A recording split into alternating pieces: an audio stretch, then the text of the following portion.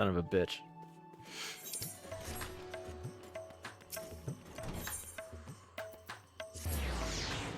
Just can't stop. It never stops, man. The emotional damage, it never stops. It keeps going. Oh, no, it's you.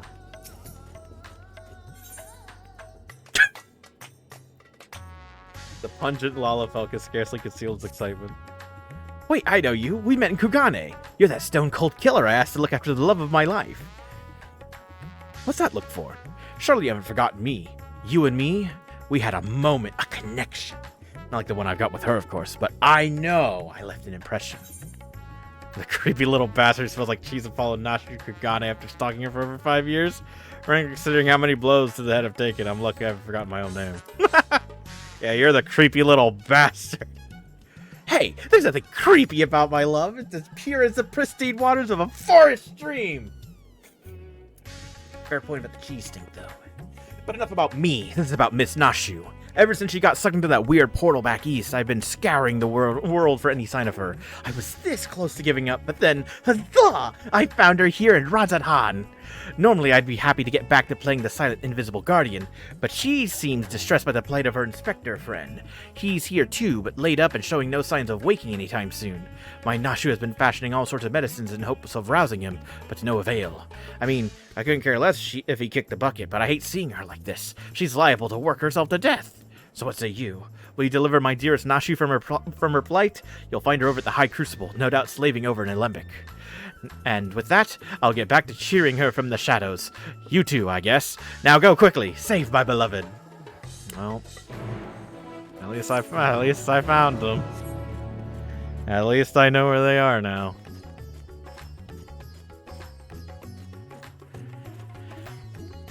And here I thought it'd be fucking ages before I saw Hildibrand again. Nope. Apparently his body's still here. Where's Gilgamesh?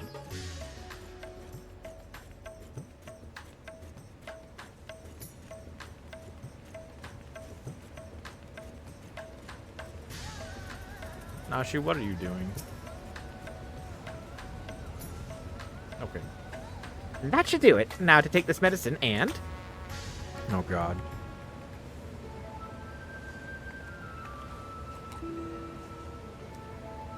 Cool! Hey Mo! It feels like it's been forever. Though definitely less than a year, I'm sure. What brings you to Razathan? Enjoying a spot of adventuring, or perhaps... Where's Hildibrand? Then you've heard. It's true. Inspector Hildibrand's gone into hibernation again, and... Ah, wait, you're giving me that look. The one that screams, what about the whole world portal business? Alright, since you silently asked. So back on the Ruby Sea, remember how Greg got doused with the dew prism and was forced to whisk us all far away? Yes. How that strange rift then opened up, which the inspector then got sucked up into, and how I followed him in after that. Yes. Well, after that, we all ended up in this bizarre place. Couldn't tell up from down, left from right, and so we wandered, lost and confused. Fortunately, Greg came to his senses and explained that we were in the interspectorial rift, and then used the same trick to bring us home. That simple. It was that simple all along. Greg himself stayed behind, though. Something about a score he had to settle. Not sure what that was about, but hey, you know Greg. Anyway, we're back now, but the rub is that Inspector Hildibrand hasn't opened his eyes once. I know he gets his beauty sleep, but it's been an awfully long time, and we've got cases to solve. I've been trying my hand at apothecary stuff, but seeing if I can't make something that'll get him to get up and moving, but nothing seems to work.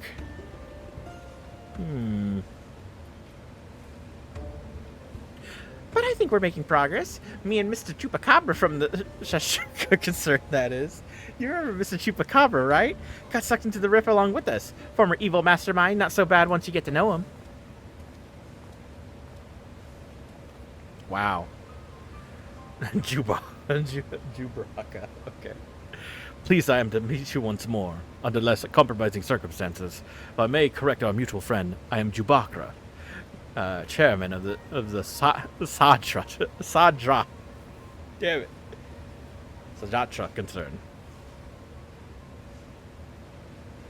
Your distrustful and somewhat bloodthirsty glare is not unwarranted, but in my defense, who among us is not contemplating enslaving the rich and powerful to bend the world to their whim? Pray forgive me my poor joke, and allow me to assure you that after wandering the interdimensional rift for the sisters only know how long, I am a changed man. Naturally, I understand that words alone would not suffice to absolve me of my sins. Thus, since my return, I have operated a humble apothecary that caters to the needs of one and all. Furthermore, I made arrangements for Miss Nashu's workshop. Rest assured that I will spare no effort in helping her see Inspector Hildibrand awaken and return to full health. And with that, if you would excuse me, I must see to other business. Lion son of a bitch. Lion son of a bitch. That's some fucking false flag shit right there. Isn't he the nicest ex-villain you've ever met? Nope. But that's right. I had just finished my latest medicine. I've got high hopes for this new recipe. Suppose I had to get a look at the Manderville man himself. I suppose I had to get a look at the Manderville man himself. By all means, the inspector is resting in a room up in Kama. Awake or asleep, I'm sure he'd enjoy your company. Let's go. Doo-doo-doo-doo-doo. Are you just gonna leave your Nashu's delights there? Yeah, she is. Fuck it, whatever.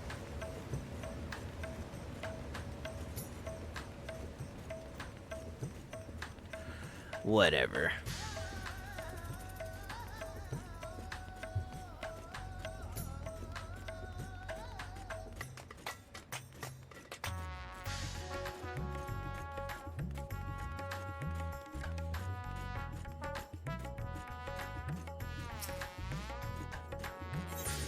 Takama.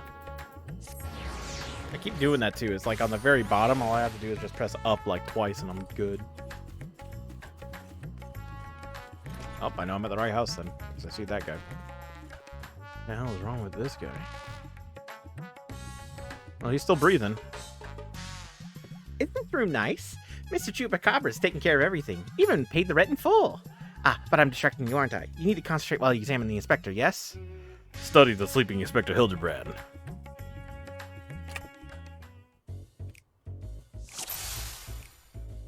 So he's still breathing. Oh my god. That's magnification 100. Hildibrand's arm. Rippling muscles bespeak impressive strength, while smooth skin suggests that only on the rarest occasion does the man resort to violence. Troublingly, his limbs are stiff and cool to the touch, as if the blood runs cold in his veins.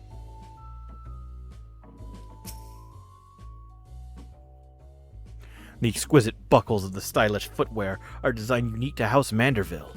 These shoes would almost certainly fetch a small fortune in the markets. Oh, it's the right stick. Moving the left stick around. Rugged features belie what is, at a closer glance, the sensitive mien of an uncultured gentleman. Mien? I forget how you say it. While he still breathes, he appears to be locked in a deep slumber.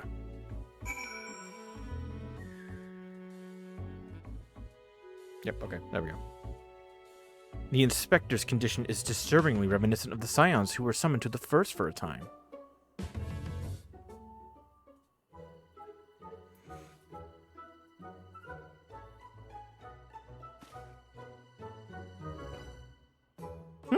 Oh, finished already? Oh, fuck, how are we supposed to get him back? Any theories as to what's wrong with the inspector?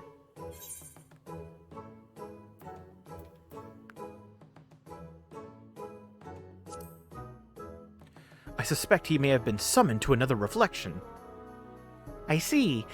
I mean, I don't, but that's what you're supposed to say at times like this. I don't know that much.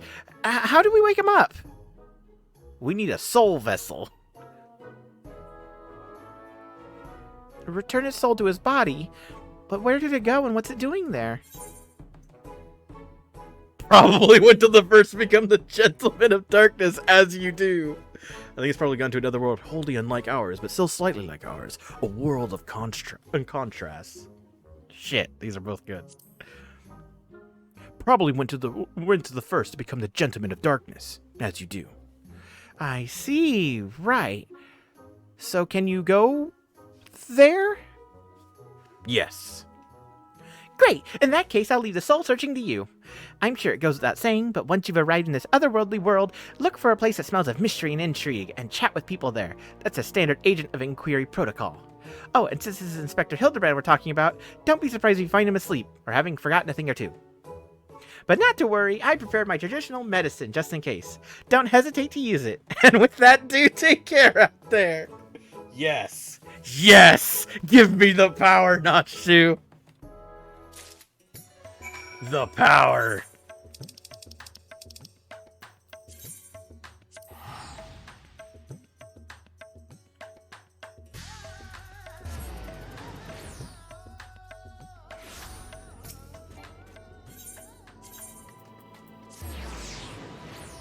Let's talk to Glinner, right? Yeah, over here.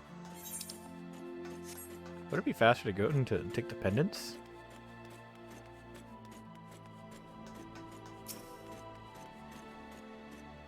Welcome back, friend. I'll offer you a pint, but my barman since tells me that's not why you're here. Correct. I'm looking for Inspector Hildibrand. So this friend of yours has gone missing. Sorry to hear that, but plenty of travelers pass through these parts. Could you describe the fellow to me? Hume Burley wears a monocle, well-meaning idiot. Hume was wearing a tattered suit and was like... Hume Burley wears a monocle. Well-dressed idiot. Something like that. Yes, that sounds familiar. Mind you, I didn't see him myself, but I do believe one of our bounty hunters spied such a man when you were all battling that horde of spectral warriors. Hell yeah, dude. Yes! Giot! Come here a moment. There's someone who wants to speak with you. So. Make it quick. The ale isn't going to drink itself. Hey, Giot. If it ain't Haymo, what brings you back to our neck of the woods? Lolly ho. Now that you mention it, I did see someone like that. Back there on the battlefield after you ran off to do more hero work.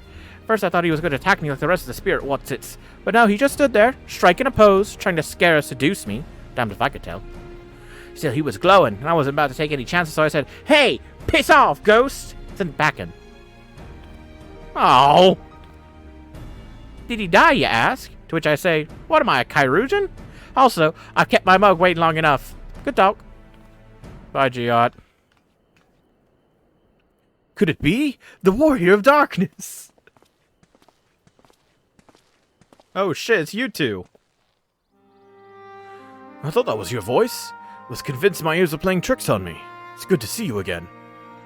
Didn't mean to eavesdrop, but we overheard you discussing the renegade poser. Been searching for him for some time now. Nodders. There have been sightings in Lakeland, you see. Vonard and I have been tasked with getting to the bottom of it. We've little in the way of useful information, though. All we know is that he appears without warning and strikes a disturbing pose. Does not cause any harm if you discount the shock of a strange man gesticulating in your general direction, that is. Nevertheless, we're worried his behavior might escalate. We've been tasked with apprehending the miscreant as well. Not quite, Vonard. I must come back to track down a missing friend. Your miscreant, I would say, might be my friend. I want to call him a friend per se, but I too happen to be looking for a man prone to be posing. Your miscreant, I regret to say, happens to be my friend. The man you're looking for might be the one and the same, then why not work together? Between the three of you, you're bound to have better luck. Nodders. It would be an honor and a great help. We're just about to leave to gather testimony as it happens. Come and join us in Solon when you're finished here. We'll solve this mystery in no time. It's Sullen, huh? Okay. Lakeland. I think Fort Job would be closest to Sullen. Wait, Sullen?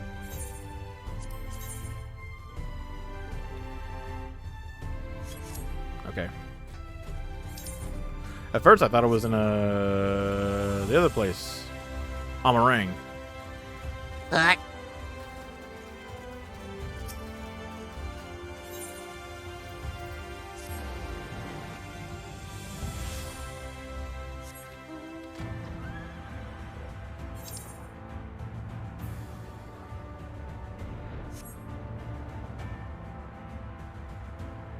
Man, old stomping grounds, Shadowbringers. Oh man, oh god, oh it feels good to be back here.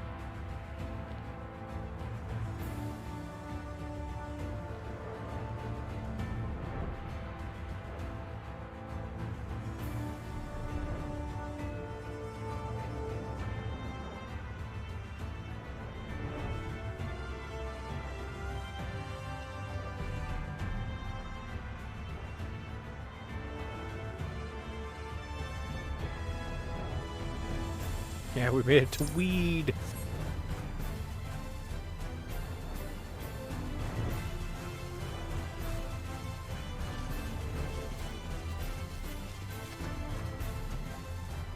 Oh, get up there. Oh, that fellow! I saw him the other day on the way home from Clearmelt. I'd enjoy one of too many libations after my bath. Ended up wandering off into the forest. Before I knew it, the sun was dipping low and the sky turning dark, and I was beginning to wonder if I'd ever make it home. Then I felt a gentle tug at my arm. Wouldn't you believe it? This odd-looking man led me out of the forest and set me back on the road. I thanked him profusely, but he said nothing in reply. Just struck this pose and walked off. That sounds like Hildibrand.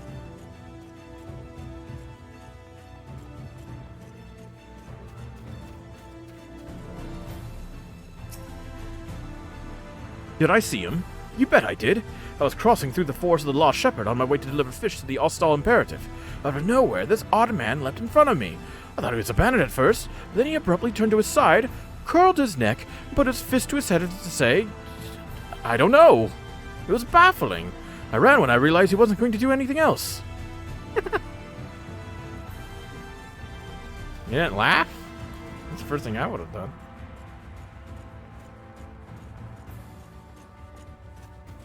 Actually, I don't think I would have laughed. I think I would have just walked away, just kind of like looked at him funny. Why, yes, I saw someone like that when I was out picking mushrooms in the forest. He even spoke to me. I was repulsed at first by his form, but he only wanted to warn me that fell beasts lurk in the forest, and I should be wary. Contrary to appearances, I'd say he was actually quite gentlemanly.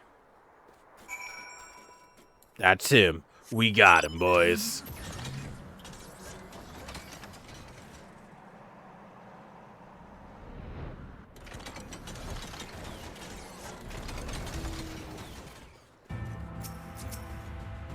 To be honest, I'm not sure what to make of all this.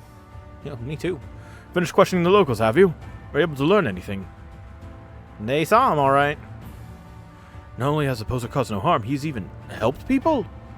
So he's a gentleman, albeit a suspicious one. Something of a contradiction, you might say. There's no reason to doubt what we heard. Everyone seemed to encounter him in the forest of the Lost Shepherd, right? That's where we'll look next, shall we? The time will come soon, Hildibrand.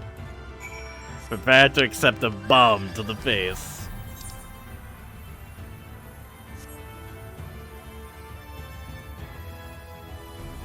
And the second issue. How the fuck are we gonna get him back home? Oh my god. B rank.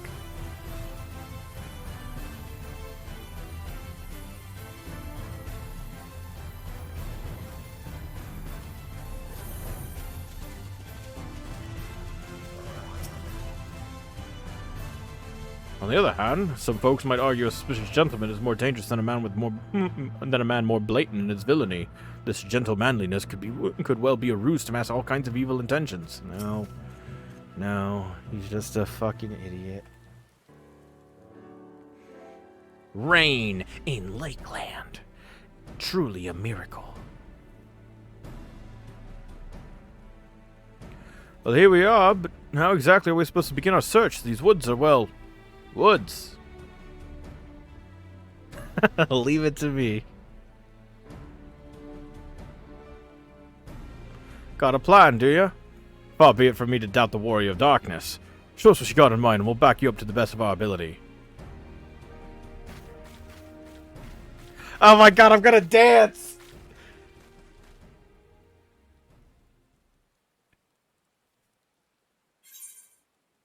Yes! The Manderville!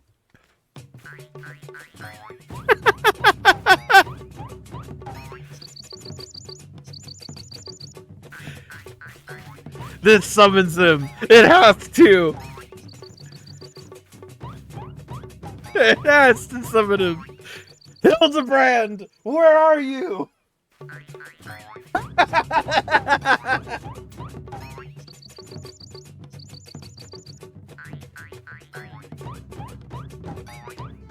Hark! What familiar gentlemanly gyrations are these? There he is.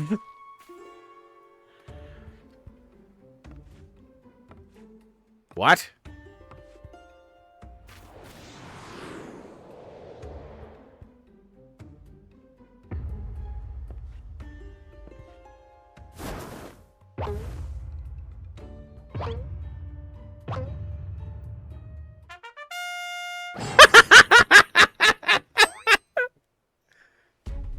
Hey, Hildy.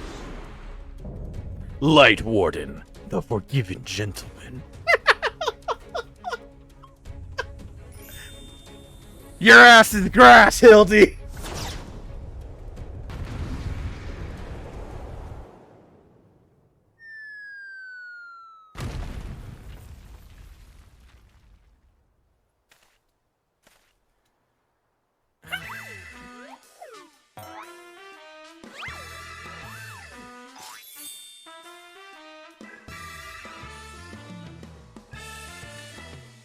On your guard! It's a Sin Eater!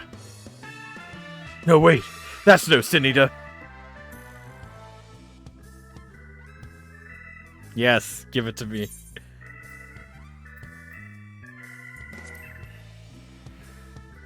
It's the Gentleman of Light.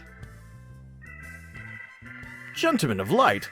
Who is this Gentleman of Light of whom you speak? I am the forgiven gentleman, devourer of sins, Light Warden extraordinaire.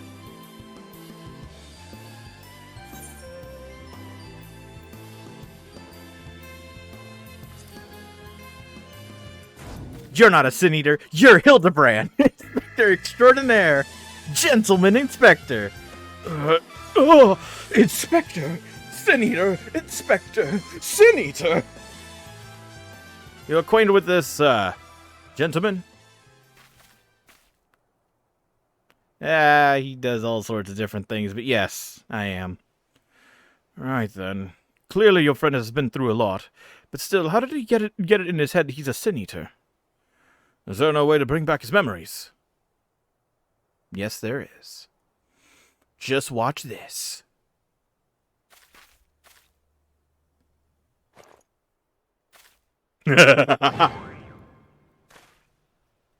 Explosives?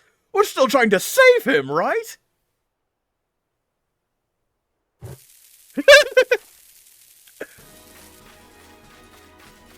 Yeah! Spike it!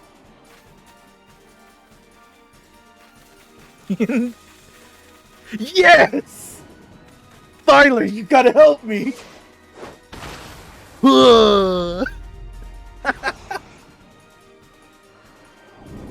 Said it, homie! Yes! It's my turn! Darkness shot!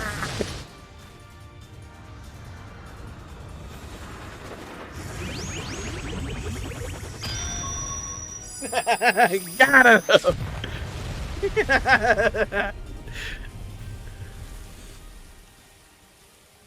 Yeah! Score! Point for the Warrior of Darkness.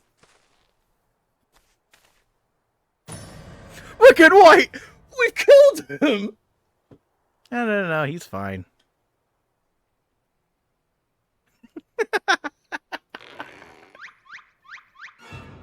What'd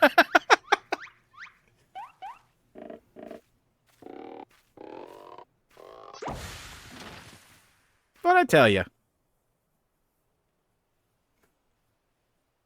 I say, Hamo, I had resigned myself to Nashu's ungentle methodology, but you too, my brutish friend?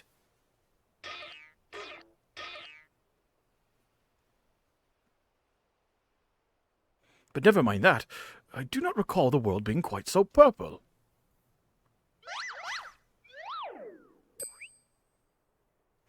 Previously, I was with Nashu and Greg, wandering the bizarre, shadowy realm known as the Interspectorial Rift. There we go.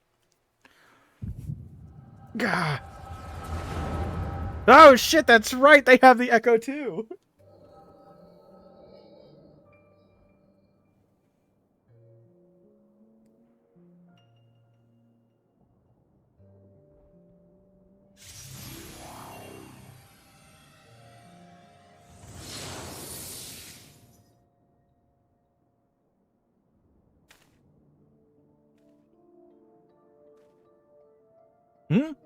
Where am I?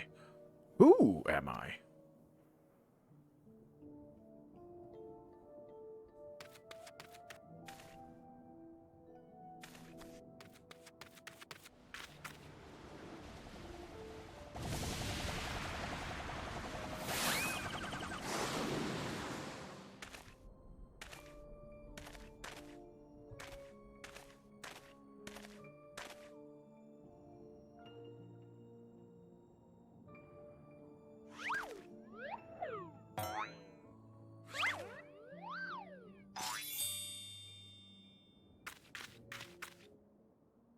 That sickening light. That grasp posturing. I know what you are. You're one of them, ain't you? Is what you need is a good old-fashioned dwarven decking. Oh my god. Piss off, ghosts!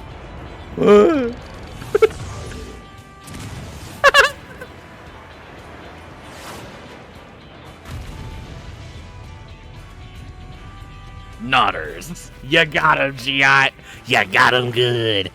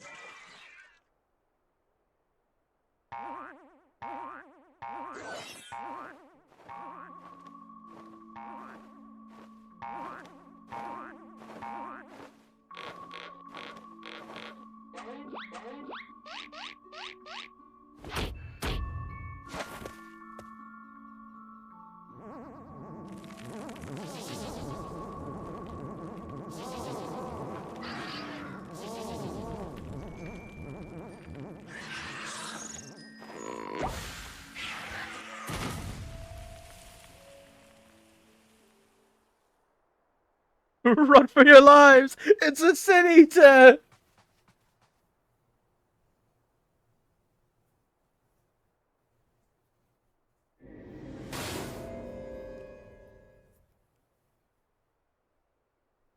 A sin eater?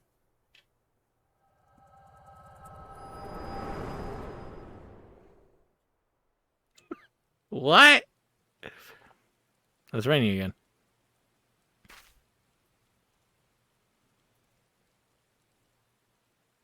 I'll be damned.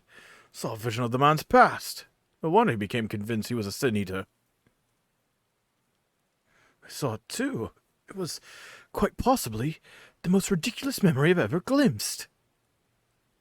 Answer me, my faithful assistant. Where are we, and why is it so purple? You're on the first. The first? The first what? Are you telling me we somehow traveled to an entirely different world?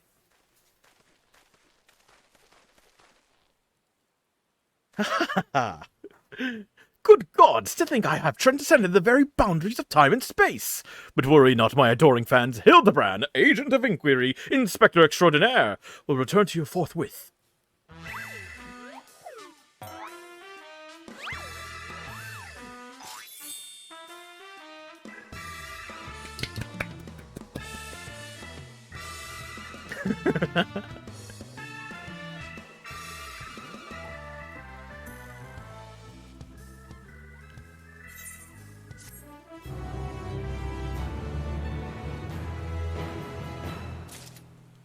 Excellent.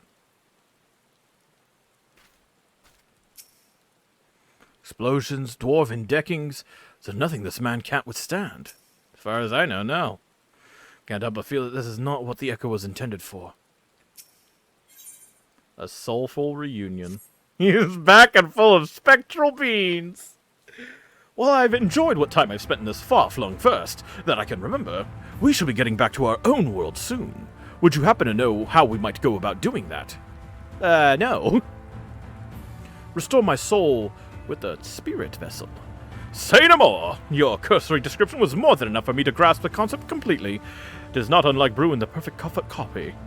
Which means our task is clear. We require the services of a skilled soul sommelier. I know a soul sommelier known as Becklug. Splendid! I see that even in this world you rub shoulders with the cream. Let us pay this Becklug a visit. I'm not sure what you're planning to do with souls, but if you require Becklug's assistance, we can help. Aye, they've aided us time and again, and I reckon they'd do the same for your friend here. Come with us to the Cabinet of Curiosity. Yeah, I'll show you the way, Hildibrand. Okay, they'll show you the way.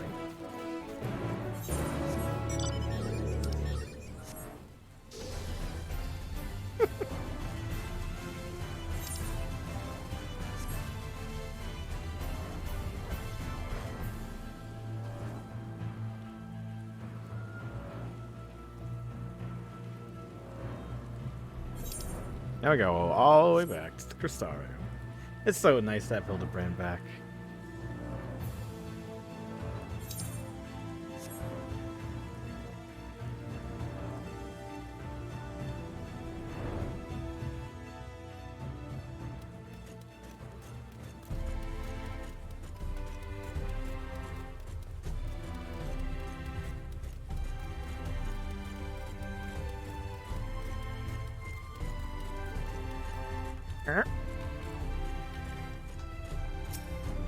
Oh, that's right. I should also change this, shouldn't I?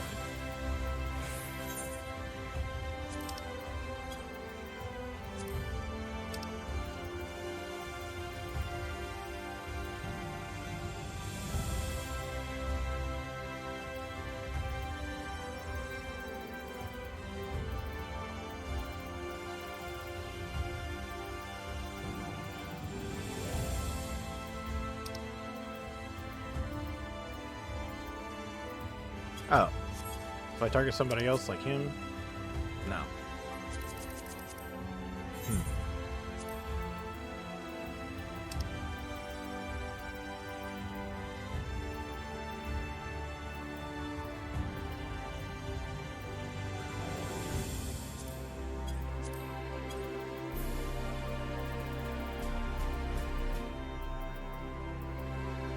Strange.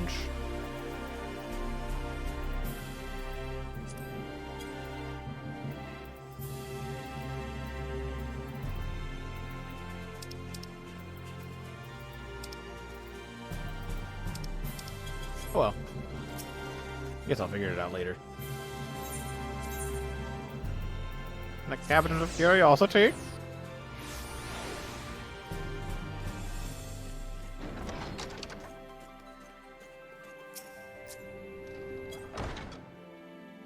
Though I'm eager to return home, I will miss this strange world. Perhaps we can visit it again someday. Surely there are cases here that require my preeminent powers of deduction. Surely. Seeing as he's a friend of the Warrior of Darkness himself, I should have known. This Hildibrand is no ordinary man. That's right. He's a Manderville man. If you're ready, I'll call for Becklug. Yes, I'm ready.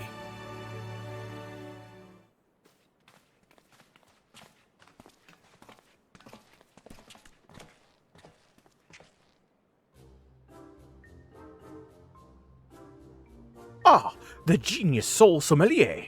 You have come recommended by Hehemo, and what an adorable little puppy you have. So, what? Puppy? I beg your pardon, but there seems to be some confusion.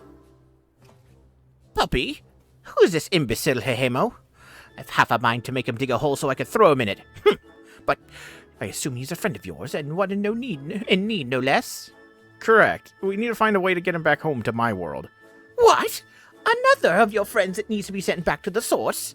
Have you forgotten how complex and difficult it was to do the last time? Yet you waltz in here and ask me this favor with the air of one shopping for a new hat. His case is no different from the others, at least. He is presently only in soul, as they were. We'll need another spirit vessel, of course. You don't happen to have one on you already, do you? I do. It's Graha's.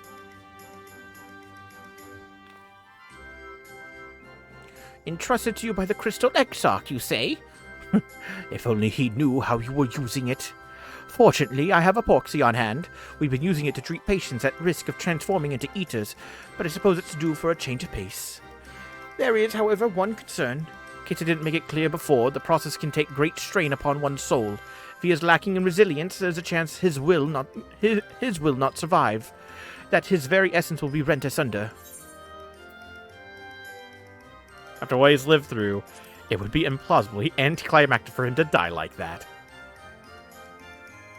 Ha ha! Hemo knows me all too well. I assure you, my good sommelier, who is most certainly not a dog, you needn't worry for Hildibrand Heliodor Maximilian Manderville. Heliodor? Yes, I get the distinct impression that the gods themselves could not kill him even if they tried. And they have. Come along then, Hildy. I can't be bothered to remember that name. 1,000 thanks. Simply point me to the soul siphon and I shall hop right in. The rest of you can wait here. I promise I won't hurt him, no matter how much I might be tempted.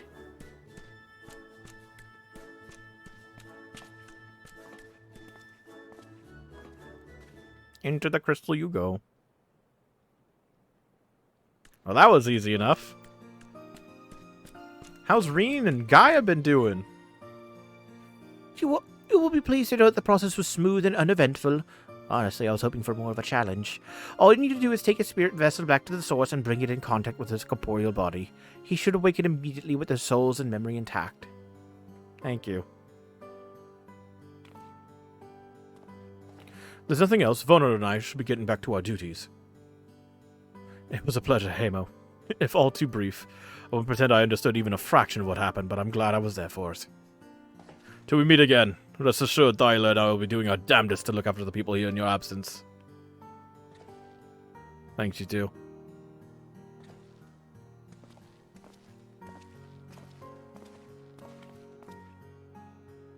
Later, you two. And you come back for the festival Ream plan or something like that.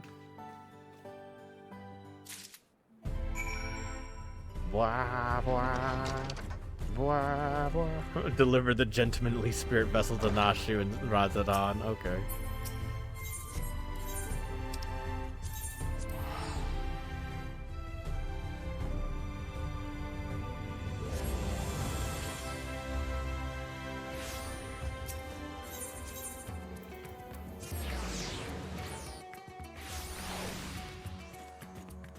This one.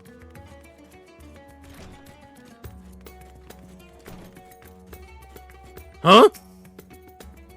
You're back! Not a moment too soon. We have an emergency on our hands. A brightly glowing spirit vessel that currently houses the resolute spirit of Inspector Hildibrand. The Inspector's soul is in this, you say? That's great, but we have another problem now. The Inspector's body has gone missing. We went to markets to do some shopping, and when we came back, he was nowhere to be seen.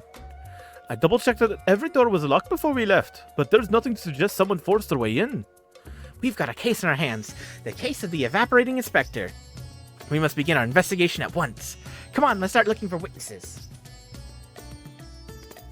He's not on the ceiling, is he? You gotta check that place first.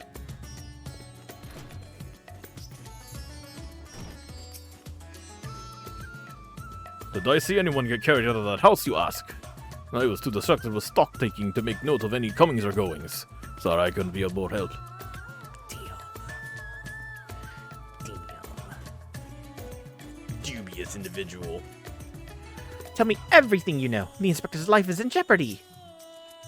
Yes, this is a most distressing situation indeed. My bot. I didn't see anyone carry a person out of that house, no. But I did see a man carrying a particularly large sack, so heavy he strained to lift it. I didn't think much of it at the time, but now that you mention it, it was a bit suspicious. Interesting.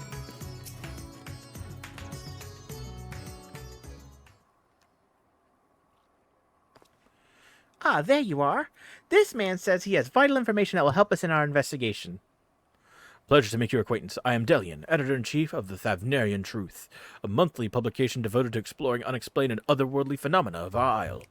Your companions shared with me the news of your friend's disappearance, and I happen to know precisely who is behind the incident, but I fear you may not like the answer, for the kidnapper is not of the star.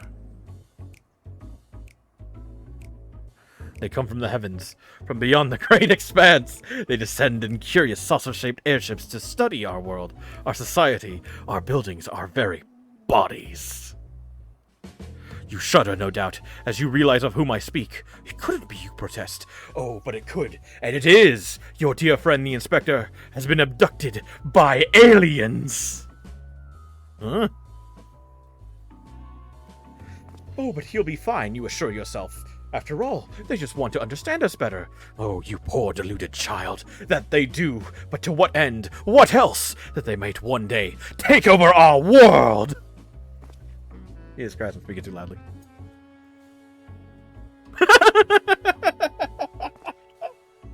What is worse, they plot to do so with the aid of collaborators, for the Charlians are in league with our would-be overlords, providing the aliens with vital information on our vulnerabilities in exchange for a position of power within their regime. The final days was also the work of these alien invaders, an attempt to sow chaos, that our world would be easier to conquer. Blessedly, it was thwarted, if only by dumb luck, as those that did the thwarting were blissfully unaware of the true nature of the threat. Okay. I had hoped the setback would discourage the aliens from coming back, if not move them to abandon their ambitions, but it would seem events have emboldened them, if they are indeed carrying out abductions here in Ratan. Even as we speak, your friend lays prone on a sterile bed in their base on the surface of the moon, where they poke and probe him with inscrutable instruments as their floppy ears wiggle with fiendish delight. But I have said too much. I must continue my investigation in secret. The fate of our world is at stake. This guy's awesome. Oh no, that sounded awful. We have to go to the moon and save the inspector at once. I think it was a few materials short of a full meld. I think he was a few materials short of a full meld. You don't think the inspector is somewhere getting probed by aliens? But if not them, then who's probing him? I don't think anybody's probing him. He's just been kidnapped. A man carrying a suspiciously large sack? That sounds promising. Maybe someone else can tell us more. Someone up ahead may have seen something. Let's ask around. Nashu is now accompanying you. Good God. If anyone leads to Inspector Hildibrand, it will be that man with the large sack. I know it. Oh my. Oh my. Nashu, please. This is a Twitch stream. You can't be talking about people's sacks like that.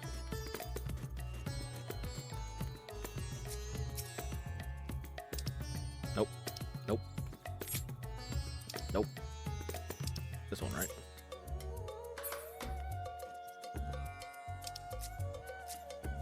Nope. It was this. There we go. Finally figured it out. Discuss the Arcasadra. Hariga and his family are the nicest people. They've got such gentle eyes and long snouts, too. Longer than anyone I've ever met in Eorzea. There's a reason for that.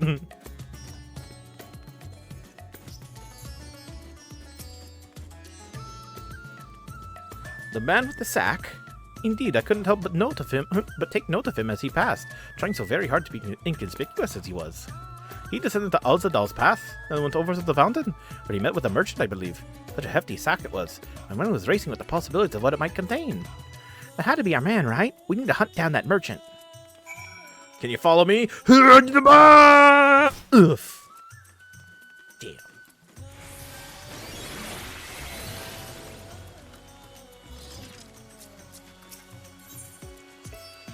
It's incredible, isn't it? It reminds me of the giant statue of Lord Godber at the Gold Saucer. Once the inspector's back on his feet, we'll have to show him. Huh? The statue of his father? What? You. The man with the large sack? Huh. You bet I saw him. In fact, I sold him my chocobo. First, I told him to get lost, that Bird and I go way back and so forth, but he was in a hurry and his offer was very generous. When you're in my line of work, you can't afford to get too sentimental. Now I could buy a whole stable's worth of chocobos. Did he say where he was planning to go next? He was muttering something about having to go to Saltwind's Welcome in a hurry. Probably why he was desperate for a chocobo. It's a long way to go on foot. Never mind the sack. Did you hear that, Hayamo? We need to head to Saltwind's Welcome right away. Correct. Correct, Nashu.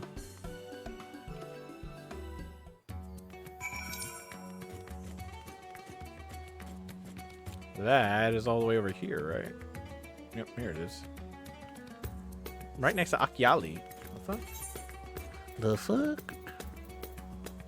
Yedlamad, away!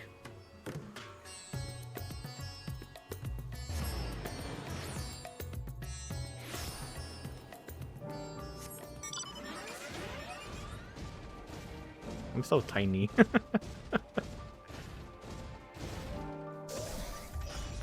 And I go so slow too. Need to do more fates. Just to get all the gems so I can get writing maps. Man, I got 3 characters to do that on. Soon to be a 4th. I got Shinichi going through Stormblood right now, so I can get Reaper and try it out. I need to stop opening this shit up. Fucking, ugh, it's a habit, dirty habit of mine.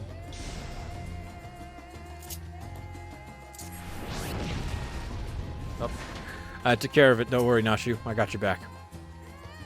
Here we are, which means the mysterious man with the mysterious sack must be near. Keep your eyes peeled. Gotcha. Eyes opened. Peeled, sliced, and ready to go. Over there, that man is definitely up to no good.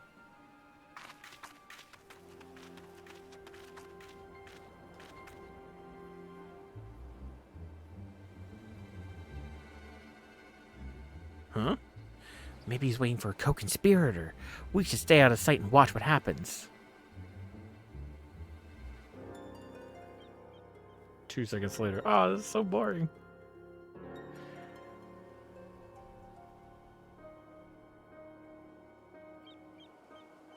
Holy shit. Who would have thought? Ah, Mr. Chupacabra.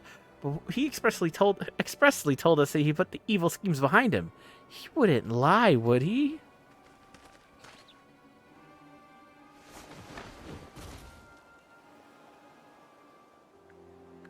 The goods appear to be none the worse for wear. Very well. Your payment is promised.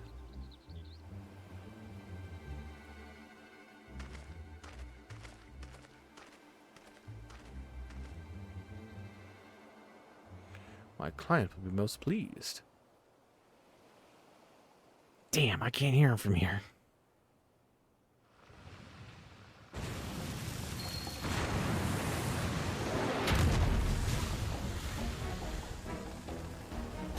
What the fuck?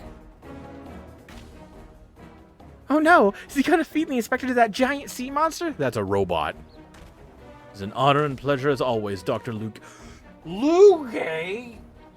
What? You lived? Wait a minute. Luke is the same guy that we fought, right? We fought Luke in the Tower of Babel. I have faith this specimen will meet with your satisfaction. So this is the one said to be the strongest, most resilient in all the world? The Manderville Man? None other. He has weathered countless explosions and a multitude of martial abuses, including a devastating suplex I myself did witness. It is even said he survived a journey to Dalamud itself, and survived the Lesamud's fall with nary a scratch.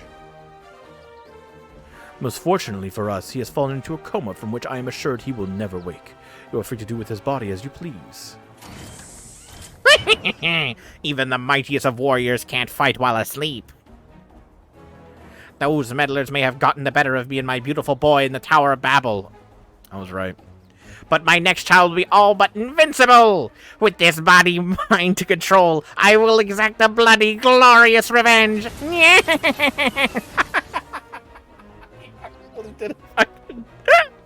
He did a thing for laughing. Forgive me my boldness, Dr. Luge, but might I expect the rest of my payment? I have debts that must be repaid. Worry not. With the Telophoroi gone for good, the vast fortune of House Brutus is entirely at my disposal. I shall shower you with wealth, my loyal minion. And gladly shall I accept the spoils, Doctor, and resolve never to renounce my wicked ways, for surely this time I will suffer no comeuppance. How strange you say that.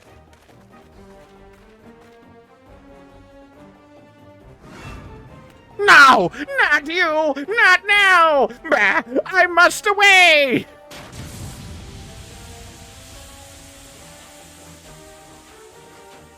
No! Hildibrand!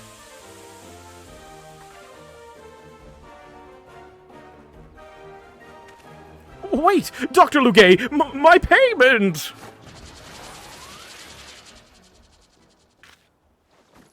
Wake up, Inspector! Yeeterino!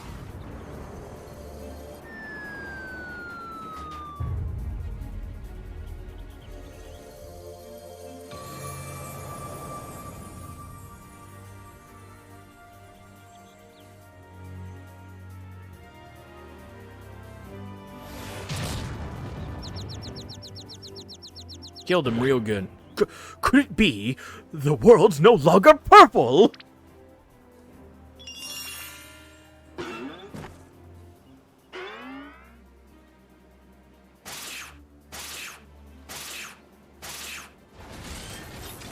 Stop moving, damn you! You're supposed to be the comatose centerpiece of my glorious revenge!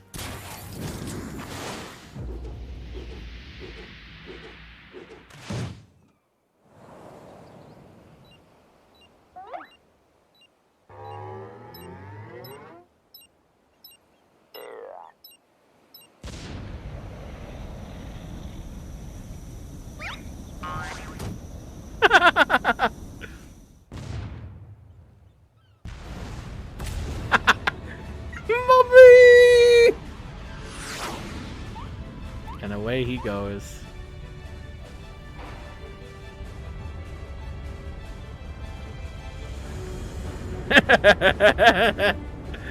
Next to fight him on Ultima Thule.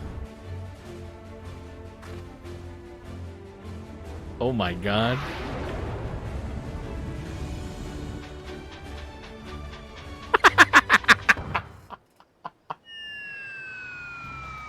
Not again!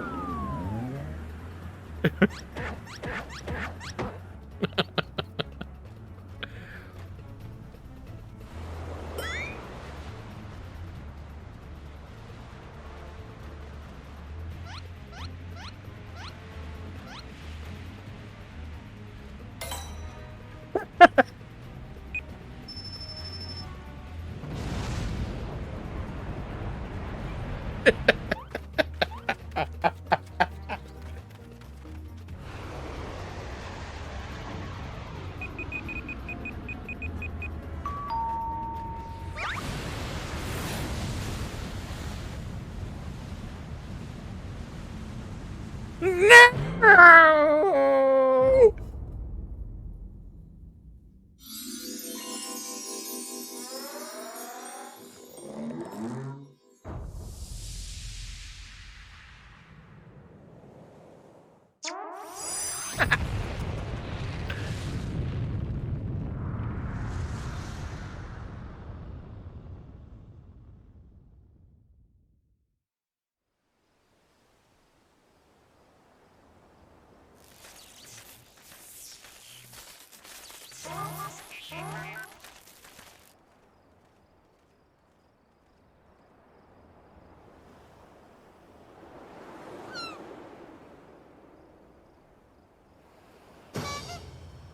Epic.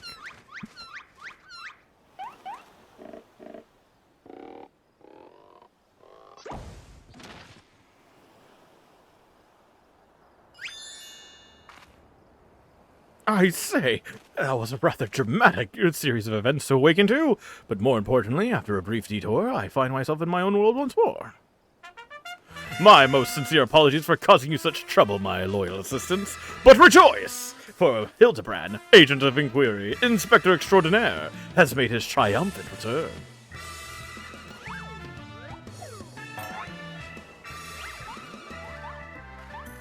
I want to nod. Let me nod. Oh my god.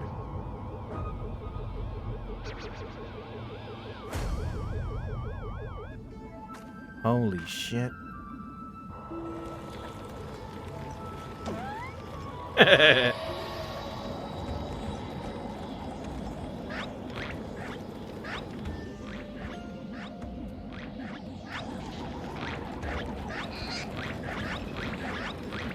No.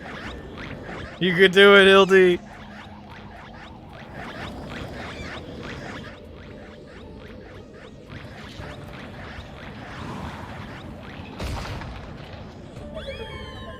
Bye.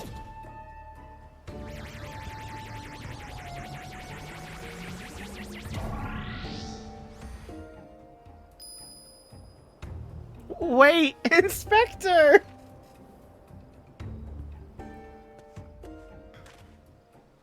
I knew it! An alien abduction! To think I would have the chance to witness one with my own eyes. This month's issue of the Thabnerian Truth shall be the best one yet. I can't believe this. Just when I thought we finally had the inspector back, off he went, and then came back, and then floated off again. I have a spaceship. I can also go to the moon. You want to join me?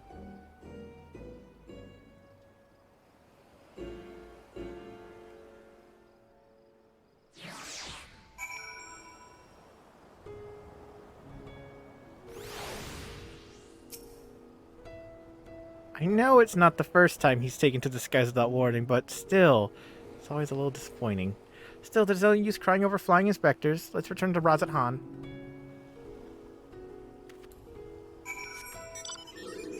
What am I doing? Let's teleport there. Fuck that shit.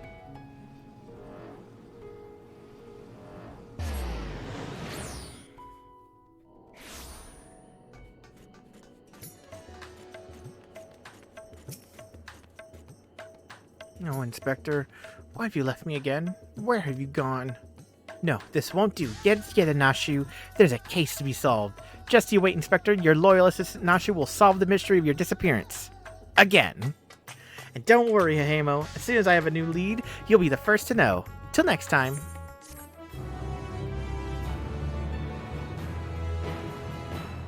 Awesome.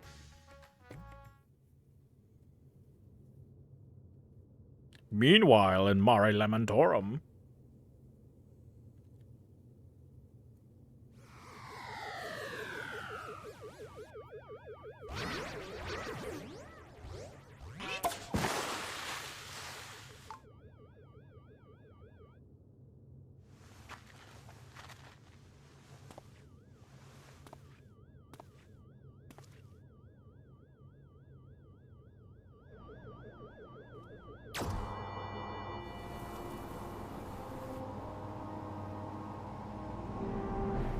Oh my god.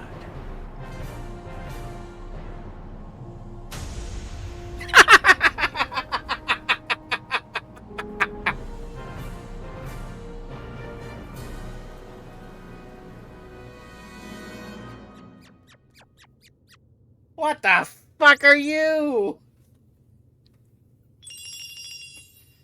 I agree, Hildy.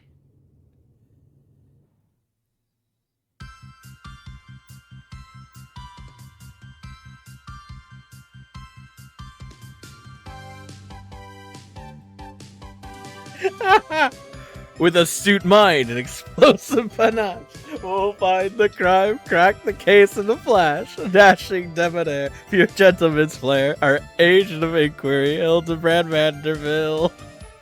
Truth and justice never go out of style. See you, Inspector. Fuck. That caught me off guard. I didn't know I was supposed to sing that. Oh, here we are again. Lunar conspiracy. Nashu Makaraka awaits your approach like a butterfly poised to set off a hurricane. Regina, I have a new lead, and just as promised, you're the first to know. Before we get into the details, though, I should give you back your soul container. I gave it a good scrub first, of course. Being the gentleman that he is, I'm sure the inspector wouldn't want to leave any lingering spiritual odors. You didn't wipe off the blood, did you? There, now you can listen to my findings without having distracting thoughts like, when is Nachi going to give me back my soul container? Now, as for the lead I mentioned, I was thumbing through a periodical and found an article on alien abduction. The way it was described was almost exactly what happened to the inspector. It even had a little diagram of a man swimming in midair. Anyway, the author seemed convinced the victim had been taken to the moon. This crackpot theory sounds so awfully familiar. Why does this sound like the kind of rubbish that Habnarian Truth publishes? That's because it is! You remember Dorian, the editor-in-briefs? He was the one who wrote it. And he plans on doing research for the next edition on the moon itself. Apparently, there's a portal or something in Garlemald that would take you straight there. Oh, but a world-hopping adventurer like you must have been to the moon already. No, like the back of your hand, I bet? Mm-hmm. I thought so. It'll be nice to have an expert guide up there to help me search for clues. What say you? To the moon, Nashu. We shouldn't be so quick to trust the nonsensical ramblings of a man who sees aliens in every shadow. To the moon, Nashu! Right, I'll start packing my bags. I don't know what the weather is like on the moon, but I remember Garlemald being a bit chilly the last time I was there. Whap, whap, whap, whap. Camp Broken Glass.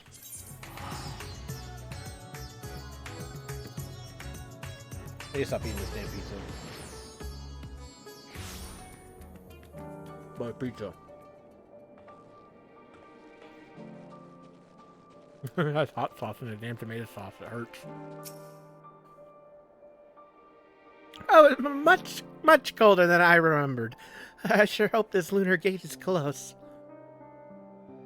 I'm sure you don't want to stop by me. The Tower of Babel? You mean that big spiky spire? Well, we definitely shouldn't get lost on the way there. Well, let's get moving.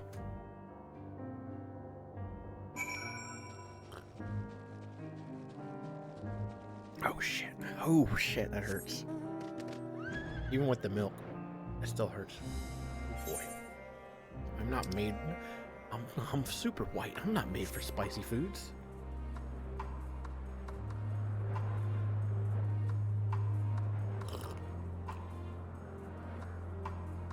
There we go. I'm trying.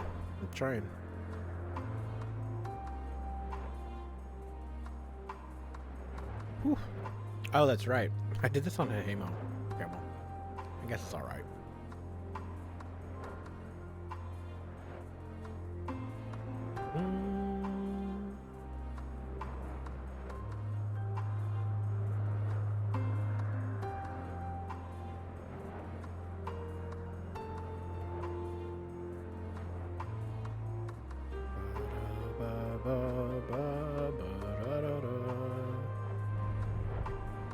Here's everybody. So, this thing is up to the moon. Just like that? Courage, Nashu. Here I go. Here we go, I guess. The world's in grave danger and the people deserve to know. I have to reach the moon so I can expose the truth. As I have explained to you twice already, I can only allow passage to authorized travelers, which you are not. You're with them, aren't you? The aliens have infiltrated every layer of our society. What in blazes are you talking about? I'm Damascan born and raised. Oh look, it's Dorian, the editor-in-briefs. Damn it. That's Delian, editor-in-chief, thank you very much. And you were friends of the abducted, I believe. Regina, greetings. Are you acquainted with this man by any chance? No. Nor am I affiliated with him in any way, shape, or form. I wouldn't think so. It doesn't seem the kind of company a hero like you would keep. But Regina, aren't you forgetting the whole conversation we had with Dorian back in Razatan? Regina? As in Regina Genter? Genter, slayer of gods? Savior of Ishgard? Liberator of the provinces? Sealer of pants? How did I fail to recognize such an unbelievably famous individual? Stealer of pants is not... It's not deserved. It was just the one time, okay? As a champion of the people, you have a duty to lead us through this fact-strangling checkpoint. We cannot let your comrade's abduction go unsolved. He needs you, and the world needs my next article. Yeah, I need passage to the moon. I guess I could take him with me. And you believe he was taken to the moon? Well, that certainly sounds like an emergency to me. Your acquaintance here seems sincere in his desire to help, so I will grant him special dispensation to accompany you just this once. You may proceed to the Nethergate. Mysterious forces have thrust us together, and though I trust the fates about as much as I trust that obviously compromised gate guard, I will leave no moonstone unturned. The truth is up there. Unbelievable. Wait for it.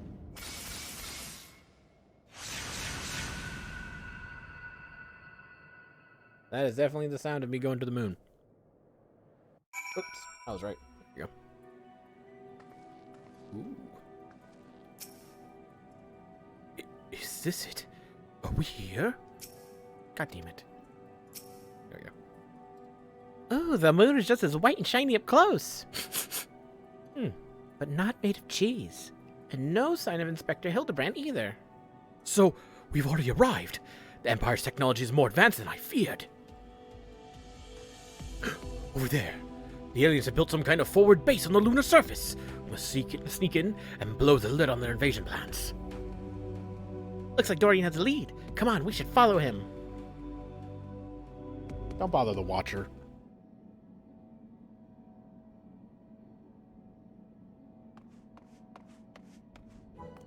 Aliens! Honest to God's aliens! I never expected them to be so tall! Or so small and bunny-like! Welcome. If I had known I was receiving so many visitors, I would have sent for more tea. That voice, speaking inside my head! I don't know the words, but their meaning is clear. Are they wielding psychic powers to try and brainwash me? All right there, friend. Need help with anything in particular? This one speaks our tongue fluently. Learned it from your Charlatan collaborators, I'd wager. Don't think you'll fool me with your adorable bunny nose and silken ears. I'll break the truth before you arrive to beguile my fellow man. You're one of Urianje's friends, aren't you? I'm not sure who or what put such odd ideas into your companion's head. Would you mind setting him straight for me? Sure. Oh, God.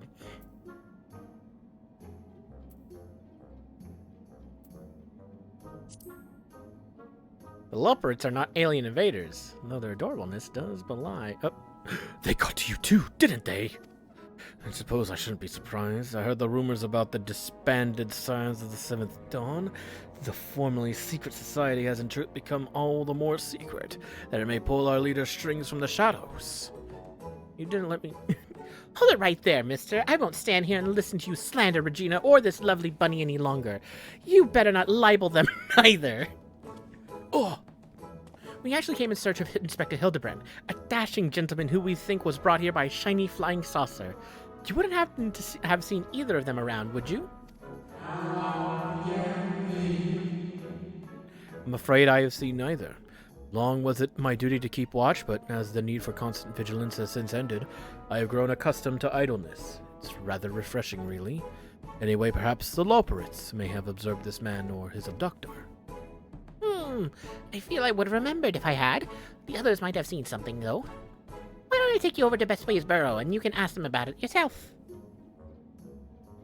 That sounds like a wonderful idea. Please lead the way. If nothing else, keeping an eyeful of the facilities we built for the benefit of mankind should help reassure your suspicious friend there.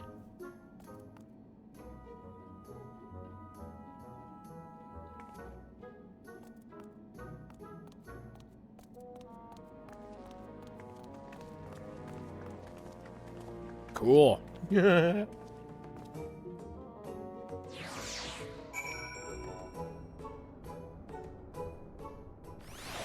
Oh shit, we're here, thank Christ. Good God. I knew it. Seeing the burrow in all of its magnificence has left your friend speechless. So many bunnies! If they can build a forward base on this scale, then what hope does mankind have against them? Oh, for the love of carrots, this is not a military operation. Do you see any cannons or assault craft? We haven't any weaponry at all. Take your time and chat with whomever you like. As for me, I've got perfectly innocuous and not at all nefarious things to do. Bye now! Right then, let's get on with the investigation. Nashu and Dillian are now accompanying you. Keep them at your side in order to proceed with the quest objectives. You can leave your quest companions behind by entering a different area and speaking with them. It's like giving you an option to part ways. If you wish to have your companions join you again, return and speak with them at the original location. First we talk to them, and then we part ways. Oh, I just wanted to nibble on their fuzzy whittle ears. What? What? I'm taking notes on everything in the space. Floor plans, personnel, abstract tree structures. My next issue will expose our entire operation. Alright, part ways. I understand. Being confronted with evidence of the uncanny can be unsettling, to say the least. Take the time to adjust your thinking and then rejoin us where we came in. Okay. Be prepared to accept your new reality. Then let's proceed. And now, Nashu. You have a case more important than this one. Alright, we'll suspend the investigation until you get back. let's go. All solved and sorted. Great. Let's reopen our investigation here.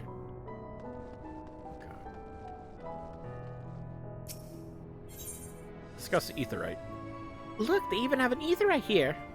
Yes, they do. An etherite? A convenient tool for meeting with the Charlene co-conspirators, no doubt.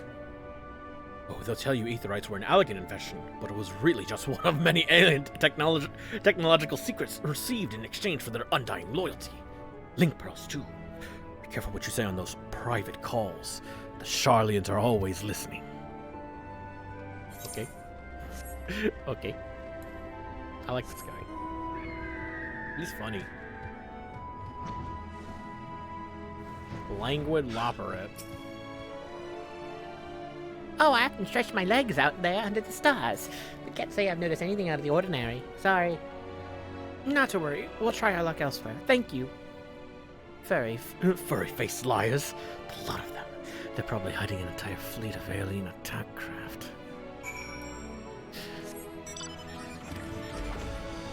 Bravroom.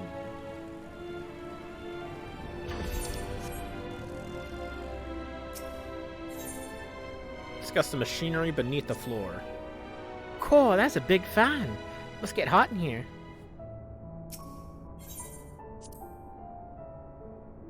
A propulsion engine? Of course. This is no mere moon.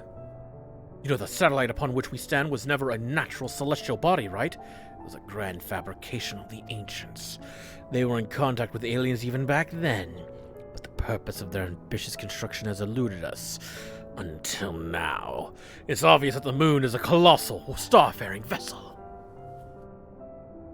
This guy's cool. Splitting way, huh?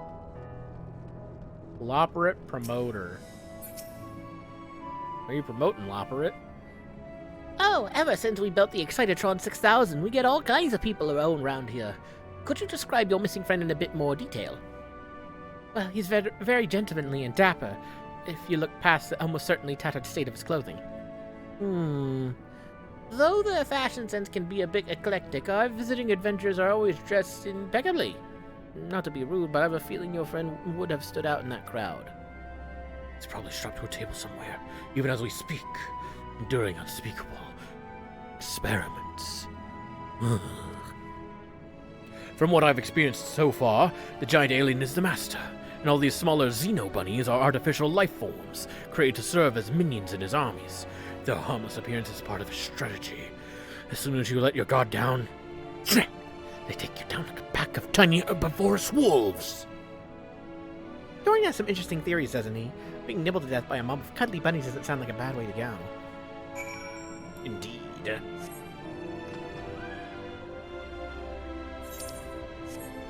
Nowhere else to talk, huh?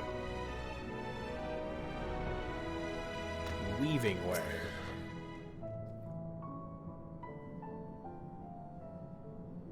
No gentleman in ragged clothes, I'm afraid, but I did spot an object in flight that I couldn't immediately identify. It was while I was out gathering materials in the south of Mare Lamentorum. I presumed it was just some elegant relic or new species of floating jellyfish, and didn't think too much of it. Cool, now that sounds promising. Thank you for your time.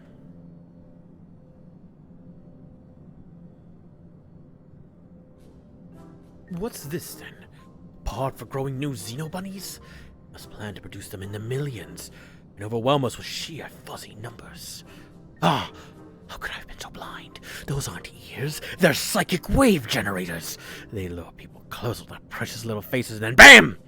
Brainwashed. I figured it all out, alien scum. And once the world reads my special edition, your dreams of domination will be done for! Ha! What a strange and oddly aggravating man. Is he a friend of yours, too? He thinks he's a friend to the people, but I don't think any people are his friends. Right! Let's get out there and find that flying object. Do you know which direction is south?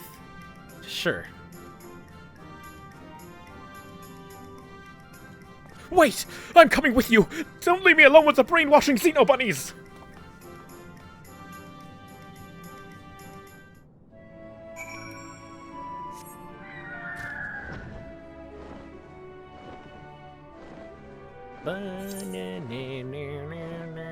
Jesus Christ, I gotta go all the way out here.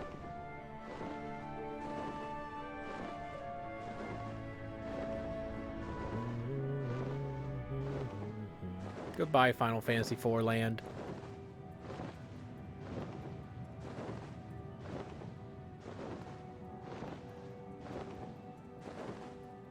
See, I can imagine this Bennu has enough space for Nashu and Dorian. Yeah, I'll just call him Dorian too.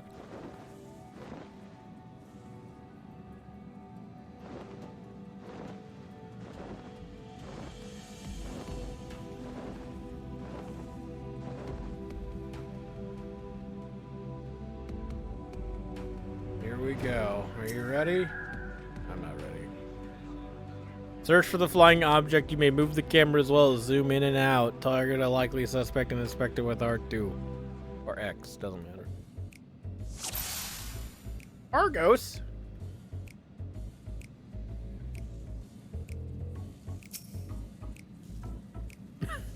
Nashu is romping around with Argos, already forgetting why she was out here. Of course. Would not expect anything less.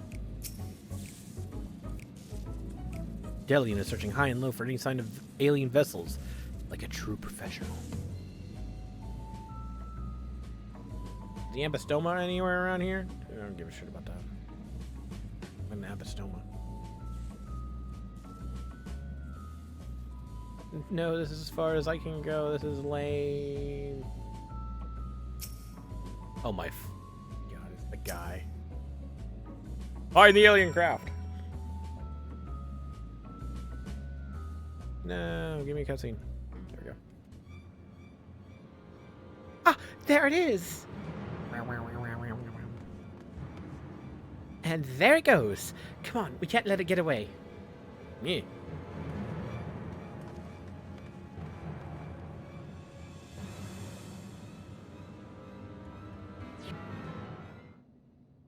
Oh god, still going.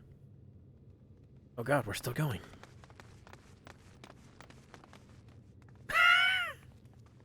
We did it, Regina. We found the inspector. Case closed. Horrendous. Only aliens could subject a man to such a callous and physically implausible fate.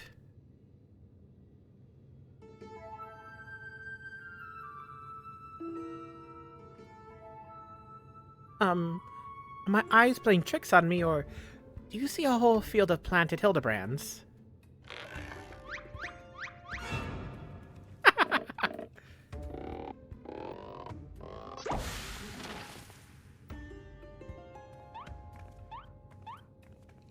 Well, well, what a delightful surprise to see you here, wherever it happens to be.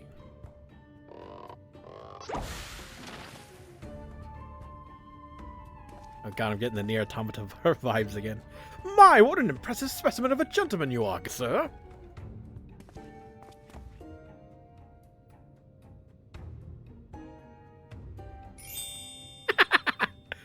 The same could be said of you, my good man.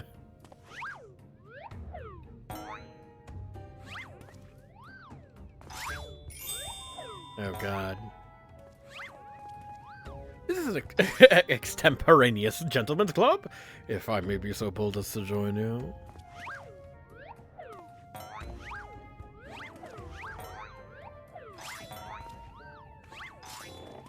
Oh, sounds like one. Let's see.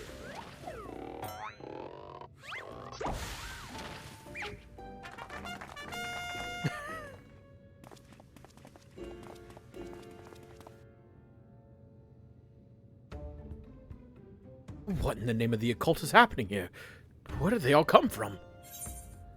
Their phantom Hildibrand's carried around a fraction of starlight through swamp gas. I'll take that one. Their phantom Hildibrand's carried through a fraction of swamp gas or something. Imposters, you mean? Don't worry, I know how. I know just how to find the real inspector. I bet you do.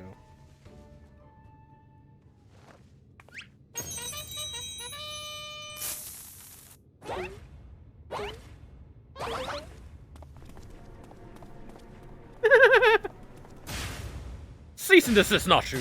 Use your powers of deduction, not destruction!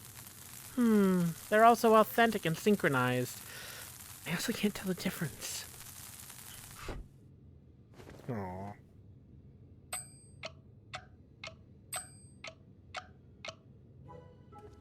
Well, look no further, for I am the one and only Hildibrand, Agent of Inquiry and Inspector Extraordinaire.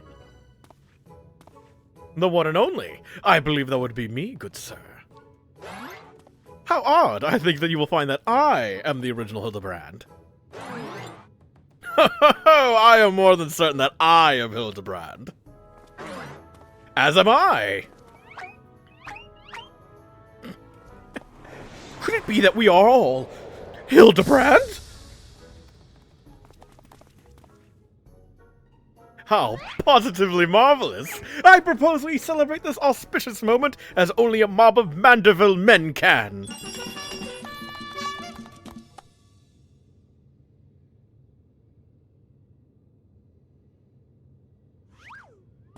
Oh, God.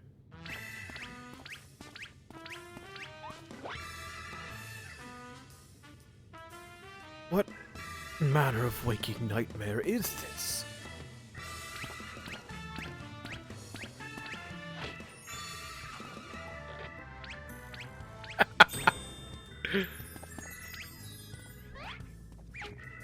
Guess we'd be moonwalking on the moon.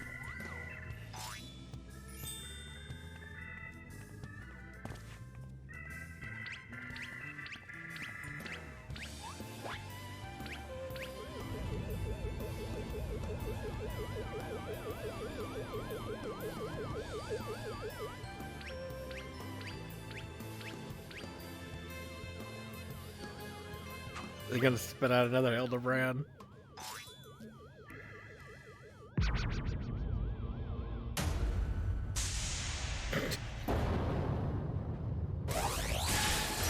Oh, God.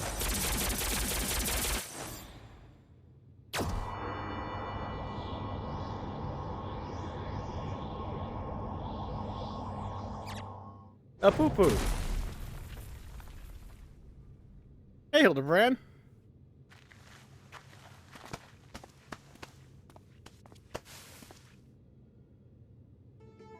Apologies for the confusion, my friends. I assure you that this time you stand in the presence of the inimitable Hildibrand Hiliador Maximilian Mandeville. And this diminutive blue chap here is my new associate, Master Poo-Poo. Hello. Another alien species! Of course, you're building a clone army to invade our star, and what we stumbled upon was a field test. I do not believe we have the pleasure, my excitable fellow. But I promise you that the amicable Master Poo-Poo has no desire to wage any clone wars. What's this all about? Are you telling me you weren't abducted? A simple misunderstanding.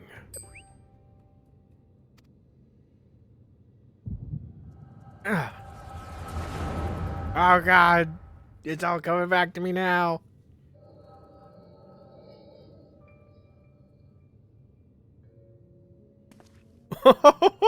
What a charming little rascal you are! An offshoot of the Mandragora family, perchance.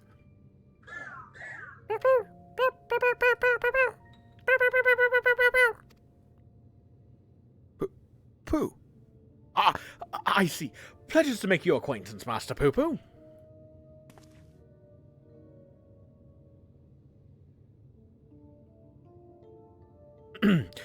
Might I inquire as to our current whereabouts? I had but recently reunited with Nashu and Regina, and would greatly appreciate it if you could convey me back to my prior location.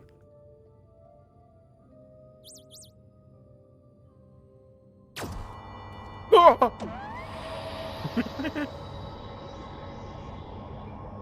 And then he went back, found out that we were not there, so he's trying to figure out where we are. Splendid! Full speed ahead, my dear fellow! Steady on now. This is not what I had in mind.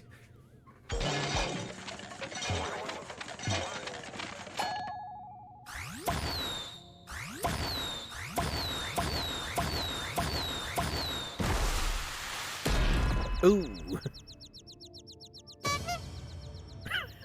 Okay. My word!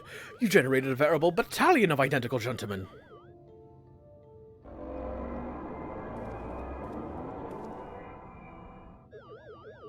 Surely the world could never safely contain so much pure Mandevillian magnificence. Could you perchance reverse the process?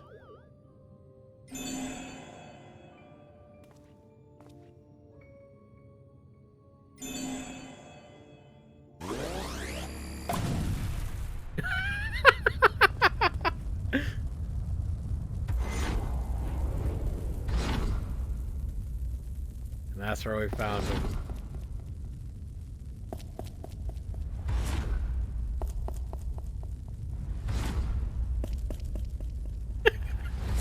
Oh, God.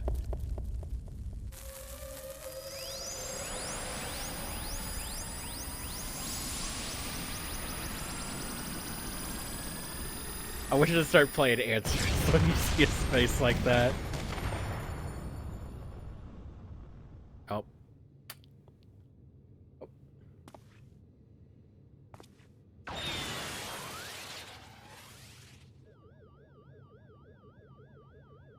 Oh God, no, not like that!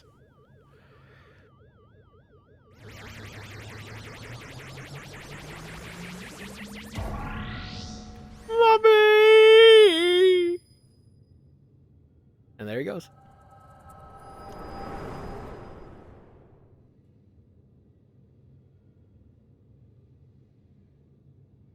Thus, I have concluded that Master Poo-Poo has no grasp of the common tongue, and his true intentions, while surely peaceable, remain woefully unclear. It was only through frenzied gestures that I managed to direct him back here and have him clean up our Mandeville multiplicity incident. I heard from a star a great distance from here. I came in search of a friend whose communications halted mid-exploration. Apparently they came searching for a friend. All this way to aid a comrade in distress, you say? The devotion, the determination! Your touching story has sunk its hooks into my heart. Fear not, my blue-hued friend, for I, Hildibrand, Agent of Inquiry, Inspector Extraordinaire, have attached myself to this case like a stubborn barnacle on a kraken's behind. I swear to you, here and now, I shall scour all of creation, from the deepest pit of the seven hells to the very pinnacle of the heavens, for the missing comrade that you so desperately seek.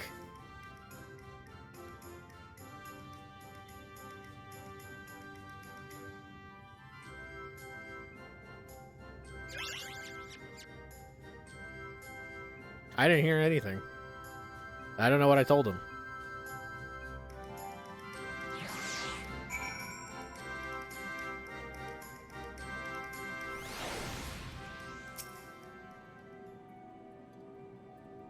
I'm glad you are here to help ward off any more misunderstandings. An entirely new species of alien. Oh, the next issue of The Truth will need to be a special double edition. Mr. Poo-Poo's eyes make me feel dizzy, like swirls that go around and around and around and around and around and around and around. Tell me, Regina, how is it you're able to understand Master Poo-Poo's language? The power of the echo allows me to. The power of echoes? Ah, you mean persistent repetition? Oh, sounds similar to Mandeville art of parley. You are saying you have an extrasensory ability that allows communication with aliens? How fascinating. Yes, most fascinating indeed. Pending mysteries aside, I'm glad indeed to once more be in the company of my faithful assistant and stalwart contemporary both. Yes, man, Hildibrand, me too.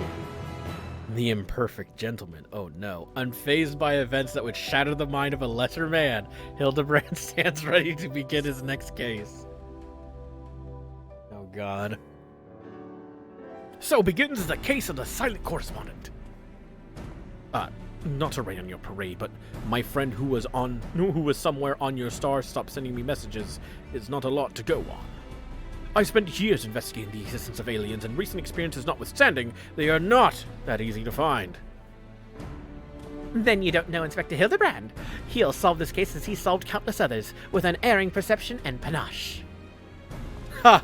Ha ha ha ha! Well said, Nashu. I need but relinquish conscious thought to investigative instinct, and the clues will follow me forthwith.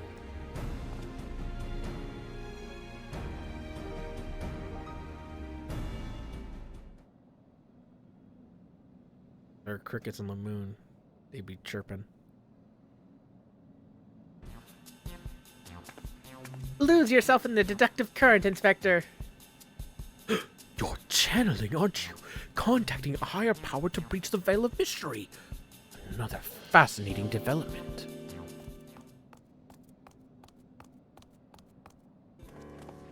Ah, there you are. I've been looking all over.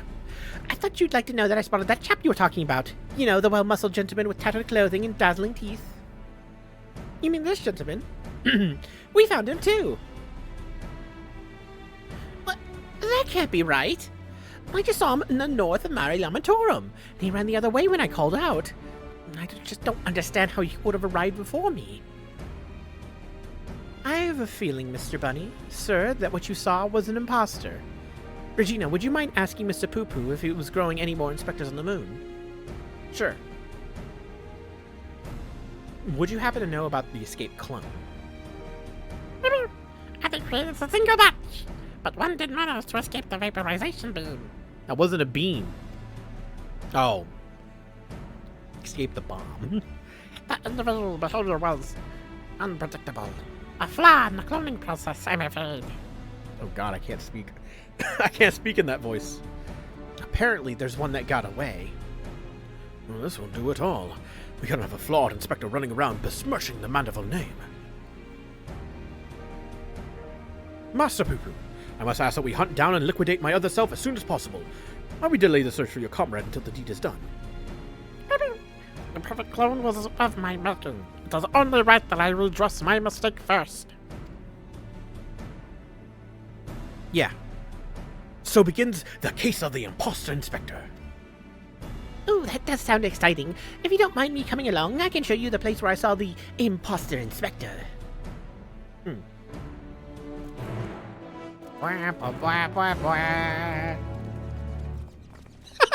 Look at him go!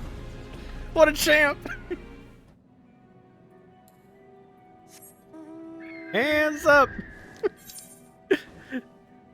Pick me up, daddy. Carry me.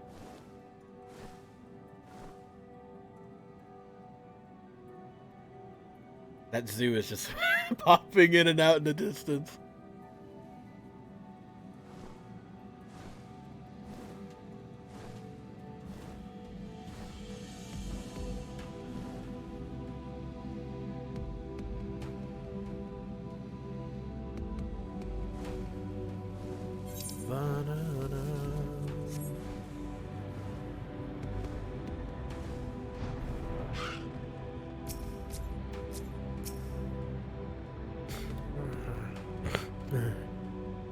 Understandable. I wonder what other nefarious abilities this so-called amicable alien is hiding. Oh god. It was right around here.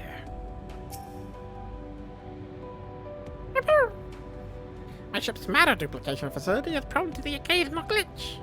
I should have probably have looked at that. I spy with my little eye. No dashingly defective gentleman. Can't have made it that far on foot. Why don't we try searching the immediate area? Scan the horizon, that kind of thing. Then I suggest we split up so we can cover more ground. Nashu, Regina, and I will investigate the northwest. Right, I'll take these two and head northeast. Splitting the party again?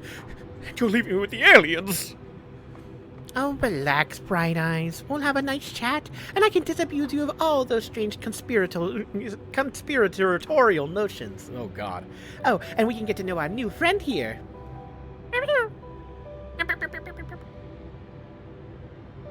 And there he goes. Let us be on our way as well, with Regina in the van, if you please. Hildibrand and Nashu and I are accompanying you. Yay. I can't believe it. When you're up in the sky, the world's a pizza pie. Oh, so pretty. When you're up in the sky and the world's a pizza pie. That's... Can't say it there. It's... Hey, Orzia. Being on the moon reminds me of that time I was blasted all the way to Dalamud. I do believe that was a personal best in terms of distance flown. Alright. Haha! No rest for the adventurous, is there? We shall await your return at our previous rendezvous point. I wouldn't wish for you to miss anything. Ah, my loyal associate. Let's resume the search for my ephemeral twin. Ephemeral twin. And Aaron? Oh, please go ahead. I'll be safe and sound with the inspector around. Alright, let's go. Welcome back. Hopefully the imposter inspector hasn't gotten too much of a lead on us. After all, I'm just sticking around. Oh, hell yeah, there's one down here. Let's go. On the bird.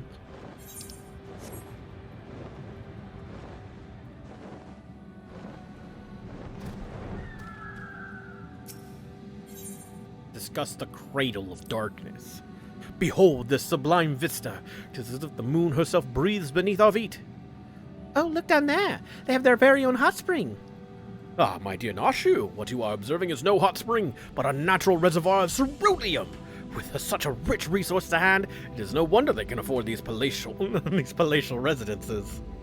I'm glad you're here to educate me, Inspector. I was about to take a quick soak. Okay. Oh, look down there. They have their very own hot spring. Okay. That's cool. Okay, so if you talk to Hildibrand, it just starts off differently. Otherwise, same thing. Whee! There's a lot of cubists around here. Hammer-struck thinker. Oh no.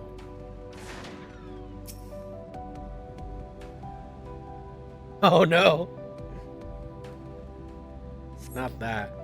A gold-hunting hammer is lying in a thinker's carcass. It appears to have been dealt a single swift-killing blow. Carl, the bugs grow big up here, don't they? This hammer? Surely it cannot be. Nay, it does not bear thinking about. Come along, nothing to see here.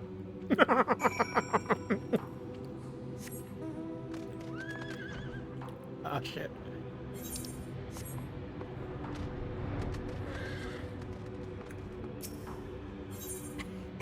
Disgusting starry sky. Oh shit. Not a single cloud in sight. In fact, I've never seen the night side so clearly. Now that you mention it, it's been nighttime the entire time I've been here. How much longer until dawn breaks, do you think?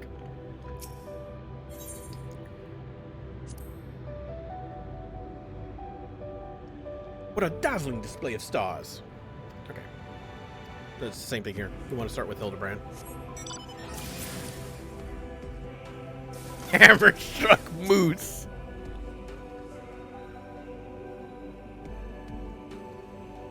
Oh god. Another goldsmithing hammer. With a killing blow that bespeaks unparalleled strength. Oh, it looks like he's yawning. The hammer stuck in his head spoils the effect, though. He cannot be here.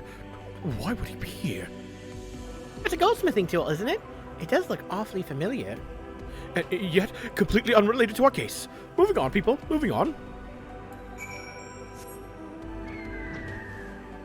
Oh, yeah. Look at this huge group of people.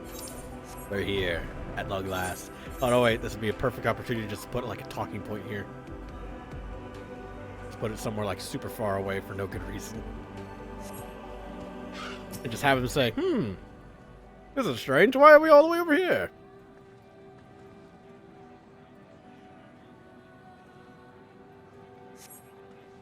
A set of gentlemanly tracks leads to the northwest. Aha! In the sand, in the snow, or a half-ilm of moon dust, I recognize those fancy footprints anywhere. They're a perfect copy of mine. Our fugitive imposter must be just up ahead.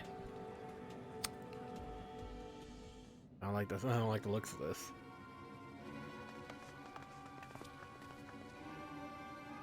I sense a gentlemanly presence is close. Very close.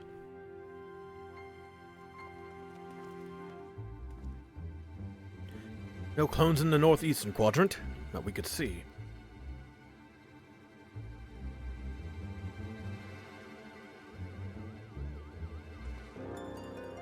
That's clever. Mr. Poo-Poo can scout for us from the air.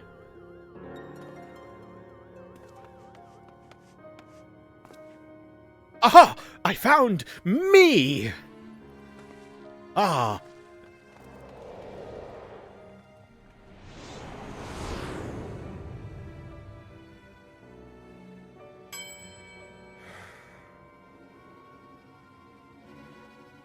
Why? Why did I flee? He seems sad, downcast, very uninspector-like. A flawed creation, to be sure. Such negative emotions would never mar the heart of a true Mandeville man.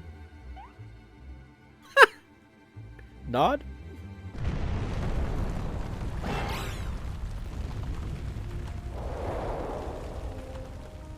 Oh my god!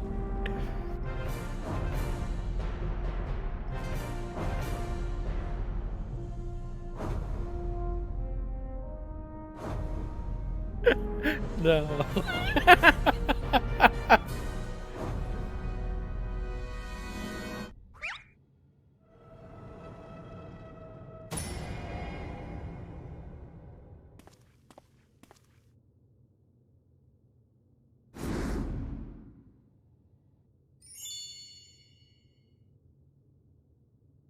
Praise Thal for his patience.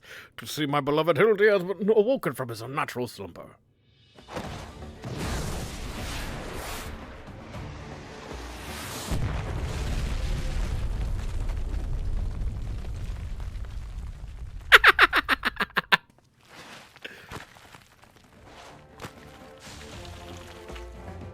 Huh?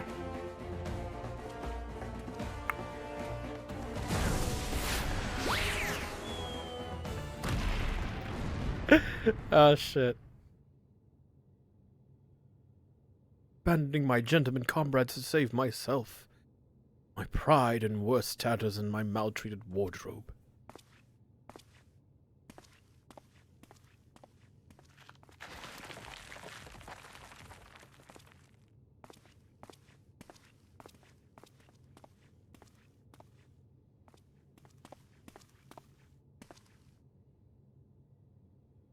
My fatherly love denied. Unthinkable, unless that is not my son. Holy shit.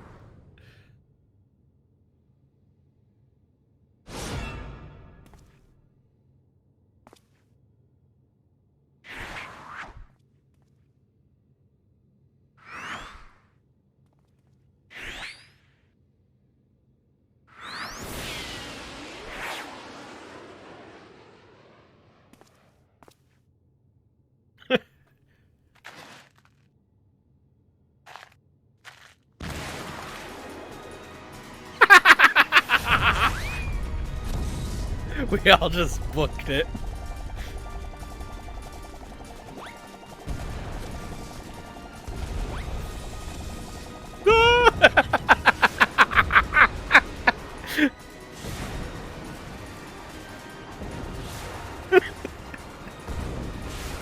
One giant leap for mankind.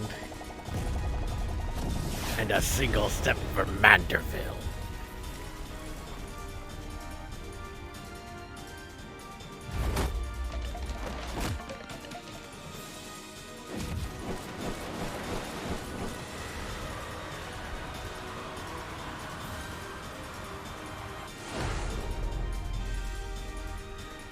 Another of me survived.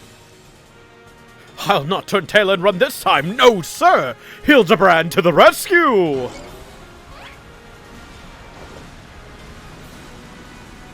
Yeah. Holy shit. He's gonna get swept up in it too.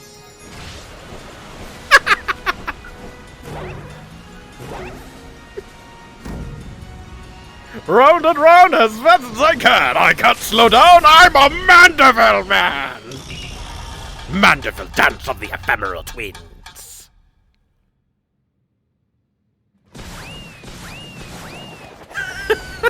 No! Come back.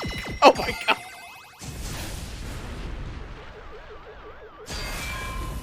No, Mr. Poo-Poo.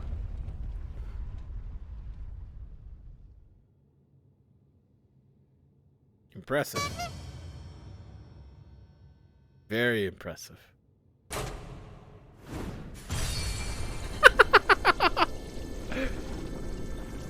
I don't believe it. No. What's happening to Smileton?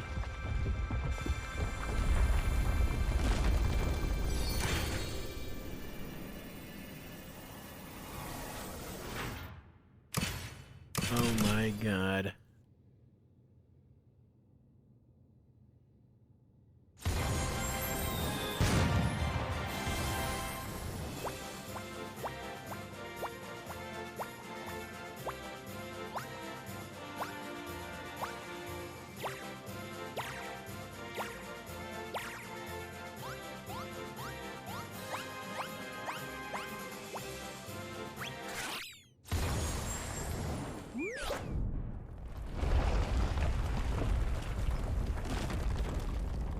What the hell?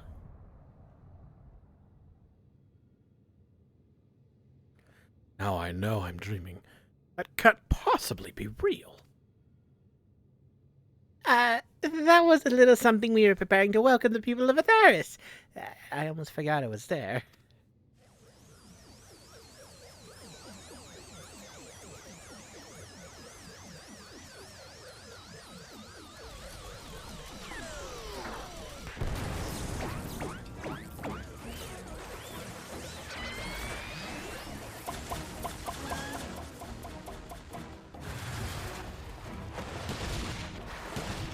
Oh, damn! Dylan got fucking smacked by the creeper.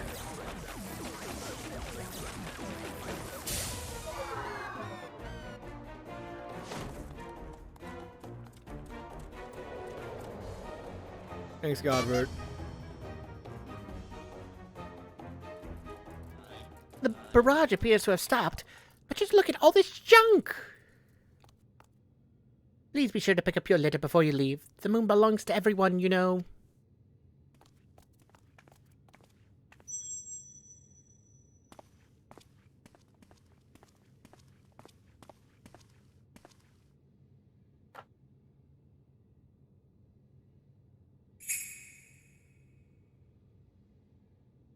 Oh.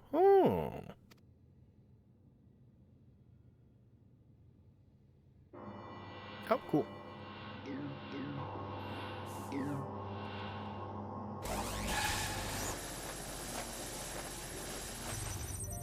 Bye, Hildibrand. You'll be back eventually. Hildibrand, Hillido, Maximilian Mandeville. Oh, how glad I am to see you up and about. Your mother will be beside herself with joy.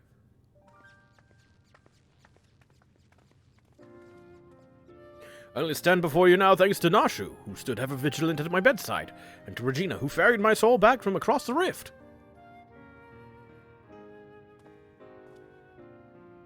My son is indeed blessed with comrades of quality.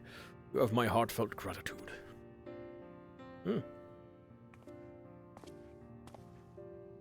To you, Master Poo-Poo, I extend my apologies. In my excitement, I fear I may have broken your starship. There is aught I can do to help effect repairs. You have only you have only to ask. My vessel experienced a temporary malfunction, but there was no major structural damage.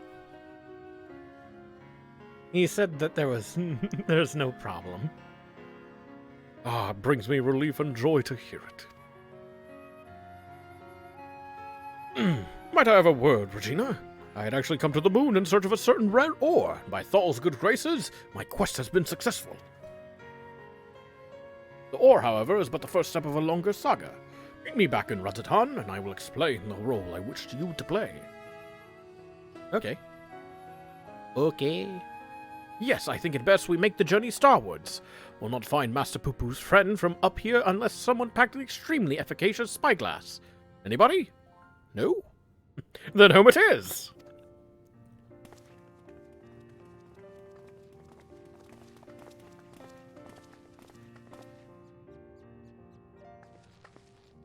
For years, I've chased after the supernatural and the inexplicable. To encounter so much of it in such a short span of time, my mind still reels from the implications. and I must keep my gaze focused beyond the veil. A chance like this comes only once in a lifetime.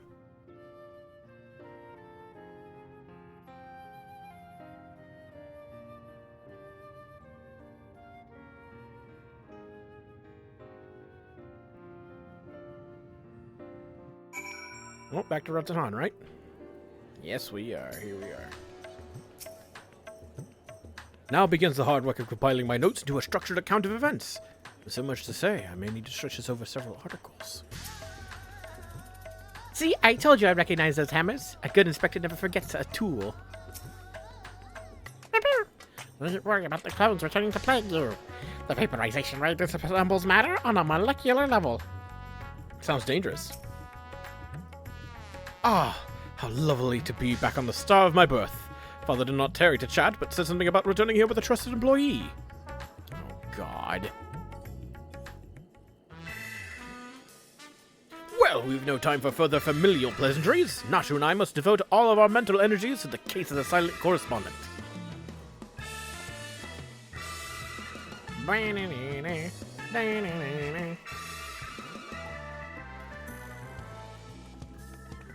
My keen inspective sense impels me to begin a search in that direction. Make haste, my companions, for justice waits for no man, not even one who is little and blue. Inspector, wait! Can't justice make an exception for me? Damn, Poo-Poo's really kicking it now. This channeling appears to have been remarkably effective. Fascinating. Yes, most fascinating indeed. Regina, forgive me. I seem to have been laboring under a misconception. Spending some time with the Xeno bunnies, it has become clear to me that they have not the slightest intention of invading our star. They are no threat to us. But he is! You know of whom I speak. That devious... Holy crap. That devious Master Poo-Poo and his diabolical devices solely for world domination. I shall have to investigate him further to learn the intricacies of his plans, but I may require your aid, not to mention your interpretation. I'll even pay you for a returner fee, so please... Returner fee? I'll even pay you a retainer fee, so please, when the time comes, join me on my quest for the truth. Okay.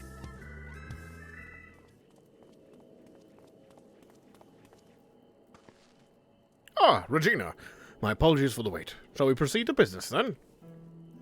The task at hand concerns nothing less than a family legacy. The recreation of the historically significant and astronomically magnificent Mandeville weapons. They were the designs of a distant ancestor, you see, while the originals have long since vanished. The manual containing the secrets of their construction survived, a precious heirloom passed down through generations of Mandevilles.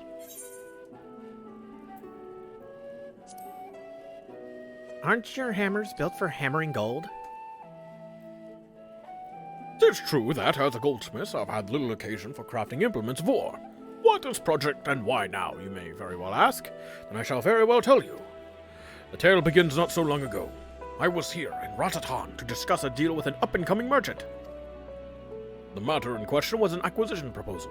Alas, the talk soured, so I made preparations to depart. It was then that the sky burst into flame. You know all too well what horrors followed. I did my best to defend the citizenry from the beasts which spawned, yet I could not save them all. Save far too few, in fact. The memory of it haunted me day and night, and I found myself unable to work. But then I heard the news of how you and your companions had ventured forth to banish this evil at its source. You forged on in the face of deepest despair. It gave me courage to do the same. I took a good hard look in the looking glass and asked, what can God but Mandeville do to safeguard the people of this star? Thus did I realize that I had both the knowledge and the skill to forge the greatest of weapons, and I might empower others to protect themselves and their fellow man. And so I began going down the list, acquiring unnecessary materials with single-minded purpose. One of these was a goodly chunk of purest mandirium ore, metal found exclusively in meteorites, and only rarely. I searched high and low, scouring impact sites and consorting with kobolds, all to no avail. Then when none was to be found on Heidelin, I set my sights on the moon, where I at last obtained a sizable sample. Now I say at last, but the list of materials goes on. If I'm to collect the rest in a timely fashion, I must employ the help of a comrade of quality. When you can spare a moment from adventuring, or aiding my dear son in his inspecting, pray drop a word in the ear of my manservant here. I shall clear my schedule of trivial interruptions, and we can proceed with the recreation of a Mandeville weapon forthwith. Cool.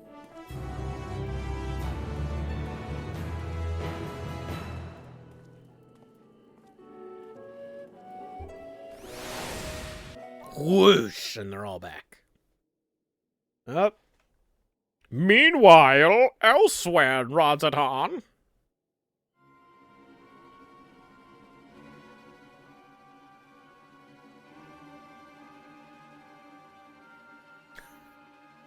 What is this?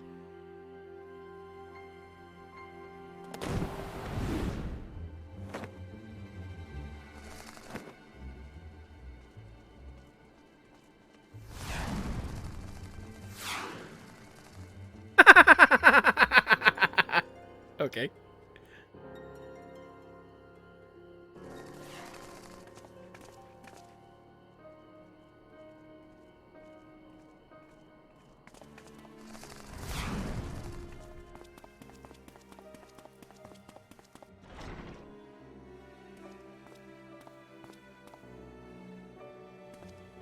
That Dr. Lugay said.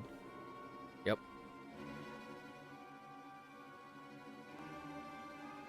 Which would made that Master Chupacabra.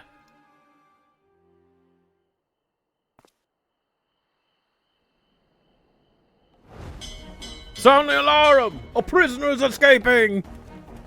What do you mean? It's just a head.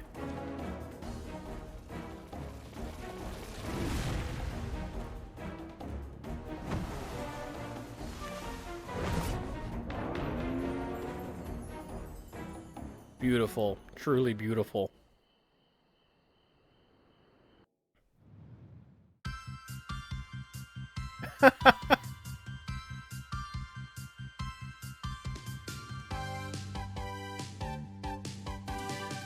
On solid ground or far out of this world. Beyond the truth lies the weird and absurd. Blue sign, her second to none. Our agent of inquiry, Hildibrand Vanderville. Definitely not an alien clone. That was terrible. Aw, poor Hilda clone. It's okay. That was fun. Yay. Or Hildibrand time. By Agents Unknown. I don't remember how I said his name. Delian? I'll go with Delian for now. Sorry. Regina, eager to resume our investigations? I know I am. You recall that scrap of alien starship we recovered? Well, Inspector Brandehild has employed his unsettling calculative capacity to extrapolate the damage to the greater whole, and he has concluded that the vessel would be incapable of flight without extensive repairs. Our most likely scenario, then, is that some unknown agent made off with the starship wreckage, along with Poo-Poo's acquaintance. Fortunately, I have a fair idea who that unknown agent might be. After all, there is a singularly shadowy cabal with a history of concealing extraterrestrial activity. Actually, let's head over to Comet first. The inspector and the others are staying in a dwelling there, and I'd rather not explain myself twice.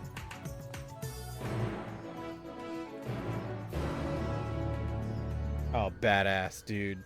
I read all that shit. And the encoding's overloaded instantly. Oh, wait. Alright, we'll have to redo some of that. Unless it wants to, like, fucking settle down now. Nah, I know what I'm gonna do. Alright, hold on, wait. Okay, let's try this. Actually, this one else will be just as bad. I am going to laugh.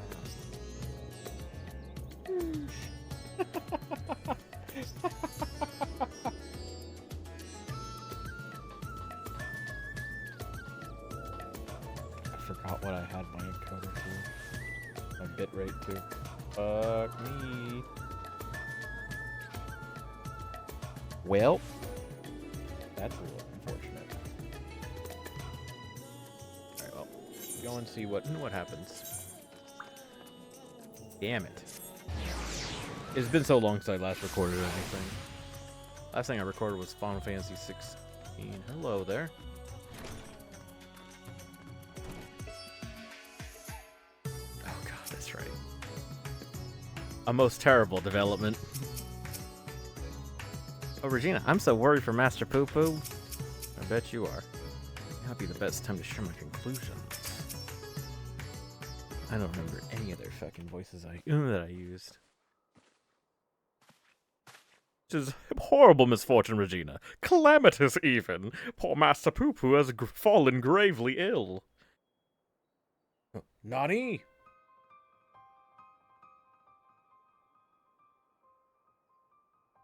He's so bluish green. More so, I mean. But you've caught a cold. I suppose it was quite chilly up there in Garlemald. Poo Poo is an alien. Who knows what extraterrestrial diseases might be ravaging his body?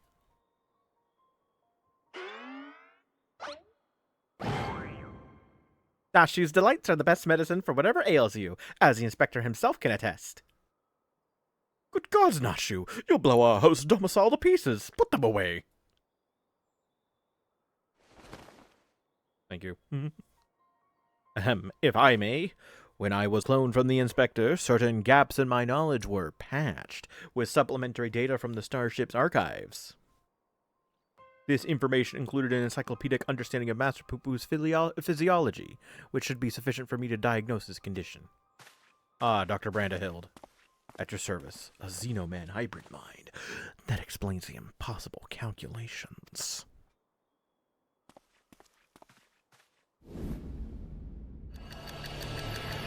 Oh, here he goes.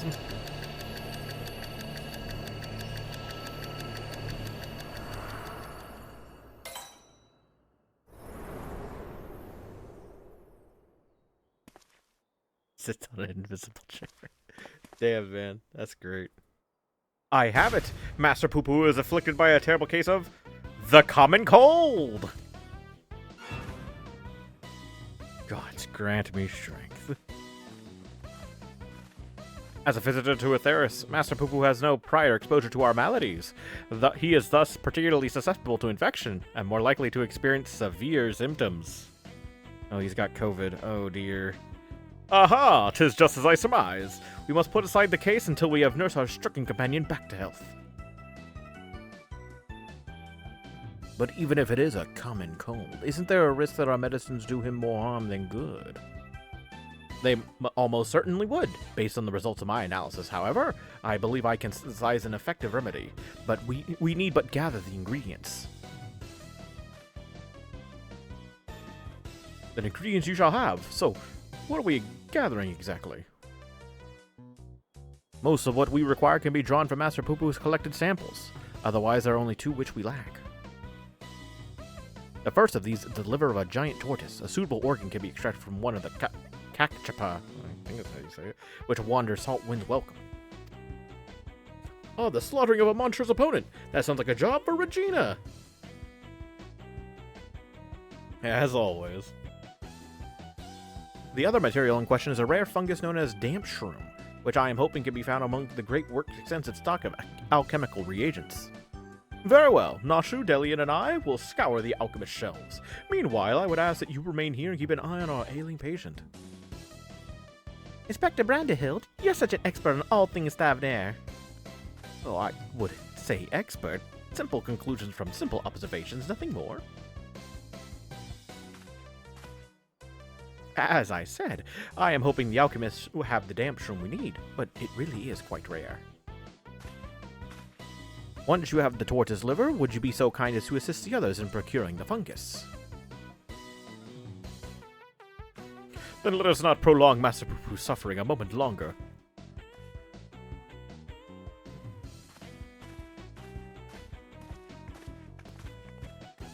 It seems I have a job to do, but the discussion of the abduction will have to wait.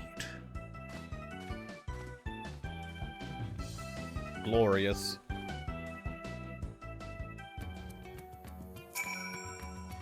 Okay, I guess I'll just pull out my umbrella.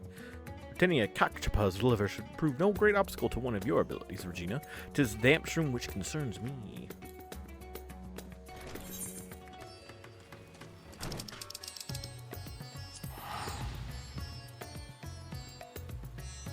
It's been a while since we last had one of these just quest lines. Go kill this thing.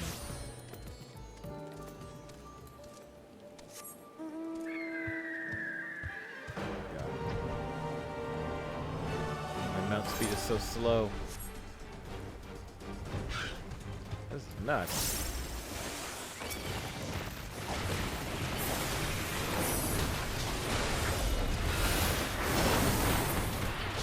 Oh, there we go, I win.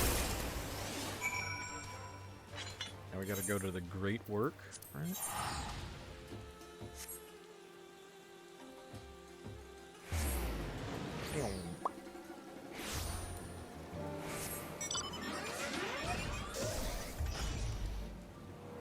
Oh,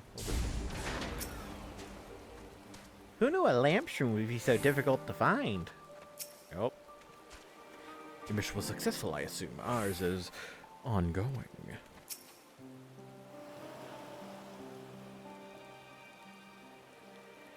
Ah, Regina, I had every confidence you would bring us a suitable liver. Alas, the dank shroom yet eludes us. The alchemist said the fungus has few applications, so they don't bother to stock it most of the time. Then I must put my keen inspector sense to work. Stand back whilst I attune myself with the essence of the dank.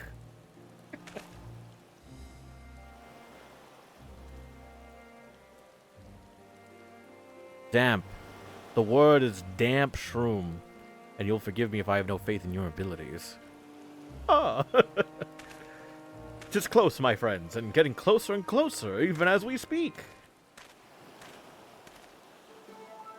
I hear you folk are in the market for damp shrooms. I might have some to sell if you're interested. But how? We certainly are, my fine fellow. Right then, if you'll give me a moment to retrieve the goods, we can finalize our transaction upon the perfumed rise. Was it genuine clairvoyance or sheer coincidence? I'm not sure anymore. Though in all fairness, when it comes to Inspector Hildibrand, preternatural perception is one of his least baffling talents. In any case, we should hurry to the rise and take this man up on his timely offer.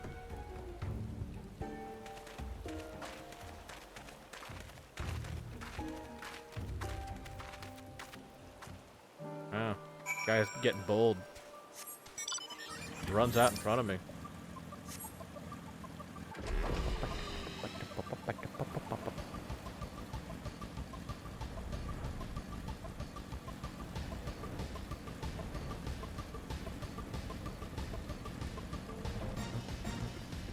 It's so great to be back in doing this stuff. I've waited so long. I wonder, does this not strike you as a touch convenient, if not contrived? The inspector saves the day again. Our quest for medicinal components nears its end. Stay strong, Master Poo Poo.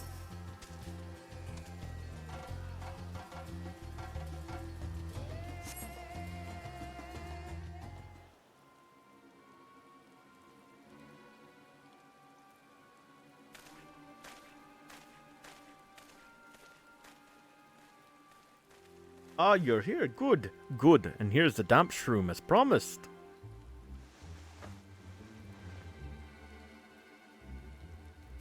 Oh, glad we offer your assistance.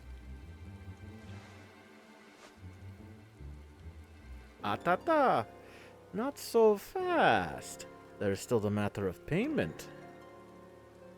Of course, of course. And how much do we owe you, my good man?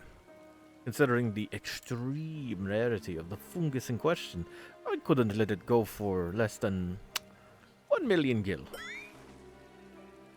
1 million gil for one measly mushroom? That's outright robbery! Let me pay it, man. I have like 8 million. I'm not rich by any means, but 1 million's easy. A bargain, I counter. You would pay tenfold my price in the markets. I thought to do you a kindness in light of your urgent need, but I am more than willing to find another buyer if you wish to spit upon my generosity. Nashu, how fare we for coin? We'll plumb out, Inspector. Ah, then this is a prickly pickle. Where are we to obtain sufficient funds at such short notice? Look at me.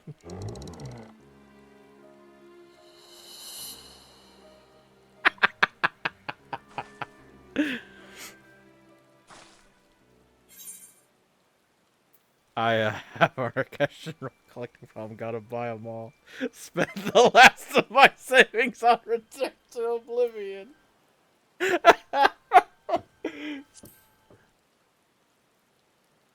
A million gil, was it?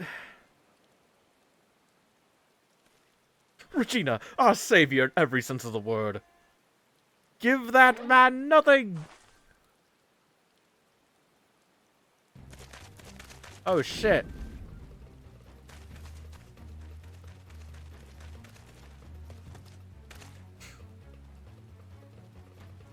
I'll tackle this motherfucker. We have you now, you deceitful scum. Your swindling days are over.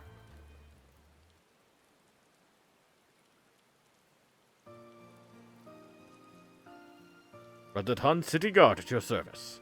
We'd received reports of this man's questionable activities and have been keeping a close eye on him ever since. Damp shroom is a rare find in the bazaar, to be sure, but only because there's no real demand for it. The price the charlatan quoted you was, quite frankly, ludicrous. Thanks to your ignorance and poor judge of character, we were able to catch him in the act. The token of our gratitude, you are welcome to keep the fungus, assuming you still want it. Yes, very much so. That is very, magnanimous of you. I was ready to pay it. Think I enjoy tricking fools out of their coin? That bastard hadn't declared my job redundant. I wouldn't have needed to stoop so low. Oh man, that's damn. COVID really does hit everybody hard, huh? He blames a rising star among the merchant princes for his woes. Van Hoody, I believe his name was, purchased the trading consortium where the man was working, which led to a restructuring of the hierarchy. Put a lot of people out of work. I'm trying to think of the words. My head is a little foggy right now.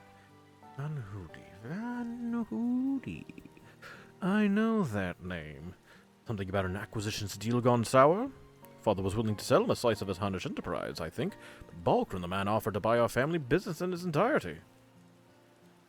Truly, there is no telling how deep the coffers of this Van Hoody are, nor do any know the secret of how he amassed such kingly wealth so damnably fast. There are whispers, though, that he solved alchemy's oldest and most legendary of problems, the transmutation of base metal into gold. Unluckily to say the least, but whatever the source of Van Hoody's riches, he shows no reluctance in spending them.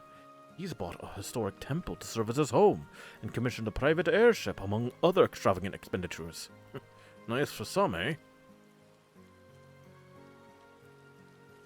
Interesting. A temple, you say? A hidden temple? Cole, that swindling case had barely started before you sold it, Inspector. Ah, ha ha ha! All in a day's work, my dear Nashu. I believe our business upon this scented hill is concluded. Let us hurry the ingredients back to Inspector Brandahill, shall we?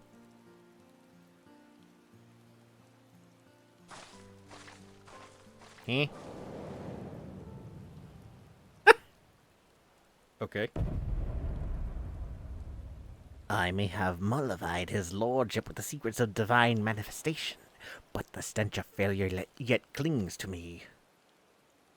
I must redeem myself in his eyes by crushing my most hated foe. Whee! Whee!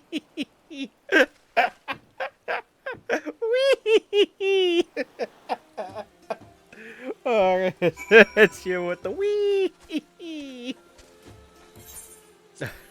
Okay.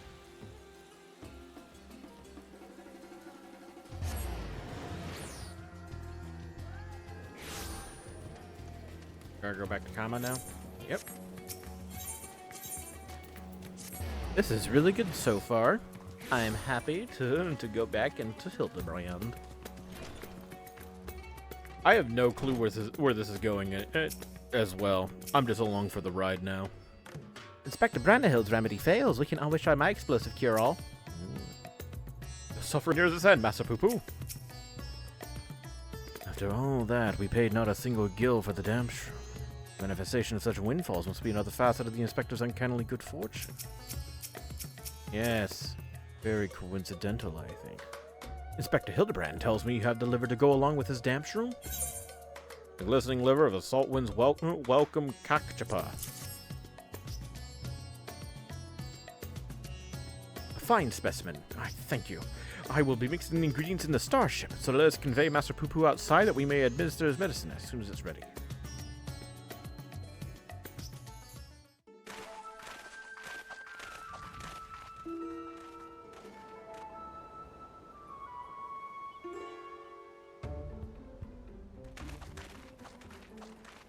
This should be sufficiently remote.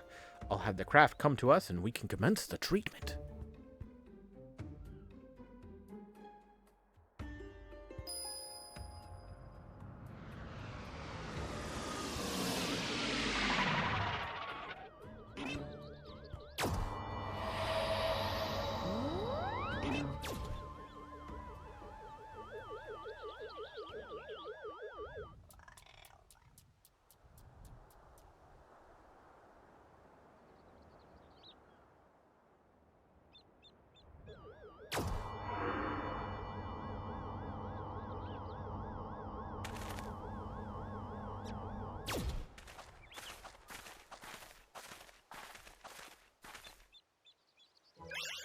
Oh, I feel so much better.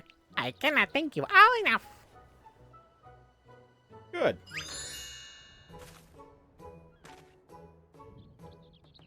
Master Poo-Poo recovered his strength in mere moments. It would seem his powers of recuperation are just as advanced as his technology. I came here from another world. A stranger you've no cause to trust. And yet you've treated me so kindly. The people of the star are so very welcoming. Ha! You are a dear friend now, Master Poo-Poo. 'Tis our pleasure to help.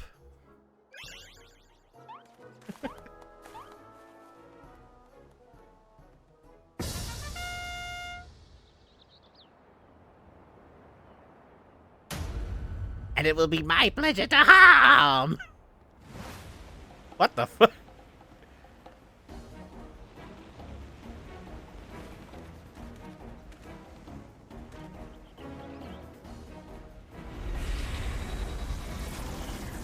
Oh god, he's gonna blow his nose on us.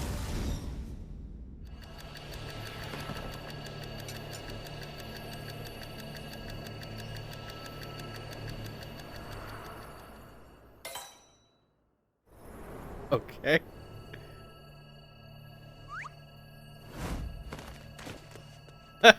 What?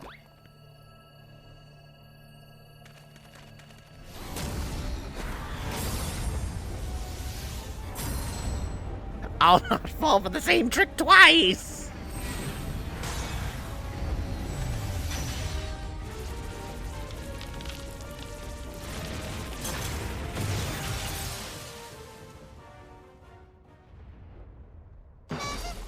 Not Brandahild.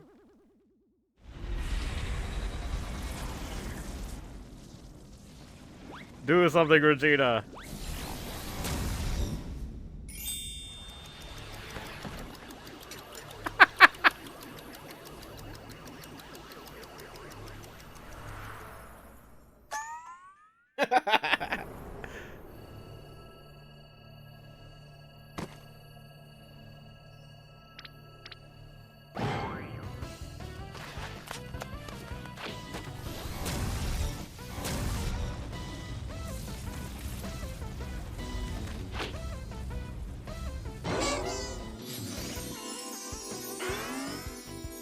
What?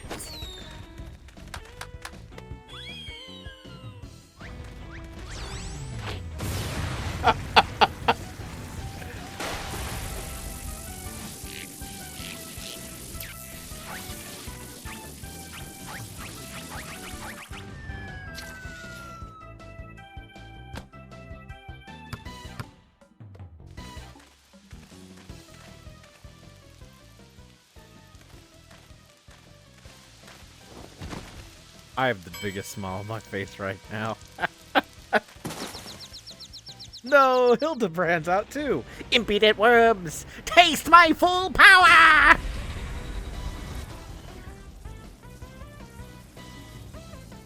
Go for the three-pointer, Nashu.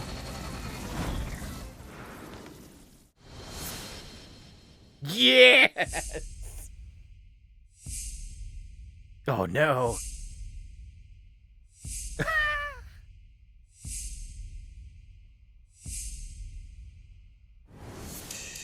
She's trained for this day.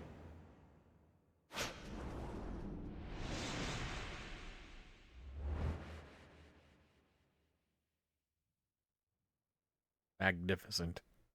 Glorious.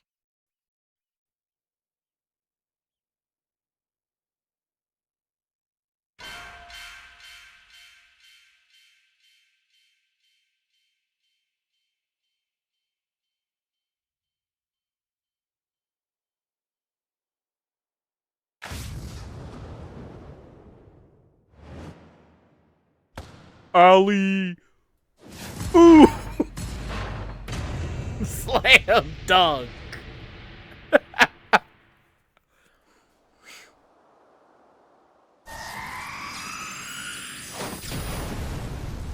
Hell yeah, and the Coblin lived. Not again!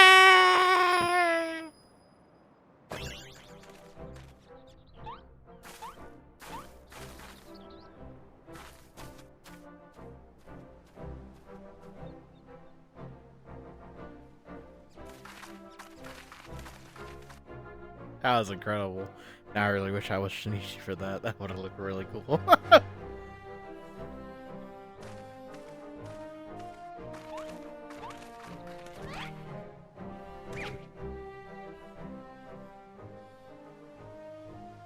You took the full force of that destructive beam, yet there you stand, somewhat singed but apparently unharmed.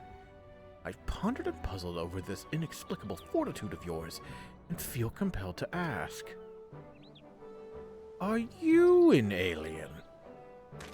Ha ha! A fine jest, but I assure you, I am without a doubt an Uldan-born Mandeville of terrestrial Urian stock.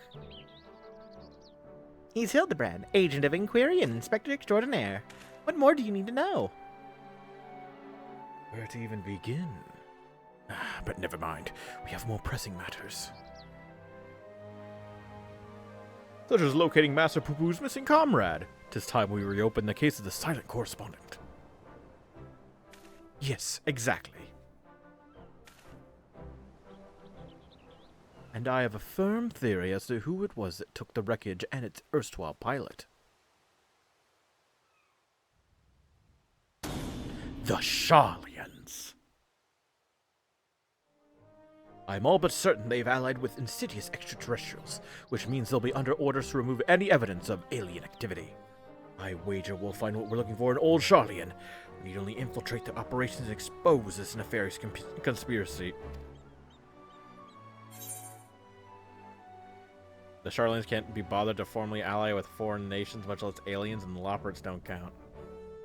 Trust me, they'd sooner flee the star than attempt to subjugate it. We'll go with the first one. Can't be bothered to formally ally with foreign nations, much less aliens. The Sharlians can't be bothered to ally with foreign nations, much less aliens. Loports don't count either. While Master Delian's theory does lack supporting facts, we have no other promising leads to pursue at present. Moreover, I understand that Sharlian sets the standard for monitoring astronomical and astrological phenomena. Mayhap their experts have been tracking extraterrestrial movements.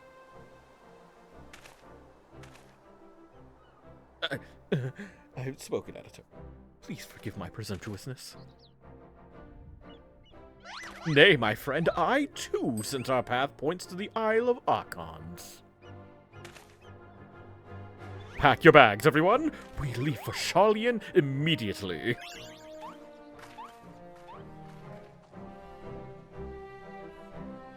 Cool.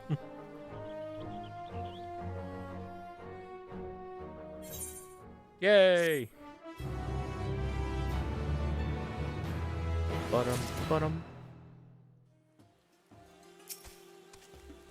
My calculations may have failed me, but my companions did not. It was your quick thinking that saw the villain laid low, with a tremendous flourish, no less. Brandyhill told me you all wait in search of ingredients for my medicine. I am so very grateful. Time has come, Regina. Sharlian is the beating heart of this conspiracy, and I won't let them hide their machinations any longer. Nice teamwork, Regina. Thank you. Not from around here. Ooh, I get new stuff. Sharlian awaits. We need only charter a suitable sea vessel. Of course, but does not the city lie many days' sail to the north? Is there no sort of means of reaching our destination? Actually, the Aetherite and Yedlamod might get you there. So this experimental Aetherite will allow us to teleport thither, even absent attunement. Splendid! Then we shall avail ourselves of the technological marvel forthwith. Smart move, Regina. Don't tell him about the Aether sickness.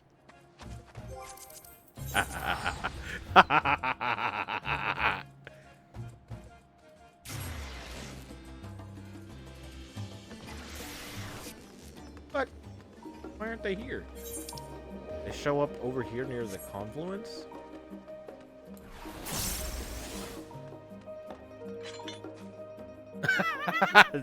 Delian's feeling it, huh? Oh, you've traveled the cosmos as much as I have. Teleportation is not the least bit disconcerting. I bet. How severe is your Aether sickness, Master Poo Poo? Hope Delian wasn't too attached to his lunch. Oh, God. Save me. So this is the City of Learning. A sophisticated gentleman should feel right at home here. How are you not sick to your stomachs? Experimental Aetherites make travel exponentially more fun. Sometimes I feel as though I am the only normal person in this group of eccentrics. But this is not the time to succumb to nausea. Not here, in the belly of the beast. Rumor has it, the Charlene's secret agents travel the star in search of specimens, which they collect and bring home in service to a confidential research project. Said project is conducted in a huge underground military facility. We're to find answers, and that's where we need to look. Secret agents. Labyrinthos. Not a military facility. I say this Labyrinthos sounds promising. I say we head down there and make inquiries as to the whereabouts of our missing alien friend. We simply take a lift from the Hall of Artifice, yes? Then let us be on our way. What the hell is that sound?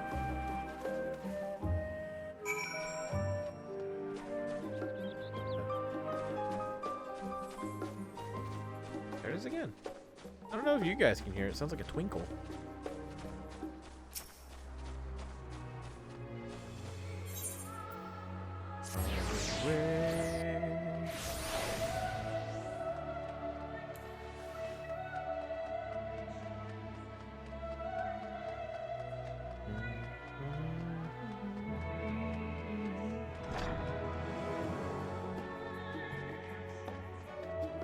Endwalker was a really good expansion. Although a lot of people now are just feeling like, there's nothing to do right now. But I mean, that's just how it is with every expansion. Especially when you hit this point of it. A beautiful architecture. Charlian is clearly one of your more advanced civilizations. The city's archives are said to be bursting with knowledge of countless peoples accumulated over the centuries. I should very much like to peruse the shelves once we have attended to our main mission. No, thank you. I am much recovered. You're still feeling poorly. My all-purpose cure can perk you right up. These must be the lifts in question. I gotta talk to them and be all like, yeah, these guys are with me. Hail. Do you wish to descend into Labyrinthos, madam? Yes, can I bring these guys with me? My apologies, but each of your companions must also secure the proper permissions before we can allow them entrance. If it is assurance you need, then surely a single glance is all you require to judge us trustworthy.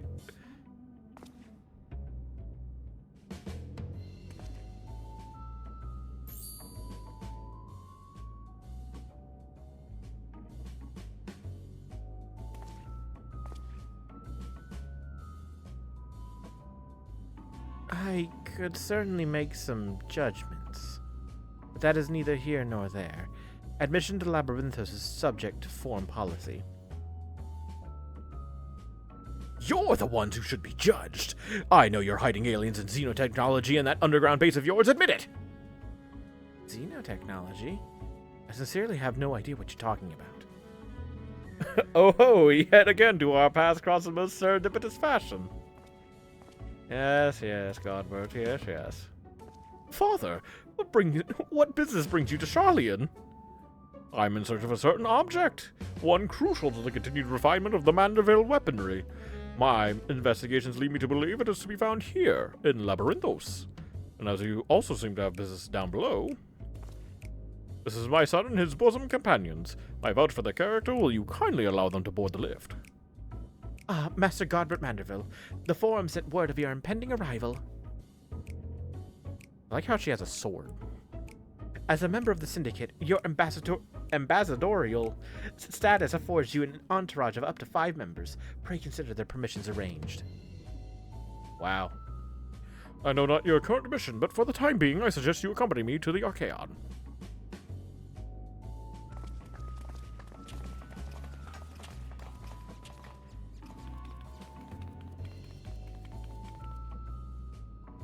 Think you can sneak by, eh? Well, too fucking bad.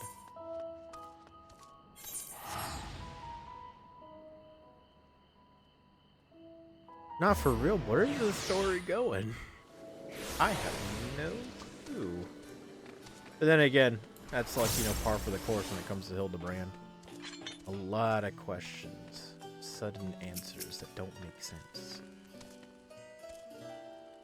We're underground, but above ground at the same time. Underground archive with such an extravagant recreation of an outdoor habitat. What innocent purpose could it possibly serve? Oh, but of course, they're performing simulations to hone their strategy for aiding the aliens in their invasion of the world above.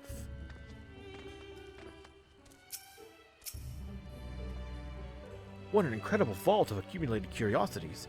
I should very much like to return here once our mission is complete. Charlian structures truly are works of art, simply inspiring. They have transformed this subterranean environment into one more series of surface beings. I'm reminded of the orbital stations built by my own home star. What Father tells me, the storage facility is replete with samples and specimens collected from every land on Atheris. If anyone has information concerning visiting aliens and crashed starships, it will be these studious folk. Sick. Hi there again. I saved the world. Can you help us out? A Chinese silver saucer. I'm sorry, but we have no record of any such object in our archives, either whole or in part. Or so you would have us believe. For the purpose of this complex, this military fortress is plain. You cannot deny that you're conducting secret research on alien starships. We are not conducting secret research on alien starships. Yes, we did build a starfaring vessel in Thamazine, but it was neither for military purposes nor of extraterrestrial origin. Disguising your foul lies with sprinkling the truth, are we? Fine.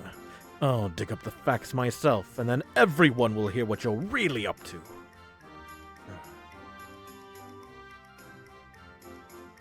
While I cannot assist you with your missing craft, I do recall seeing an individual of like appearance to your companion here. You do? And where was this, pray tell? At Mariel Agronomics in the medial circuit. The lift at the back of the building will take you down there. Many thanks, my good man. Yeah. Well, it seems you found yourself a solid lead. I have my own search to attend to, so I shall bid you good hunting and good day. I'll be back. I need you to improve my Dark Knight sword.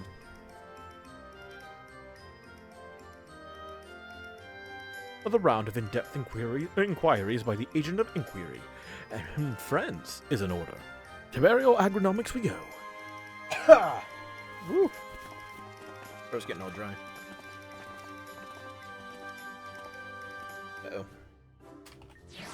There we go. Macro setting up for warrior.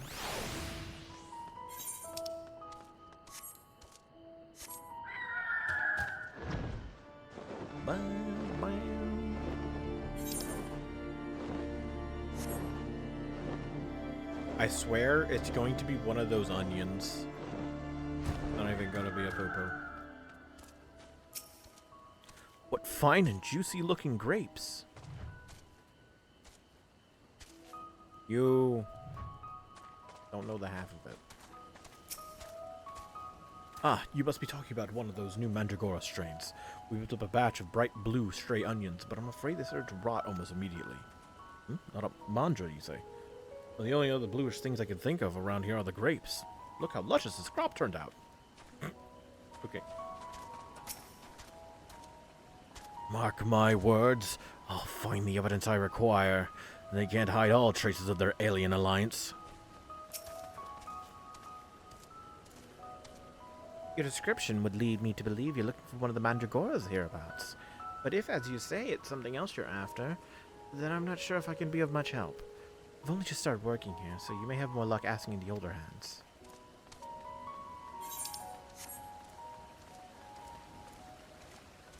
What are you guys doing? Why are you bothering this guy? If I may, have you perchance come across an individual resembling this delightful blue ragamuffin here? Actually, now that you mention it... Master Poo-Poo has found a new friend. Maybe they can help us find the old one. How can anyone ever mistake me for a Mandragora? We look nothing alike.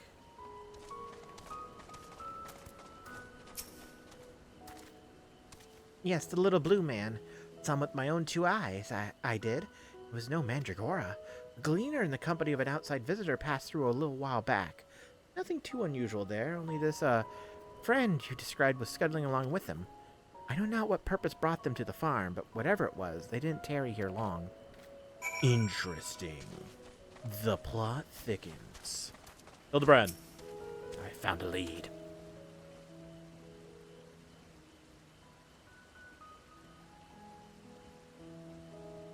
Wonderful! That corroborates the information I but moments ago skillfully squirreled out of this farmer.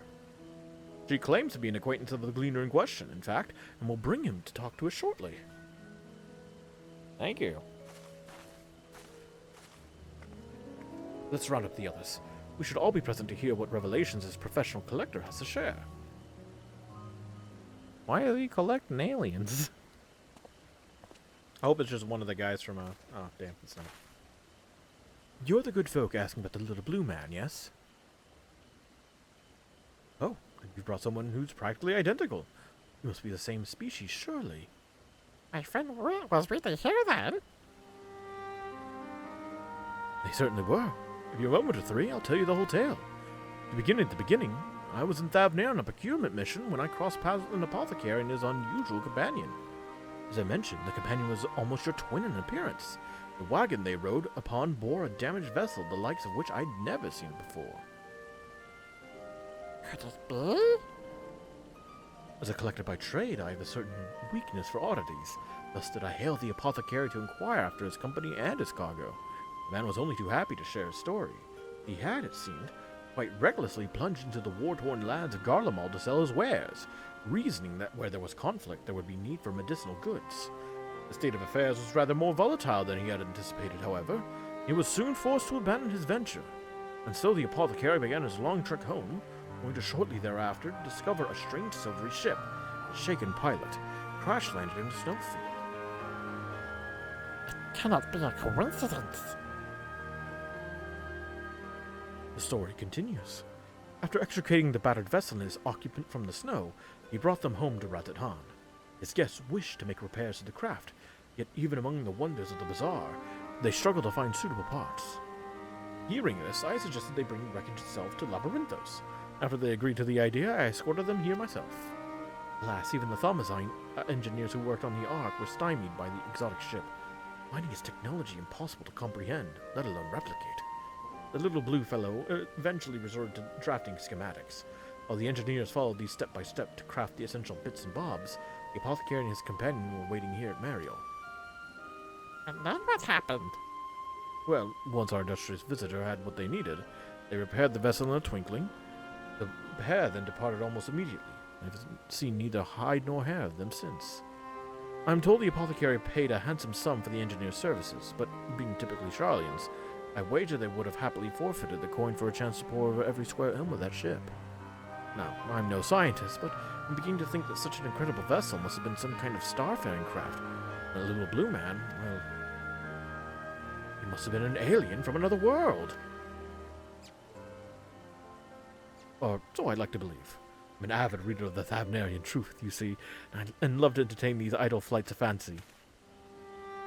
But I've rambled on too long. There are errands to attend to, and I really must take my leave. Good fortune to you.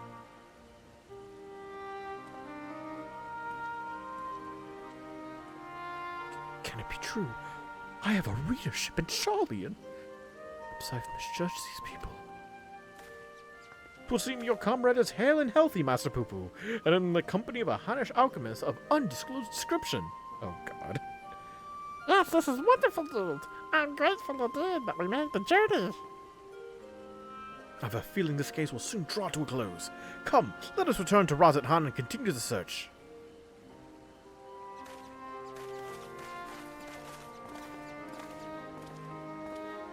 I like how I just always watch him just leave.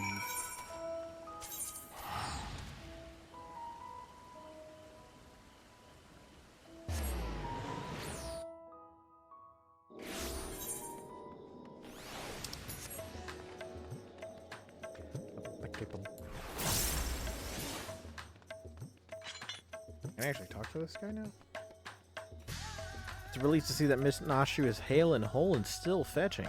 Wasn't able to sneak into Labyrinthos, so I couldn't watch over her like usual, but I'm here for her now. Now and forever. There and back again in the blink of an eye. Not a hint of sickness, huh? Man, even Nashu's not sick.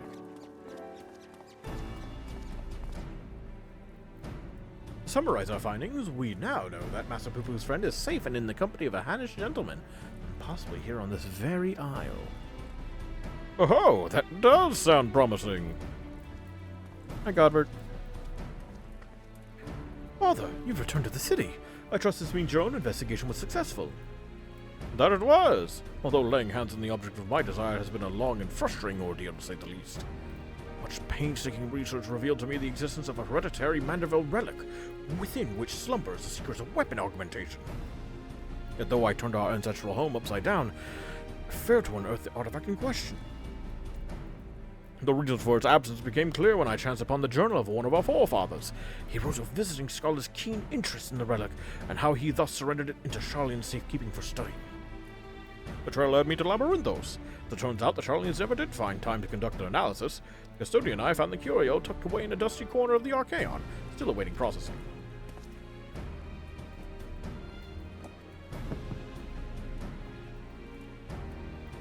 The fuck? And here it is, an oddity every bit as perplexing as Godbrand's cipher-bound manual. How are we to liberate his hidden wisdom? It's a pyramid. Oh, I can help you with that. These devices were made by the Mandervillians, a starfaring race with whom we once traded. You gotta be kidding me. Starfaring? Mandervillians? Yes!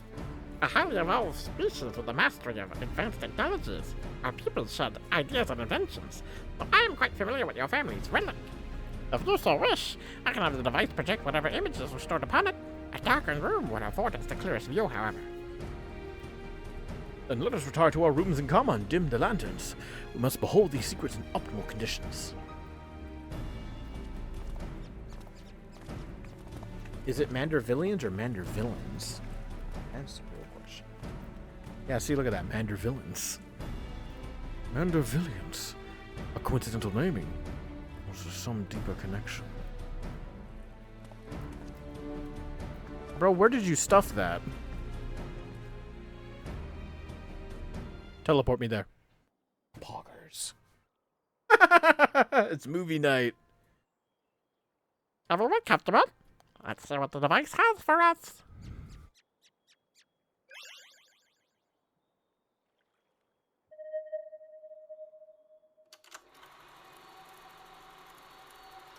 What the fuck, man?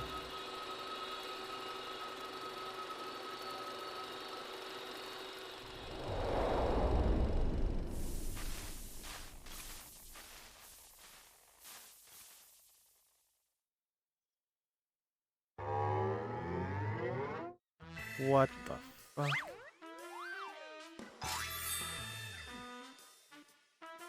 I am Godbrand, wanderer of stars and weaponsmith extraordinaire. First Lord of House Mandeville. This is the Godbrand, our founding father? I record this message that my descendants may know the truth of their cosmic origins. The tale is long, but I bid you watch until the very end. Heirs of mine, I am not a man born of this star, or even a man at all. I am of the Mandevillians, a race which hails from the far side of the great expanse.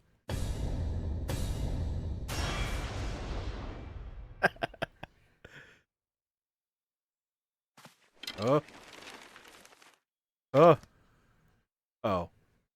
The fuck is Catastrophe doing there? Mandevillians are parasitic symbionts. We can only survive by bonding with other life forms. What?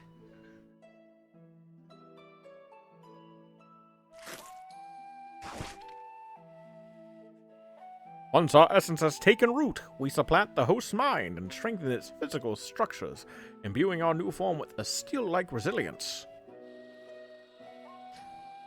I knew there was something alien about that impossible imperviousness.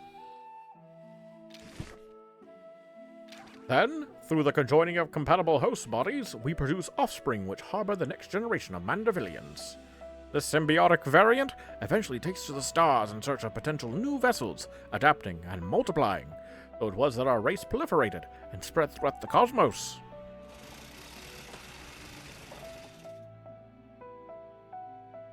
Until tragically, our flourishing civilization was brought to an abrupt end.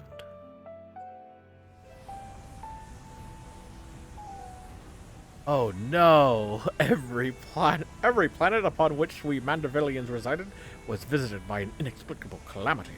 Our societies were brought to ruin by life forms suddenly twisted into horrific nightmares.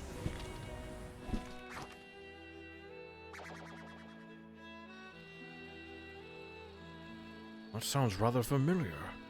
So even stars far removed in time and space were ravaged by the final days.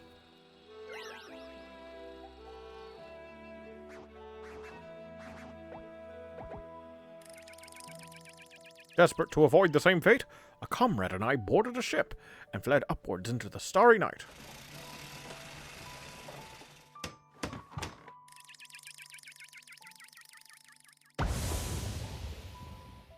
We flew and flew until we found a planet, your planet, untouched by the phenomenon.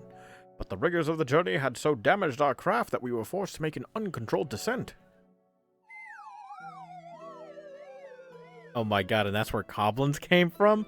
I alone crawled from the wreckage, badly injured and near death. But even as I resigned myself to perishing on this unfamiliar world, I was found by a man who had come looking for the falling star.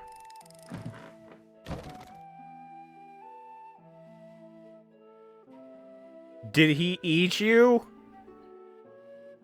As a rule, Mandevillians do not take intelligent life forms for hosts. After hearing my story, however, the sympathetic gentleman offered to become my vessel of his own accord. He was himself afflicted by an incurable malady. With little time left to live, seemed content to know that his ailing body could provide safe haven for another.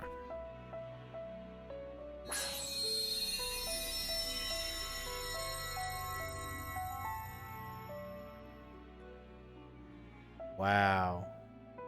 With his blessing, I set about transferring my essence. The man's form was revitalized and purged of its fatal frailty. The mind which dwelled within was now my own. I went on to build a new home for myself here, making use of my people's technology to ply the blacksmith's trade. I wed a local lass, and together we had a child. Hell yeah. Although not pure Mandevillian, our offspring exhibits the same enhanced physiology. A boon I suspect shall be passed down for generations through the bloodline of House Mandeville.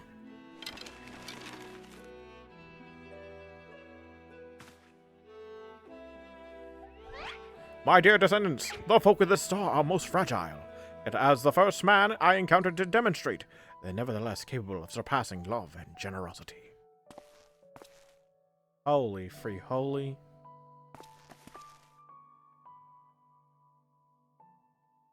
As the last of the Mandevillians, I have but one request to make of you. Pray employ your superlative attributes and my armory of Mandeville armaments for the benefit of these wonderful peoples whom I hold in the highest regard.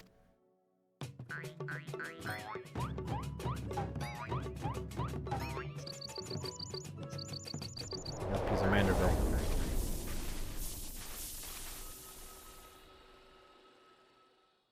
Wow. What an astounding development. Aww. I, Hildibrand Heliodor Maximilian Mandeville, shall heed the passionate plea of my illustrious forebear. No case is too big nor too small, should it be in service to my fellow man. Bye, Hildibrand. Learns he's descended from an extraterrestrial being, and it's still business as usual. But wait a minute. Now why is Lady Julian so monstrously strong? Is she a descendant of aliens too? No, she's a void sent. We learned that in 6.1. Well, this is most unexpected. Never did it cross my mind that our esteemed ancestor might hail from beyond the heavens. But I do wonder if that self-same blood still runs thick in our veins. Family tree I glanced over some years ago suggests that... but 'tis unimportant. What? My present purpose remains unchanged. I will bring our Mandeville weaponry to the peak of perfection, for Godbrand, and for the good of our star. Before I forget, I have a gift for you, Regina. Pray, await me at the Aetherite Plaza, and I shall bring it to you forthwith.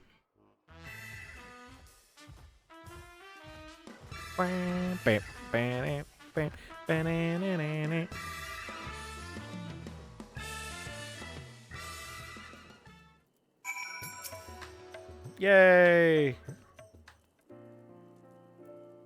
Some truths can shatter the foundations of our beliefs when brought to light, but I have to say, this wasn't one of them. The more staggering discovery was that I have devoted readers in Charlian. Those who peruse my publication are allies against the ever-expanding webs of lies and deception. Without exception! I have misjudged the Charlian people. They're not collaborators or the architects of conspiracy. They are but seekers of knowledge and afraid to plumb the depths of the unknown. I could have told you that. That Master Poo-Poo, though. That one still has ulterior motives. I'd bet my life on it. Stand ready, for we shall have need of your strength when he shows his true colors.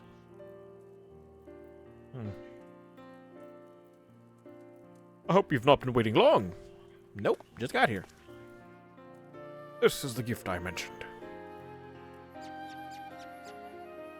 Master Poo-Poo's earnest quest inspired me to indulge in a spot of clockwork craftsmanship between weaponsmithing sessions. Thought it only fitting that you'd be the one to care for this diminutive simulacrum. Consider it a memento of your adventures together. Okay.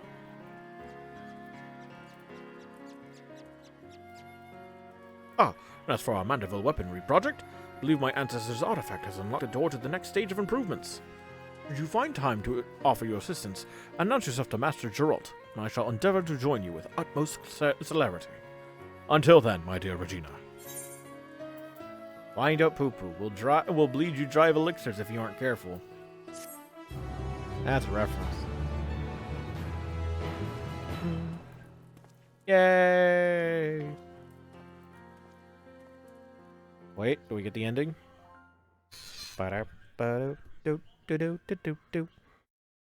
Meanwhile, elsewhere in Thavnair.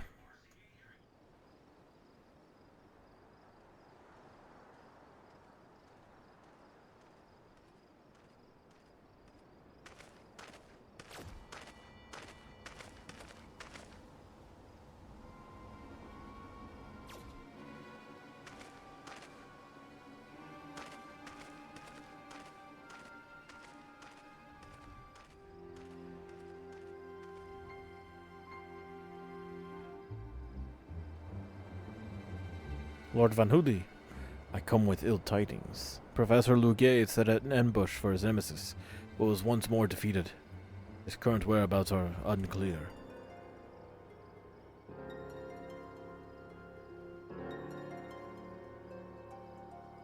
That blithering dolt.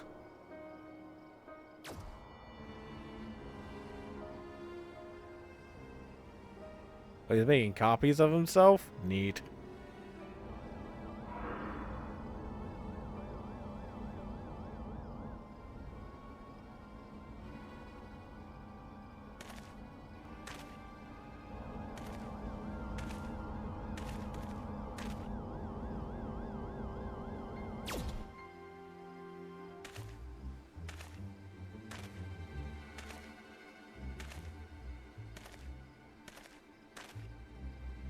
No matter. Preparations are well underway. The manifestation will proceed as planned.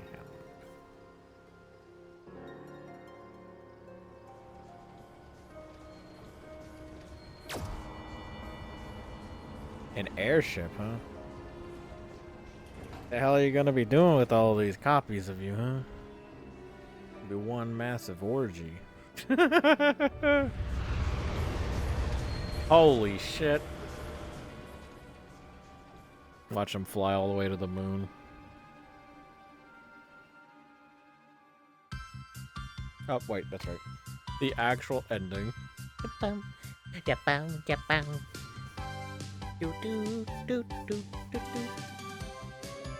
Extraterrestrial calamity. Cosmically altered physiology. A gentleman's man, the first of their clan, an ancestor of quality, our god Brand Manderville. They dropped the pyramid. Cool.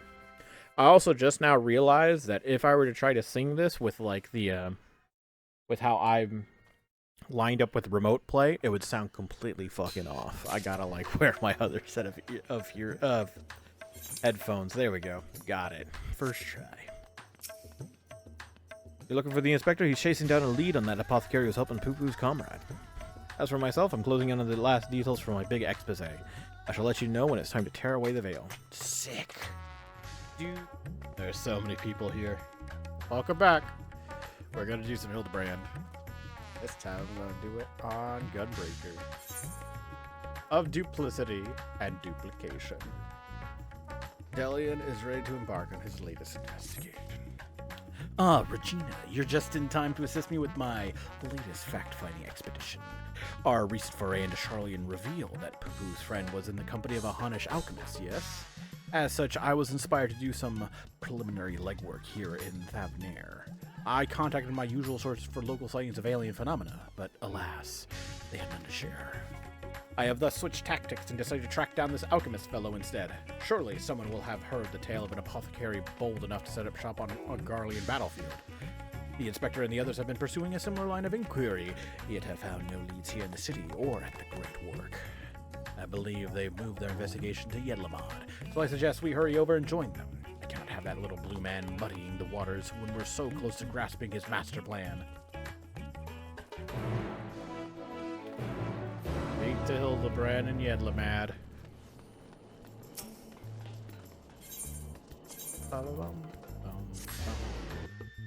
Let's reduce the price, and then we tell them.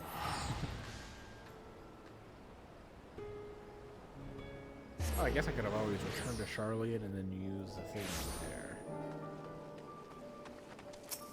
Brandy Hild. This port town would be an excellent place to analyze global trading trends.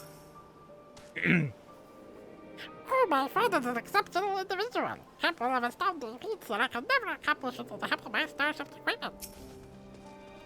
What else can you tell us about your long-lost comrade, Master Poo-Poo? I don't remember any of my voices.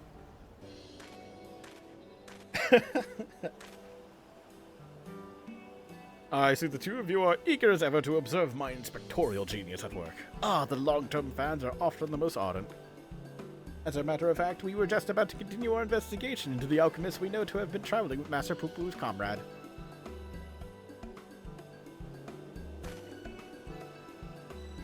What? I mean, that is to say, I am merely following in the inspector's wake.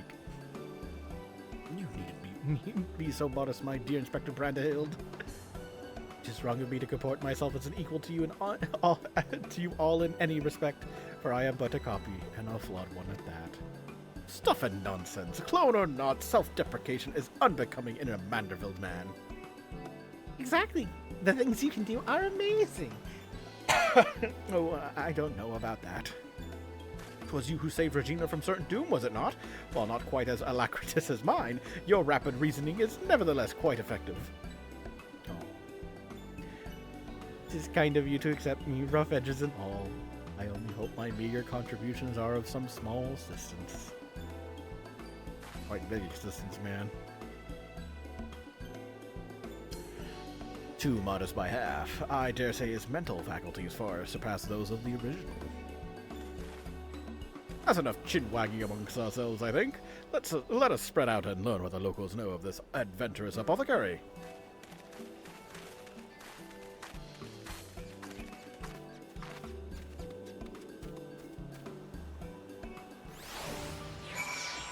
Ah, good lord.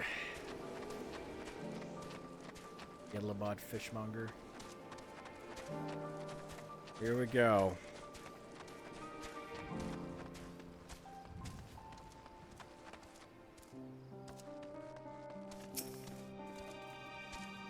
Do I know any apothecaries? Radatan. Of course, more than I can count. I've not heard tell of anyone peddling such goods in the heart of the Empire, though. Sounds like a terrible idea to me, what with civil war raging and the world almost ending. Situation's improved in recent days, but even so, the Radiant Host still has to provide security for cargo shipments. A lone merchant trading there alone? Possible.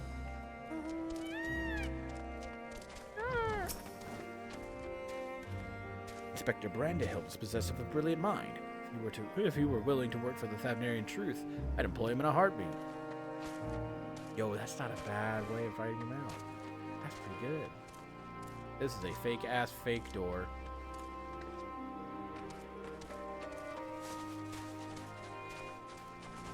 I don't know where I'm going. Oh, shit. Somewhere back here, right?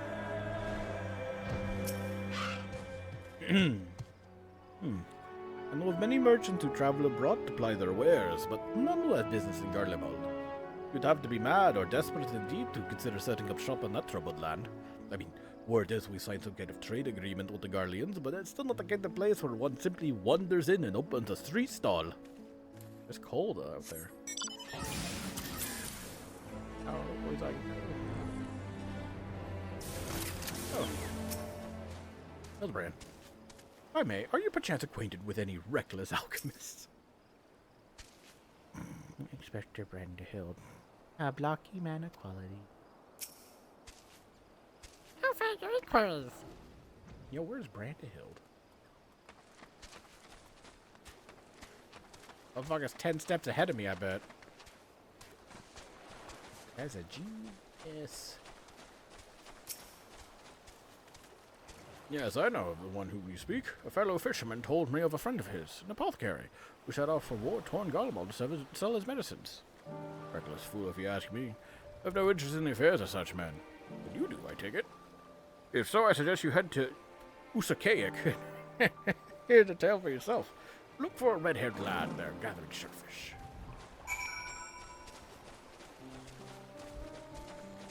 Hildibrand, I found a lead!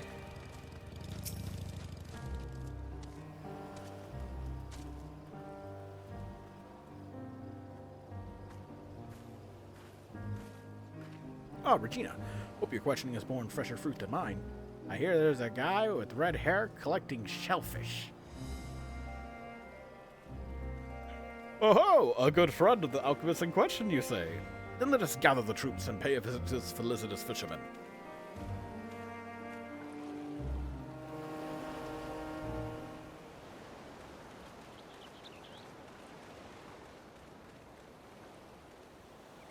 And suddenly it is daytime.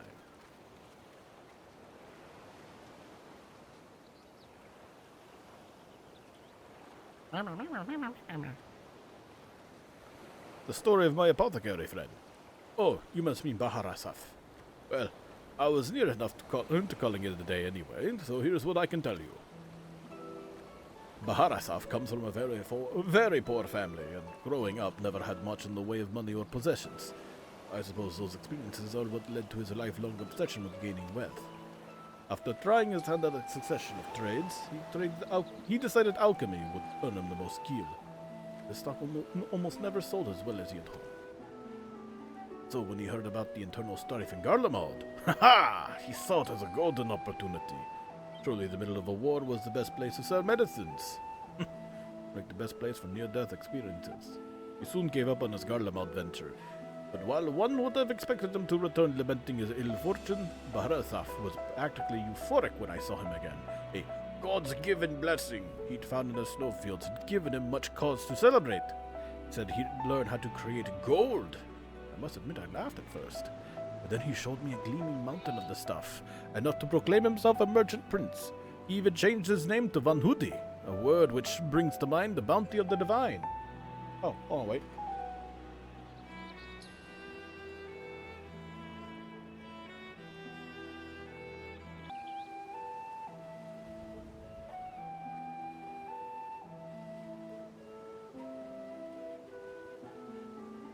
Okay, where was I? A name I have heard. He's the rising star in the market, is he not? The one snapping up commercial ventures left and right.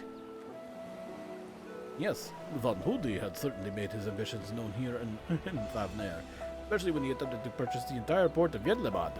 The Dogmasters declined to sell, of course, but when it comes to buying historic landmarks, a bottomless purse can open surprising doors. Last I heard, he converted the Gilded Aria into a private abode, and has been filling it with every rare treasure his gold can secure. He pays out particularly large sums for artworks depicting the goddess Asura. I remember him being a fervent worshipper of hers, even as a child. I've encountered such Manusya and Murgalore and Razathan, yet I recall no mention of this Asura. That's hardly surprising. As a deity of war, she is not well loved by the common folk. Baharasov is different, though. He sees life as a constant battle to amass wealth, and it is to Asura whom he prays for victory. Damn me if she didn't listen. One poor boy became merchant royalty. The man far too rich and important now to afford more than a fleeting moment for simple fishermen. Even those were once dear friends. If you'll excuse me, I really must leave it at that. These clams won't sell themselves, you know.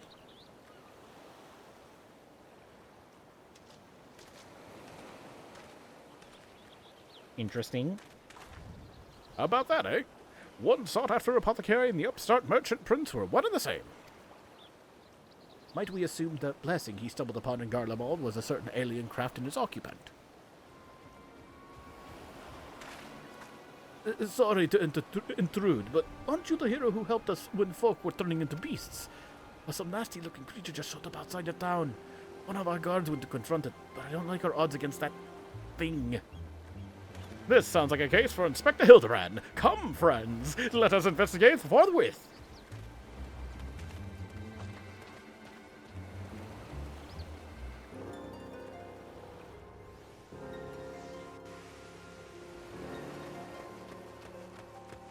Is it Lugay again? It's Lugay again. Of course it is. She's just pointing at him. You gotta have a permit for that. I thought you destroyed that monster.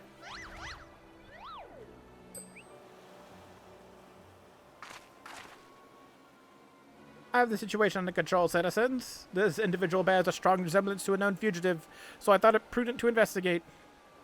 Regrettably, it's proven less than forthcoming with answers. How many times must we teach you the same lessons, shiny skull man? Oh god, I fucked that up.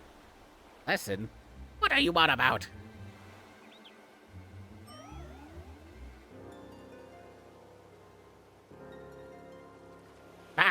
Cease this babbling and get out of my way. Lord Van Hoody's orders are to cause trouble at the port, and I'm running behind schedule. Van Hoody? Imagine trying to buy Yedlamad? So he put you up to this? Curses! How did you manage to lose our dastardly plan? You just blurted it out. Silence! No one who learns of our scheme can be suffered to live. Prepare to be squashed, meddlesome rats. Worms!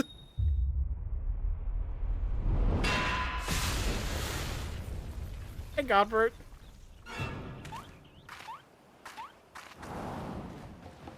More of them. Where'd they come from? 3 more citizen skullmen. Was a doctor a quadruplet?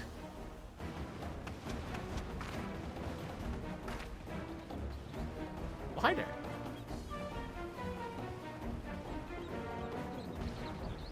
On vacation in Thavnair, huh?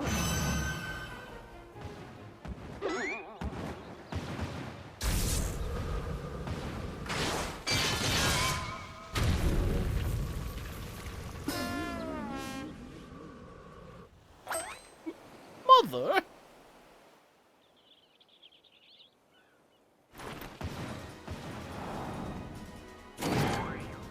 Vexatious vermin, this will summon you up! Ah.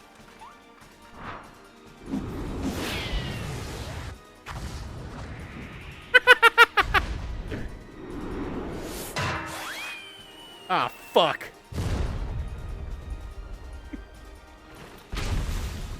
Bah! Unlucky hit!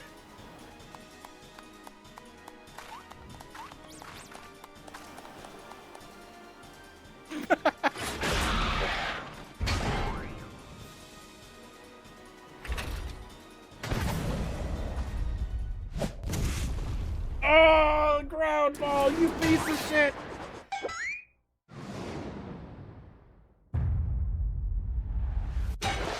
No! Hildibrand. Oh, thank God. You did it!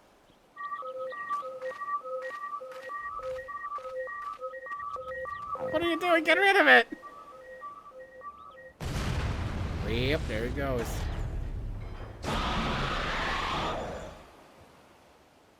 One last pitch!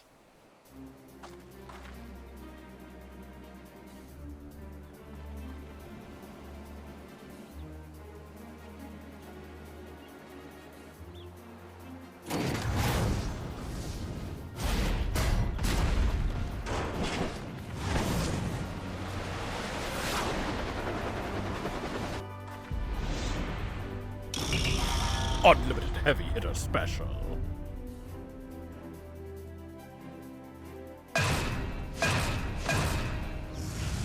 Batter up, Blue Gay. But that was my fast one!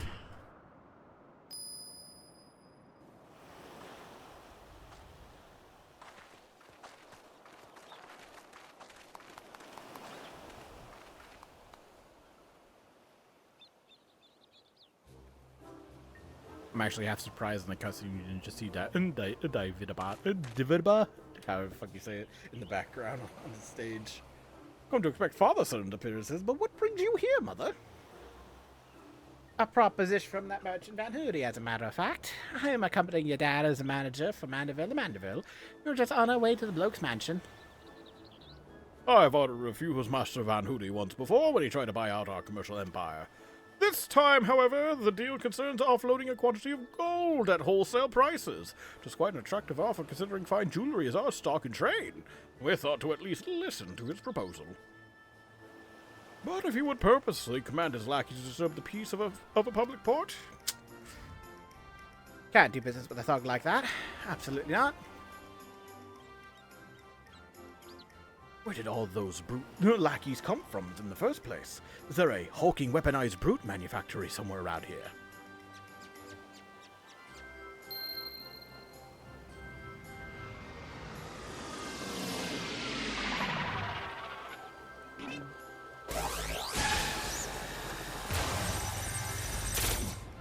Huh.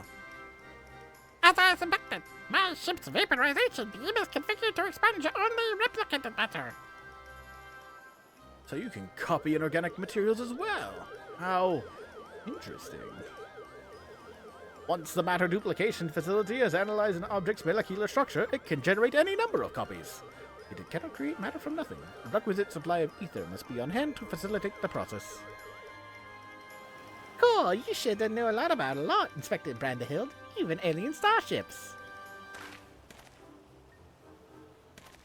It is no great achievement. As I've mentioned, the gaps in my knowledge were patched with data from the starship's own archives, which included the vessel's full schematics and functions. Assuming I understand this correctly, is it possible Van Hootie is using the repaired alien craft to replicate piles and piles of gold? We share the same suspicion, Master Delian. To my knowledge, no other method exists that can reliably produce precious metals. Of course! 'Tis the obvious conclusion. That being the case, one might further assume that Van Hootie is either threatening or deceiving Master Poo-Poo's comrade in order to gain access to the vessel's superior technology. Our course of action is clear. We march right up to this gold spawner's front door and demand the release of this extraterrestrial hostage.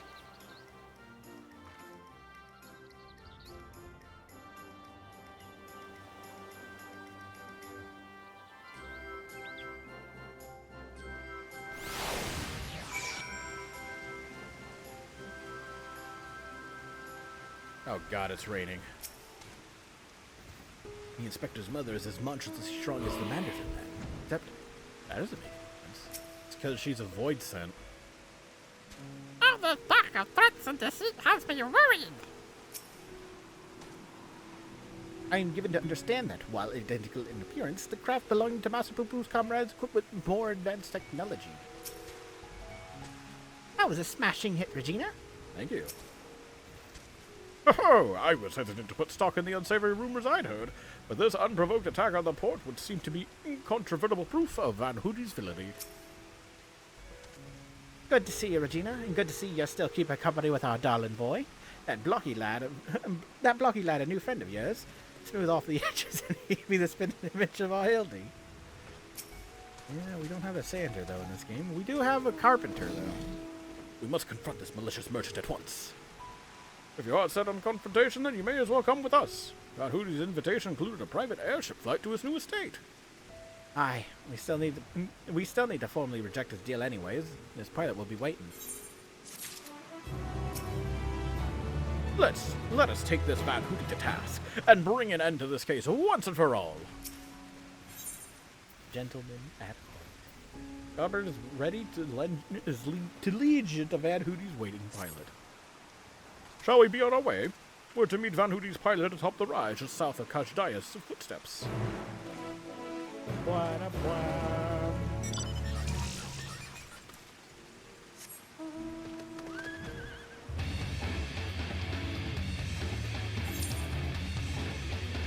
the way there, huh?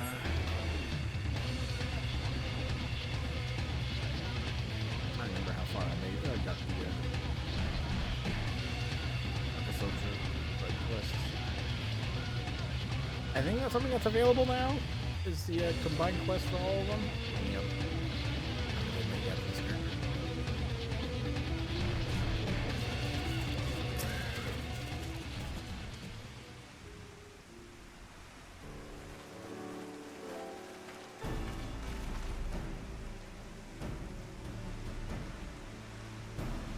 Lord Godbert, Lady Julia. And the entourage, please. And entourage? Pray excuse our presumptuousness. My son and his companions insisted they come along, desperate as they were to meet with the illustrious Master Van Hootie. I see. One moment, if you please.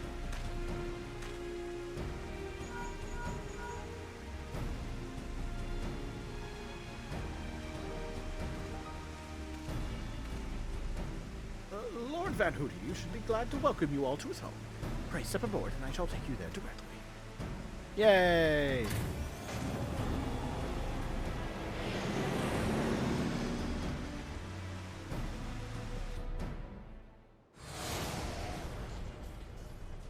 This is interesting. Looks familiar.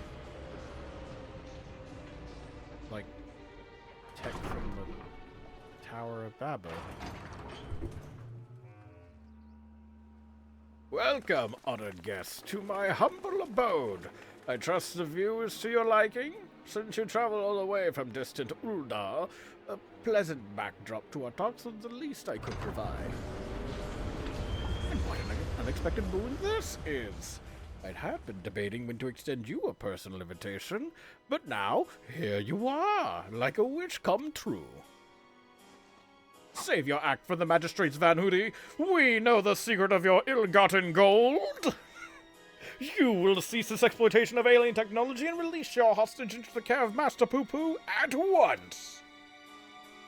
Unraveled all my schemes, have you? Good. I needn't waste my breath on tedious explanations, then. This is Master Poo-Poo, I presume.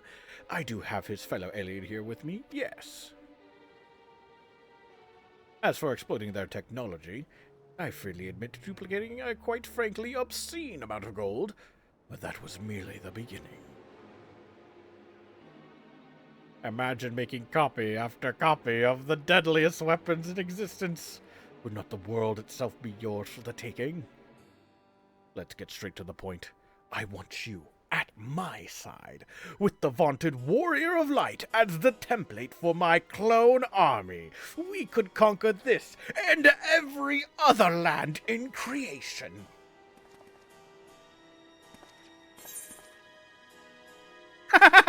That's not a bad idea, actually. I refuse, categorically and emphatically. A pity.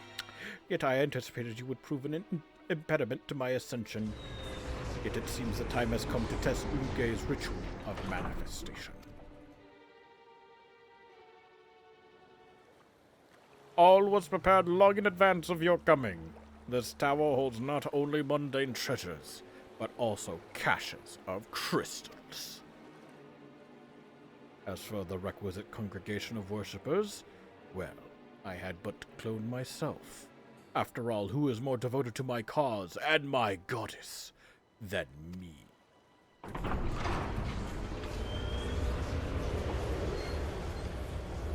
You put yourself in all of those? What the fuck? Divine Asura, take up thy blades and wage war upon mine earthly rival!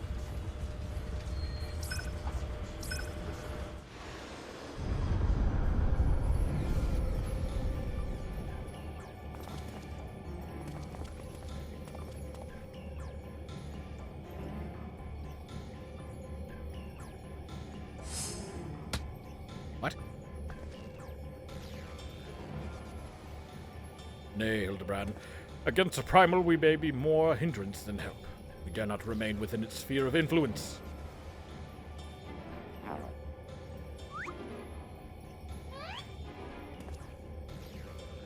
Best of luck, my friend. I must make a gentlemanly withdrawal.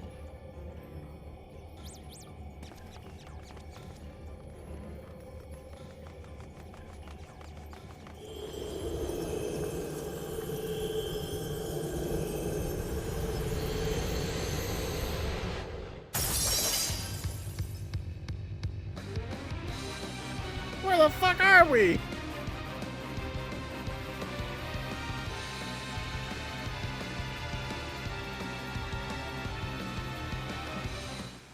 The Gilded Aria, now accessible.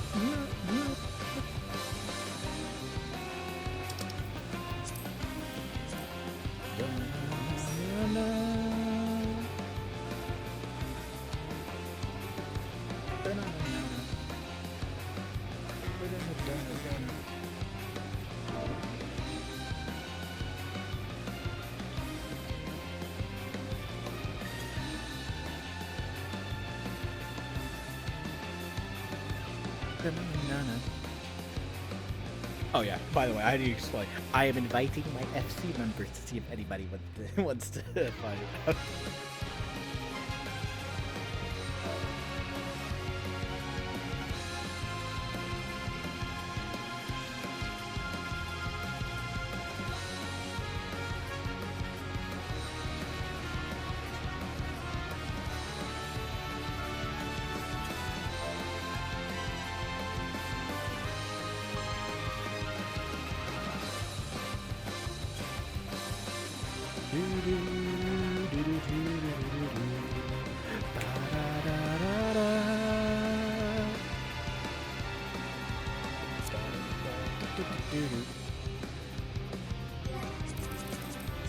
Okay, so we got angry with this.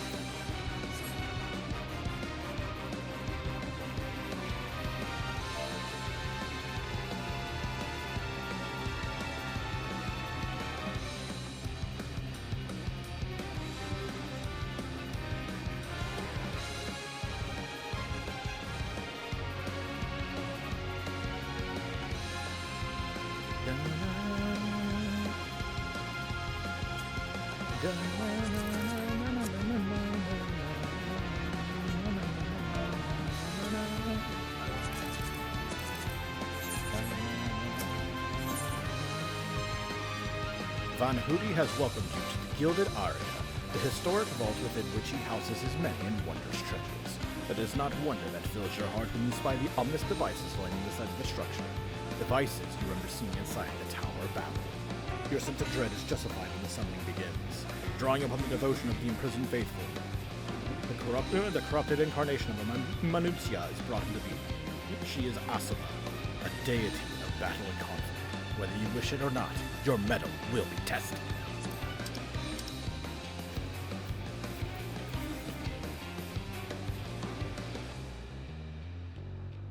Oh.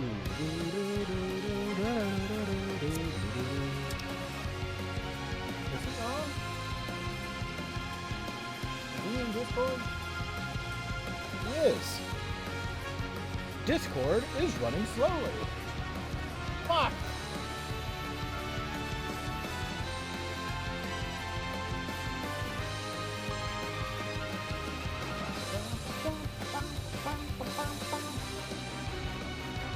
Run this properly.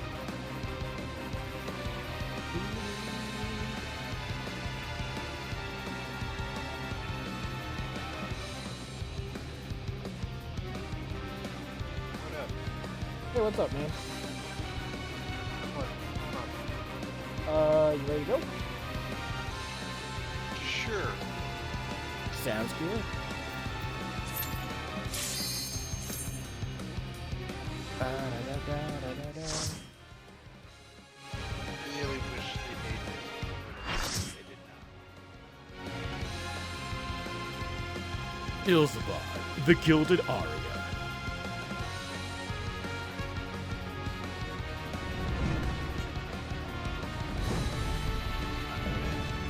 False Manusia. Asura.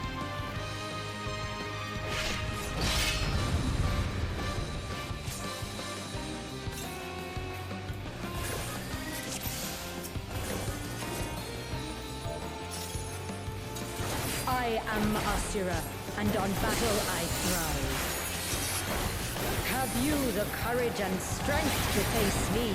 Lower realm. Yeah, I'm not gonna call anything out.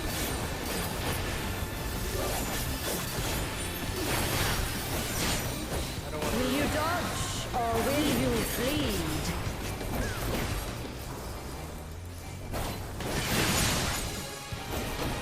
That looked cool.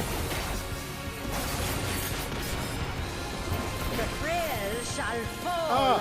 A thing! If I put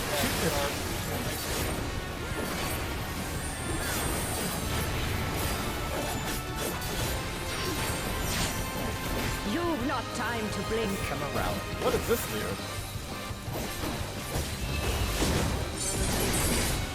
Oh. I see a couple over there. Okay, they're just AoEs. Sorry, back to the middle. Yeah. Tremble before the might of the minutiae. Come forth, embodiment of carnage. I like the sound Revel of on the that. bloody field of war. The spirit of battle awakens. Sharp is the lesson. Pornography pedestal purge. The weak shall perish. Iconic execution. So from the big old boss in the back. Hear the gleaming edge. Wheel of the Incarnation. Is that even a word? I don't know, but Ooh, fuck you!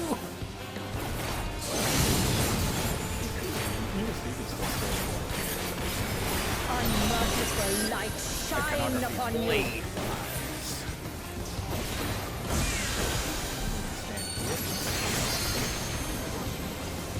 Alright, this is not fine.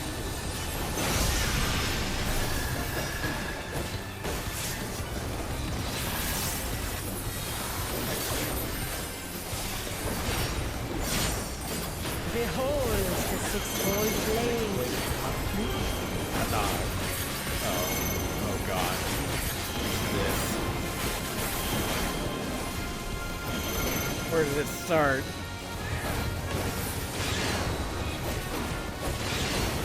Rotate.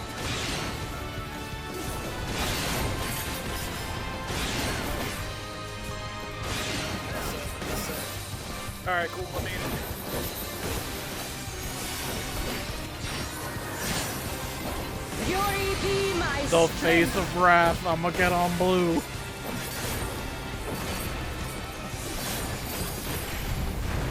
Alright, it made I sense.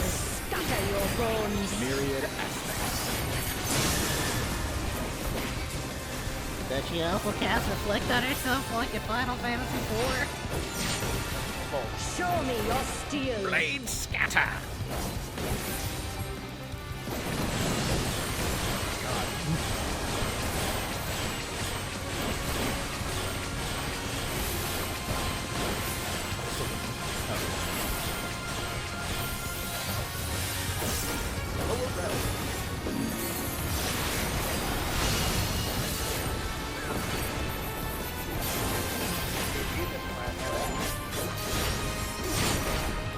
The spirit of battle awakens.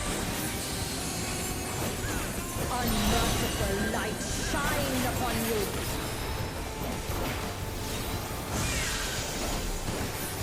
Show me your steel.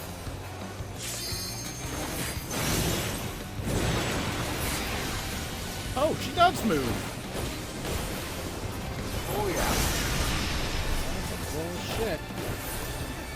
Hear the gleaming edge.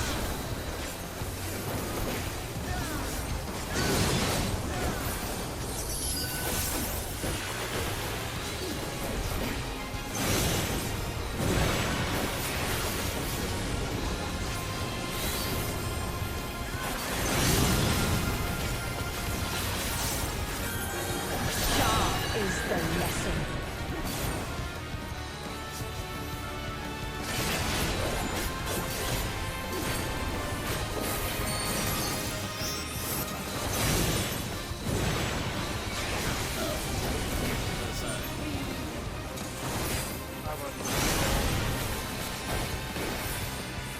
Alright, I'm gonna take this picture.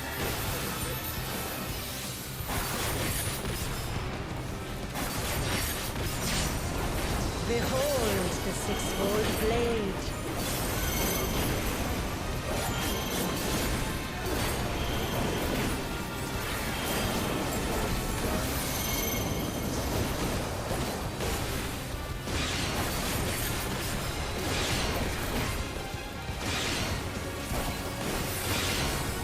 Swap side here. This is really okay.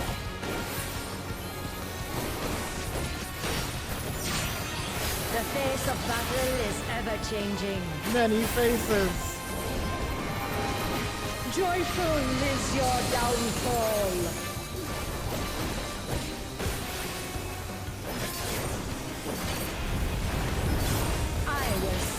spare your bones. Not my bones. I need those.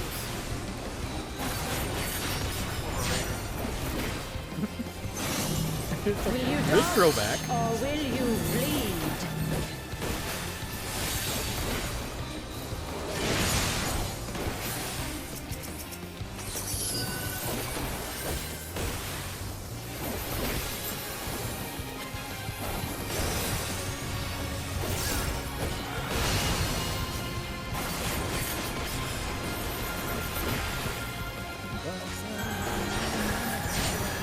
You've not time to blink.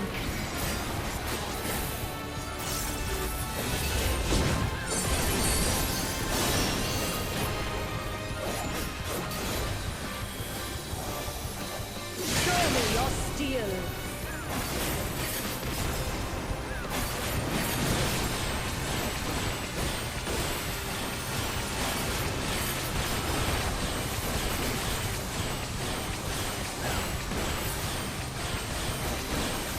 The frail shall fall.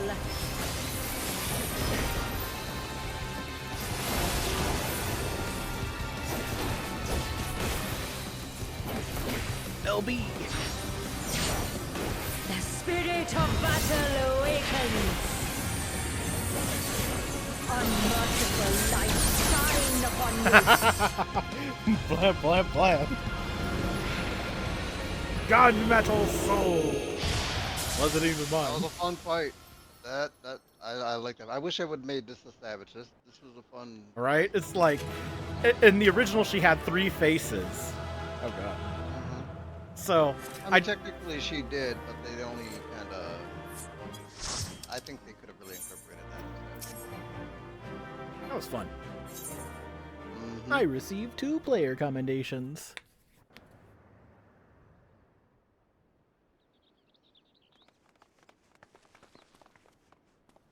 Good show, Regina. It would seem you thoroughly trounced that pesky primal. Hell, Even as we speak, Mother and Father should be informing the Radiant host of that despicable Van Hoody's wrongdoings. I need to increase the of him. I don't know why I lowered it down.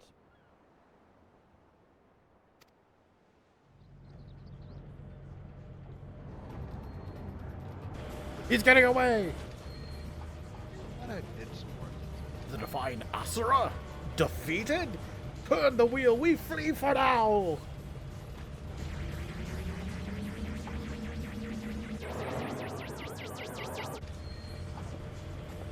Who is flying me starship without my permission? That treasure is mine and mine alone! You called Traverser, Master Poo Poo? No, I did not. It's my friendship. Friendship.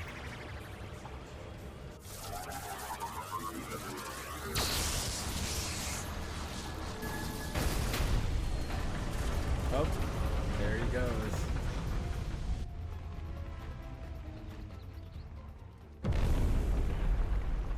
Oh god.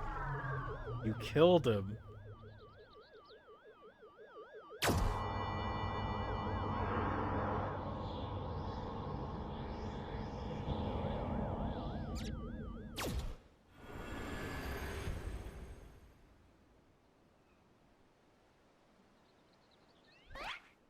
At last, the moment of sweet reunion is at hand. I'm so relieved to see you safe.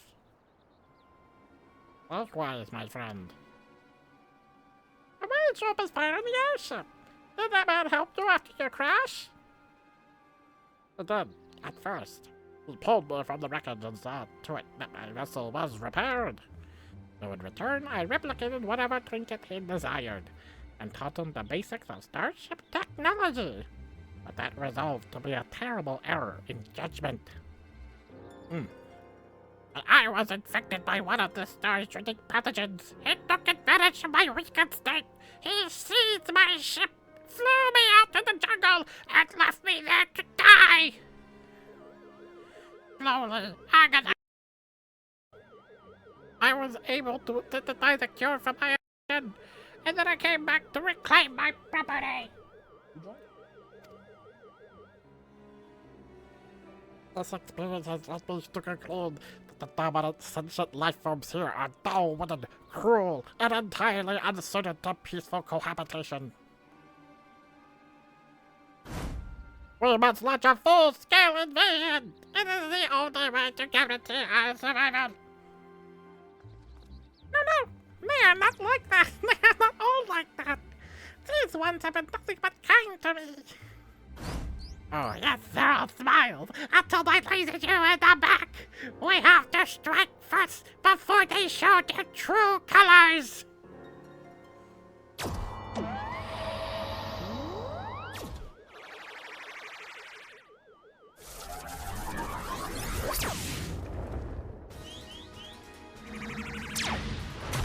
Oh! Oh! War!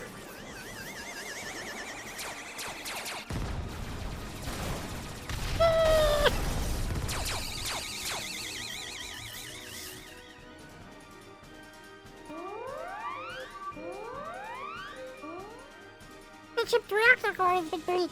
If it explodes, everyone in the vicinity will be atomized. And we're all in the vicinity!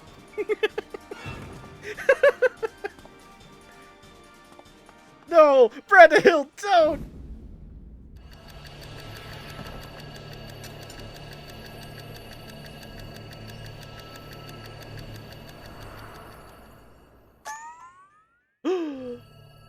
Think, damn it, think!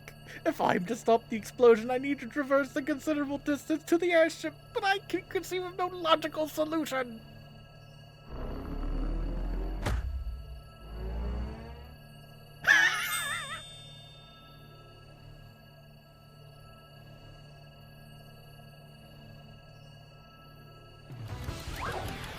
Yes!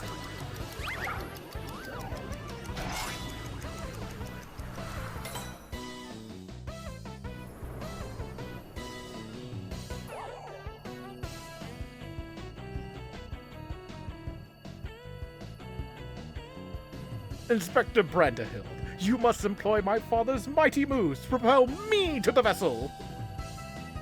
I too have calculated that Lord Godbert's signature techniques are our only means of achieving sufficient propulsion, yet there is a flaw in your proposal. I lack the strength to properly perform the throw, and I've no time to teach you the starship's controls. Inspector Hildibrand, it is you who must fling me.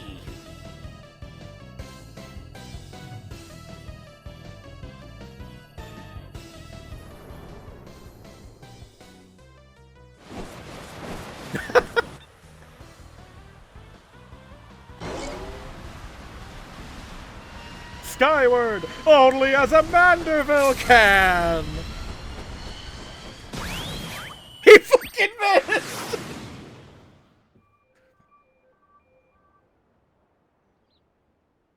You idiot! I lost my grip.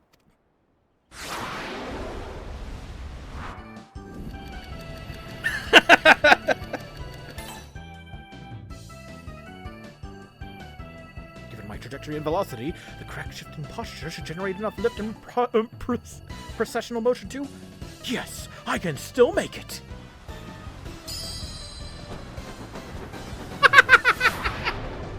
I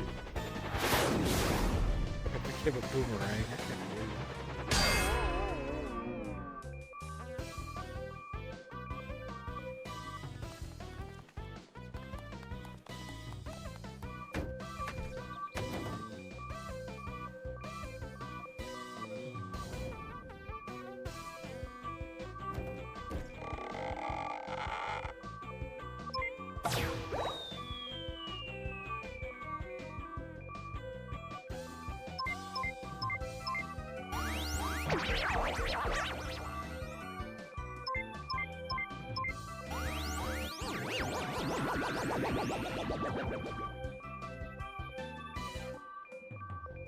It's too late.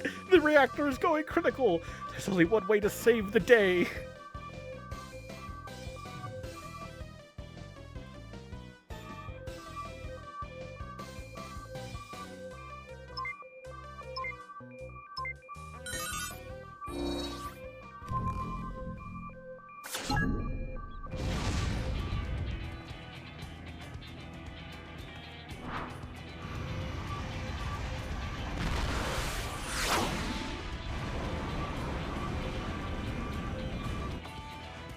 Inspector Branderhild! Our brief time together was more than any defective clone could ask for. Be well, my friends. Just jump off of it.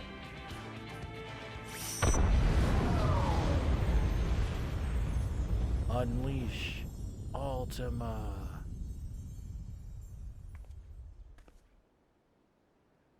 Is this case closed for Inspector Branderhild?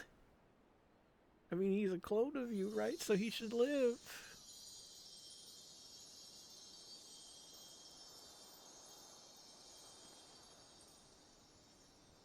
Nay, my loyal assistant, as that chip off the old gentleman, our dear Branderhild has surely survived to tell the tale.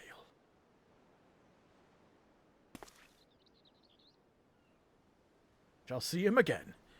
Mark my words.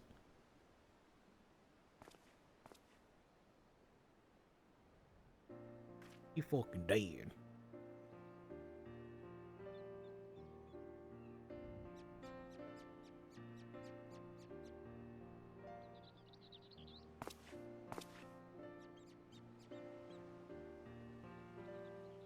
You rescued me, even though I tried to incinerate you with high-intensity plasma blasts. At the cost of one of your own. Only I can make amends and earn your forgiveness. But alas... There is naught to forgive. With his blocky constitution, Inspector Branderhild will be just fine, I assure you. As a friend of Master Poo-Poo, you are a friend of ours. And what are a few minor plasma burns among friends, huh?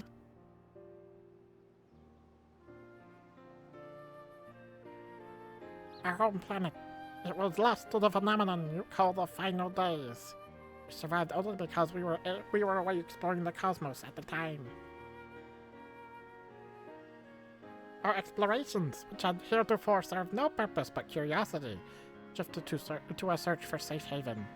We visited countless stars, but all had succumbed to the same insidious ruin as our own. Growing desperate, we decided to settle on any suitable refuge we could find, whether it was populated or not. If the native beings were hospitable, we would live peacefully alongside them. If not, then we were prepared to claim a new home by force. So it was that I arrived at your miraculous planet. Lulled by the apparent absence of metaphysical chaos, I blundered into a mundane war zone, where I was promptly shot out of the sky. The rest you already know. Having fallen behind during our search, I hurried here when my communications received no answer. That was when I met you, Inspector Hildibrand. Those touched by the despair of the final days are reduced to beasts. Given our savage willingness to invade your star, it would seem that, in a sense, we fell prey to that despair after all. Fortunately, my encounter with you generous people brought me to my senses, an outcome for which I am profoundly grateful.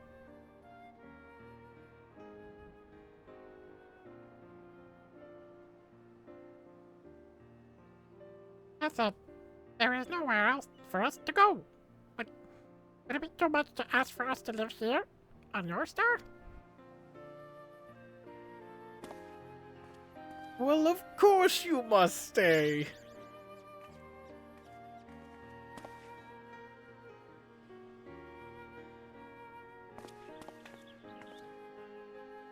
And I suspect you'll be wishing to repair your damaged vessel.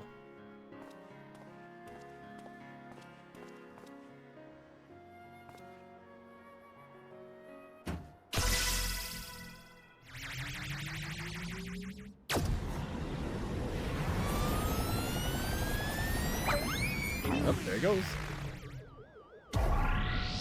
Mommy!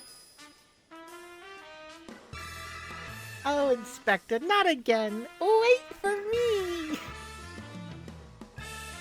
Oh, never a dull moment around our Hildibrand.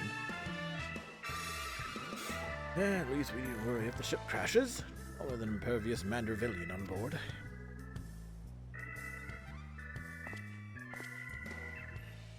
Funny you should mention that. Upon reviewing the Manderville family tree, 'Twas made clear that a lord without heirs of his own passed the name to an adopted child several generations ago. Are you saying that you and your son are not direct descendants of Godbrand, the alien progenitor of the Mandeville line? Then how do you explain your unnatural sturdiness? When it comes to building strength and perfecting gentlemanly technique, 'tis not one's lineage which matters, but rather the unbending conviction within one's heart. Though Godbrand's bloodline be broken, House Mandeville shall live on through us. If the begoggled boy can't swallow that explanation, I've also heard talk of some unseen power driven by feelings and emotions. It'd be that you and Hildy have tapped into that cosmic essence. If that's the case, you must be positively swimming in it, my dear.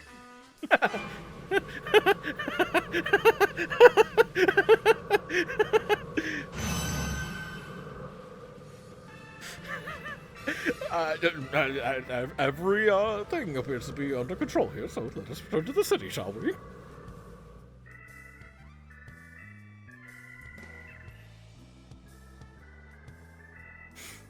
Oh, God.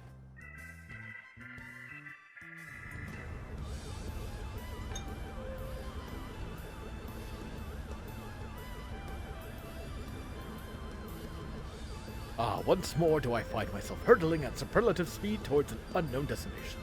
Another day, another thrilling case for Hildibrand, agent of inquiry, inspector extraordinaire.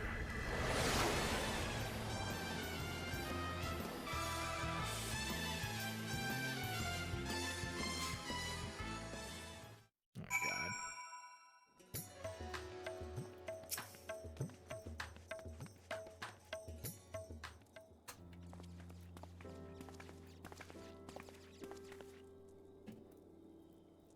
Thanks to an enlightening conversation with Master Poo-Poo on the way back, I believe I have the answers required to proceed with our weaponsmithing project. I trust the endeavor yet holds your interest. Pray inform Master Geralt of your willingness to assist, and my hammer and I shall make all haste to the High Crucible. And with that, I bid you good day. Thank you all for looking out for my beloved son. I'm sure he and the blocky lad will be back for more cases before you know it.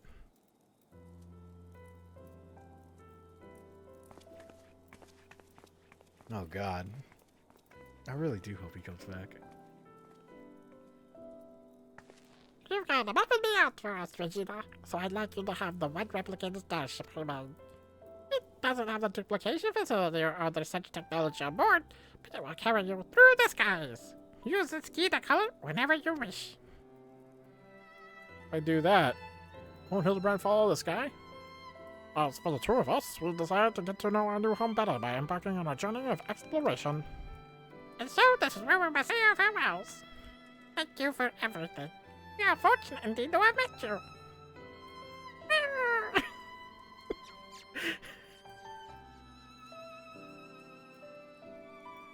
Seems Poo-Poo wasn't planning an invasion after all. He even tried to stop his friend from launching an attack. I'm calling an end to this investigation, Regina. Your unfailing support during this entire ordeal has been most appreciated. Thanks to you, I was able to observe the inner workings of Charlian, and even travel to the surface of the moon in search of the truth. When my own conspiracies threatened to blind me, you were there to open my eyes to the true shape of things. But this world yet harbors its share of the strange and the inexplicable, not the least of which is the source of Hildibrand's impossible physiology. If not an alien, then... mayhap he's the product of a hyper-advanced civilization from the distant past, the descendant of some gruesome biological experiment. Someone needs to plumb the depths of these unexplained phenomena, and I'm the very man for the job! A gentleman to walk with me.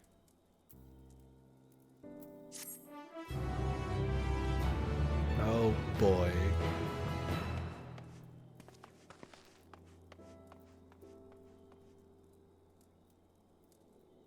End credits.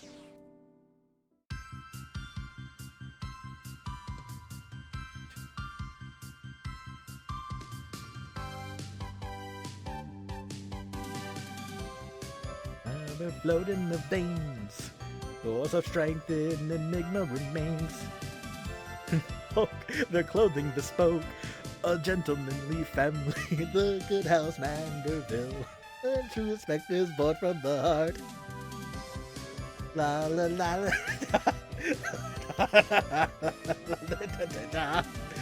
La la, tra la da, tra la dee dee da, tra la la la la la la, da la la dee la da dee dee da. Why am I there? Hildibrand will return.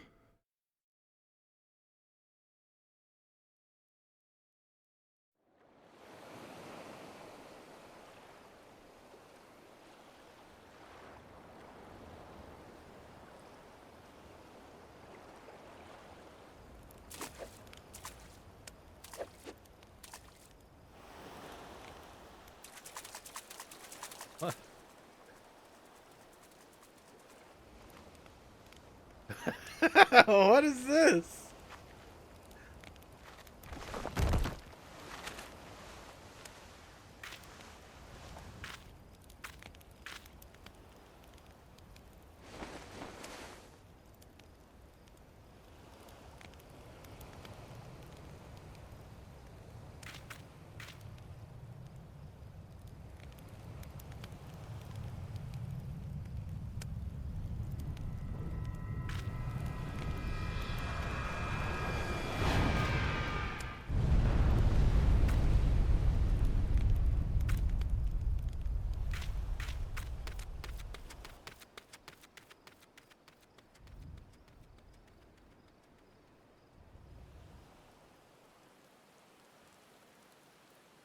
What?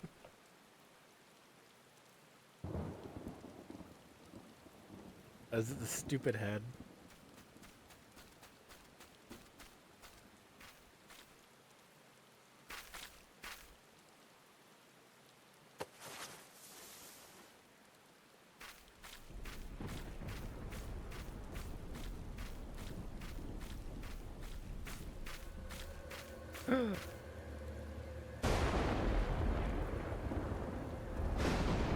Yeah!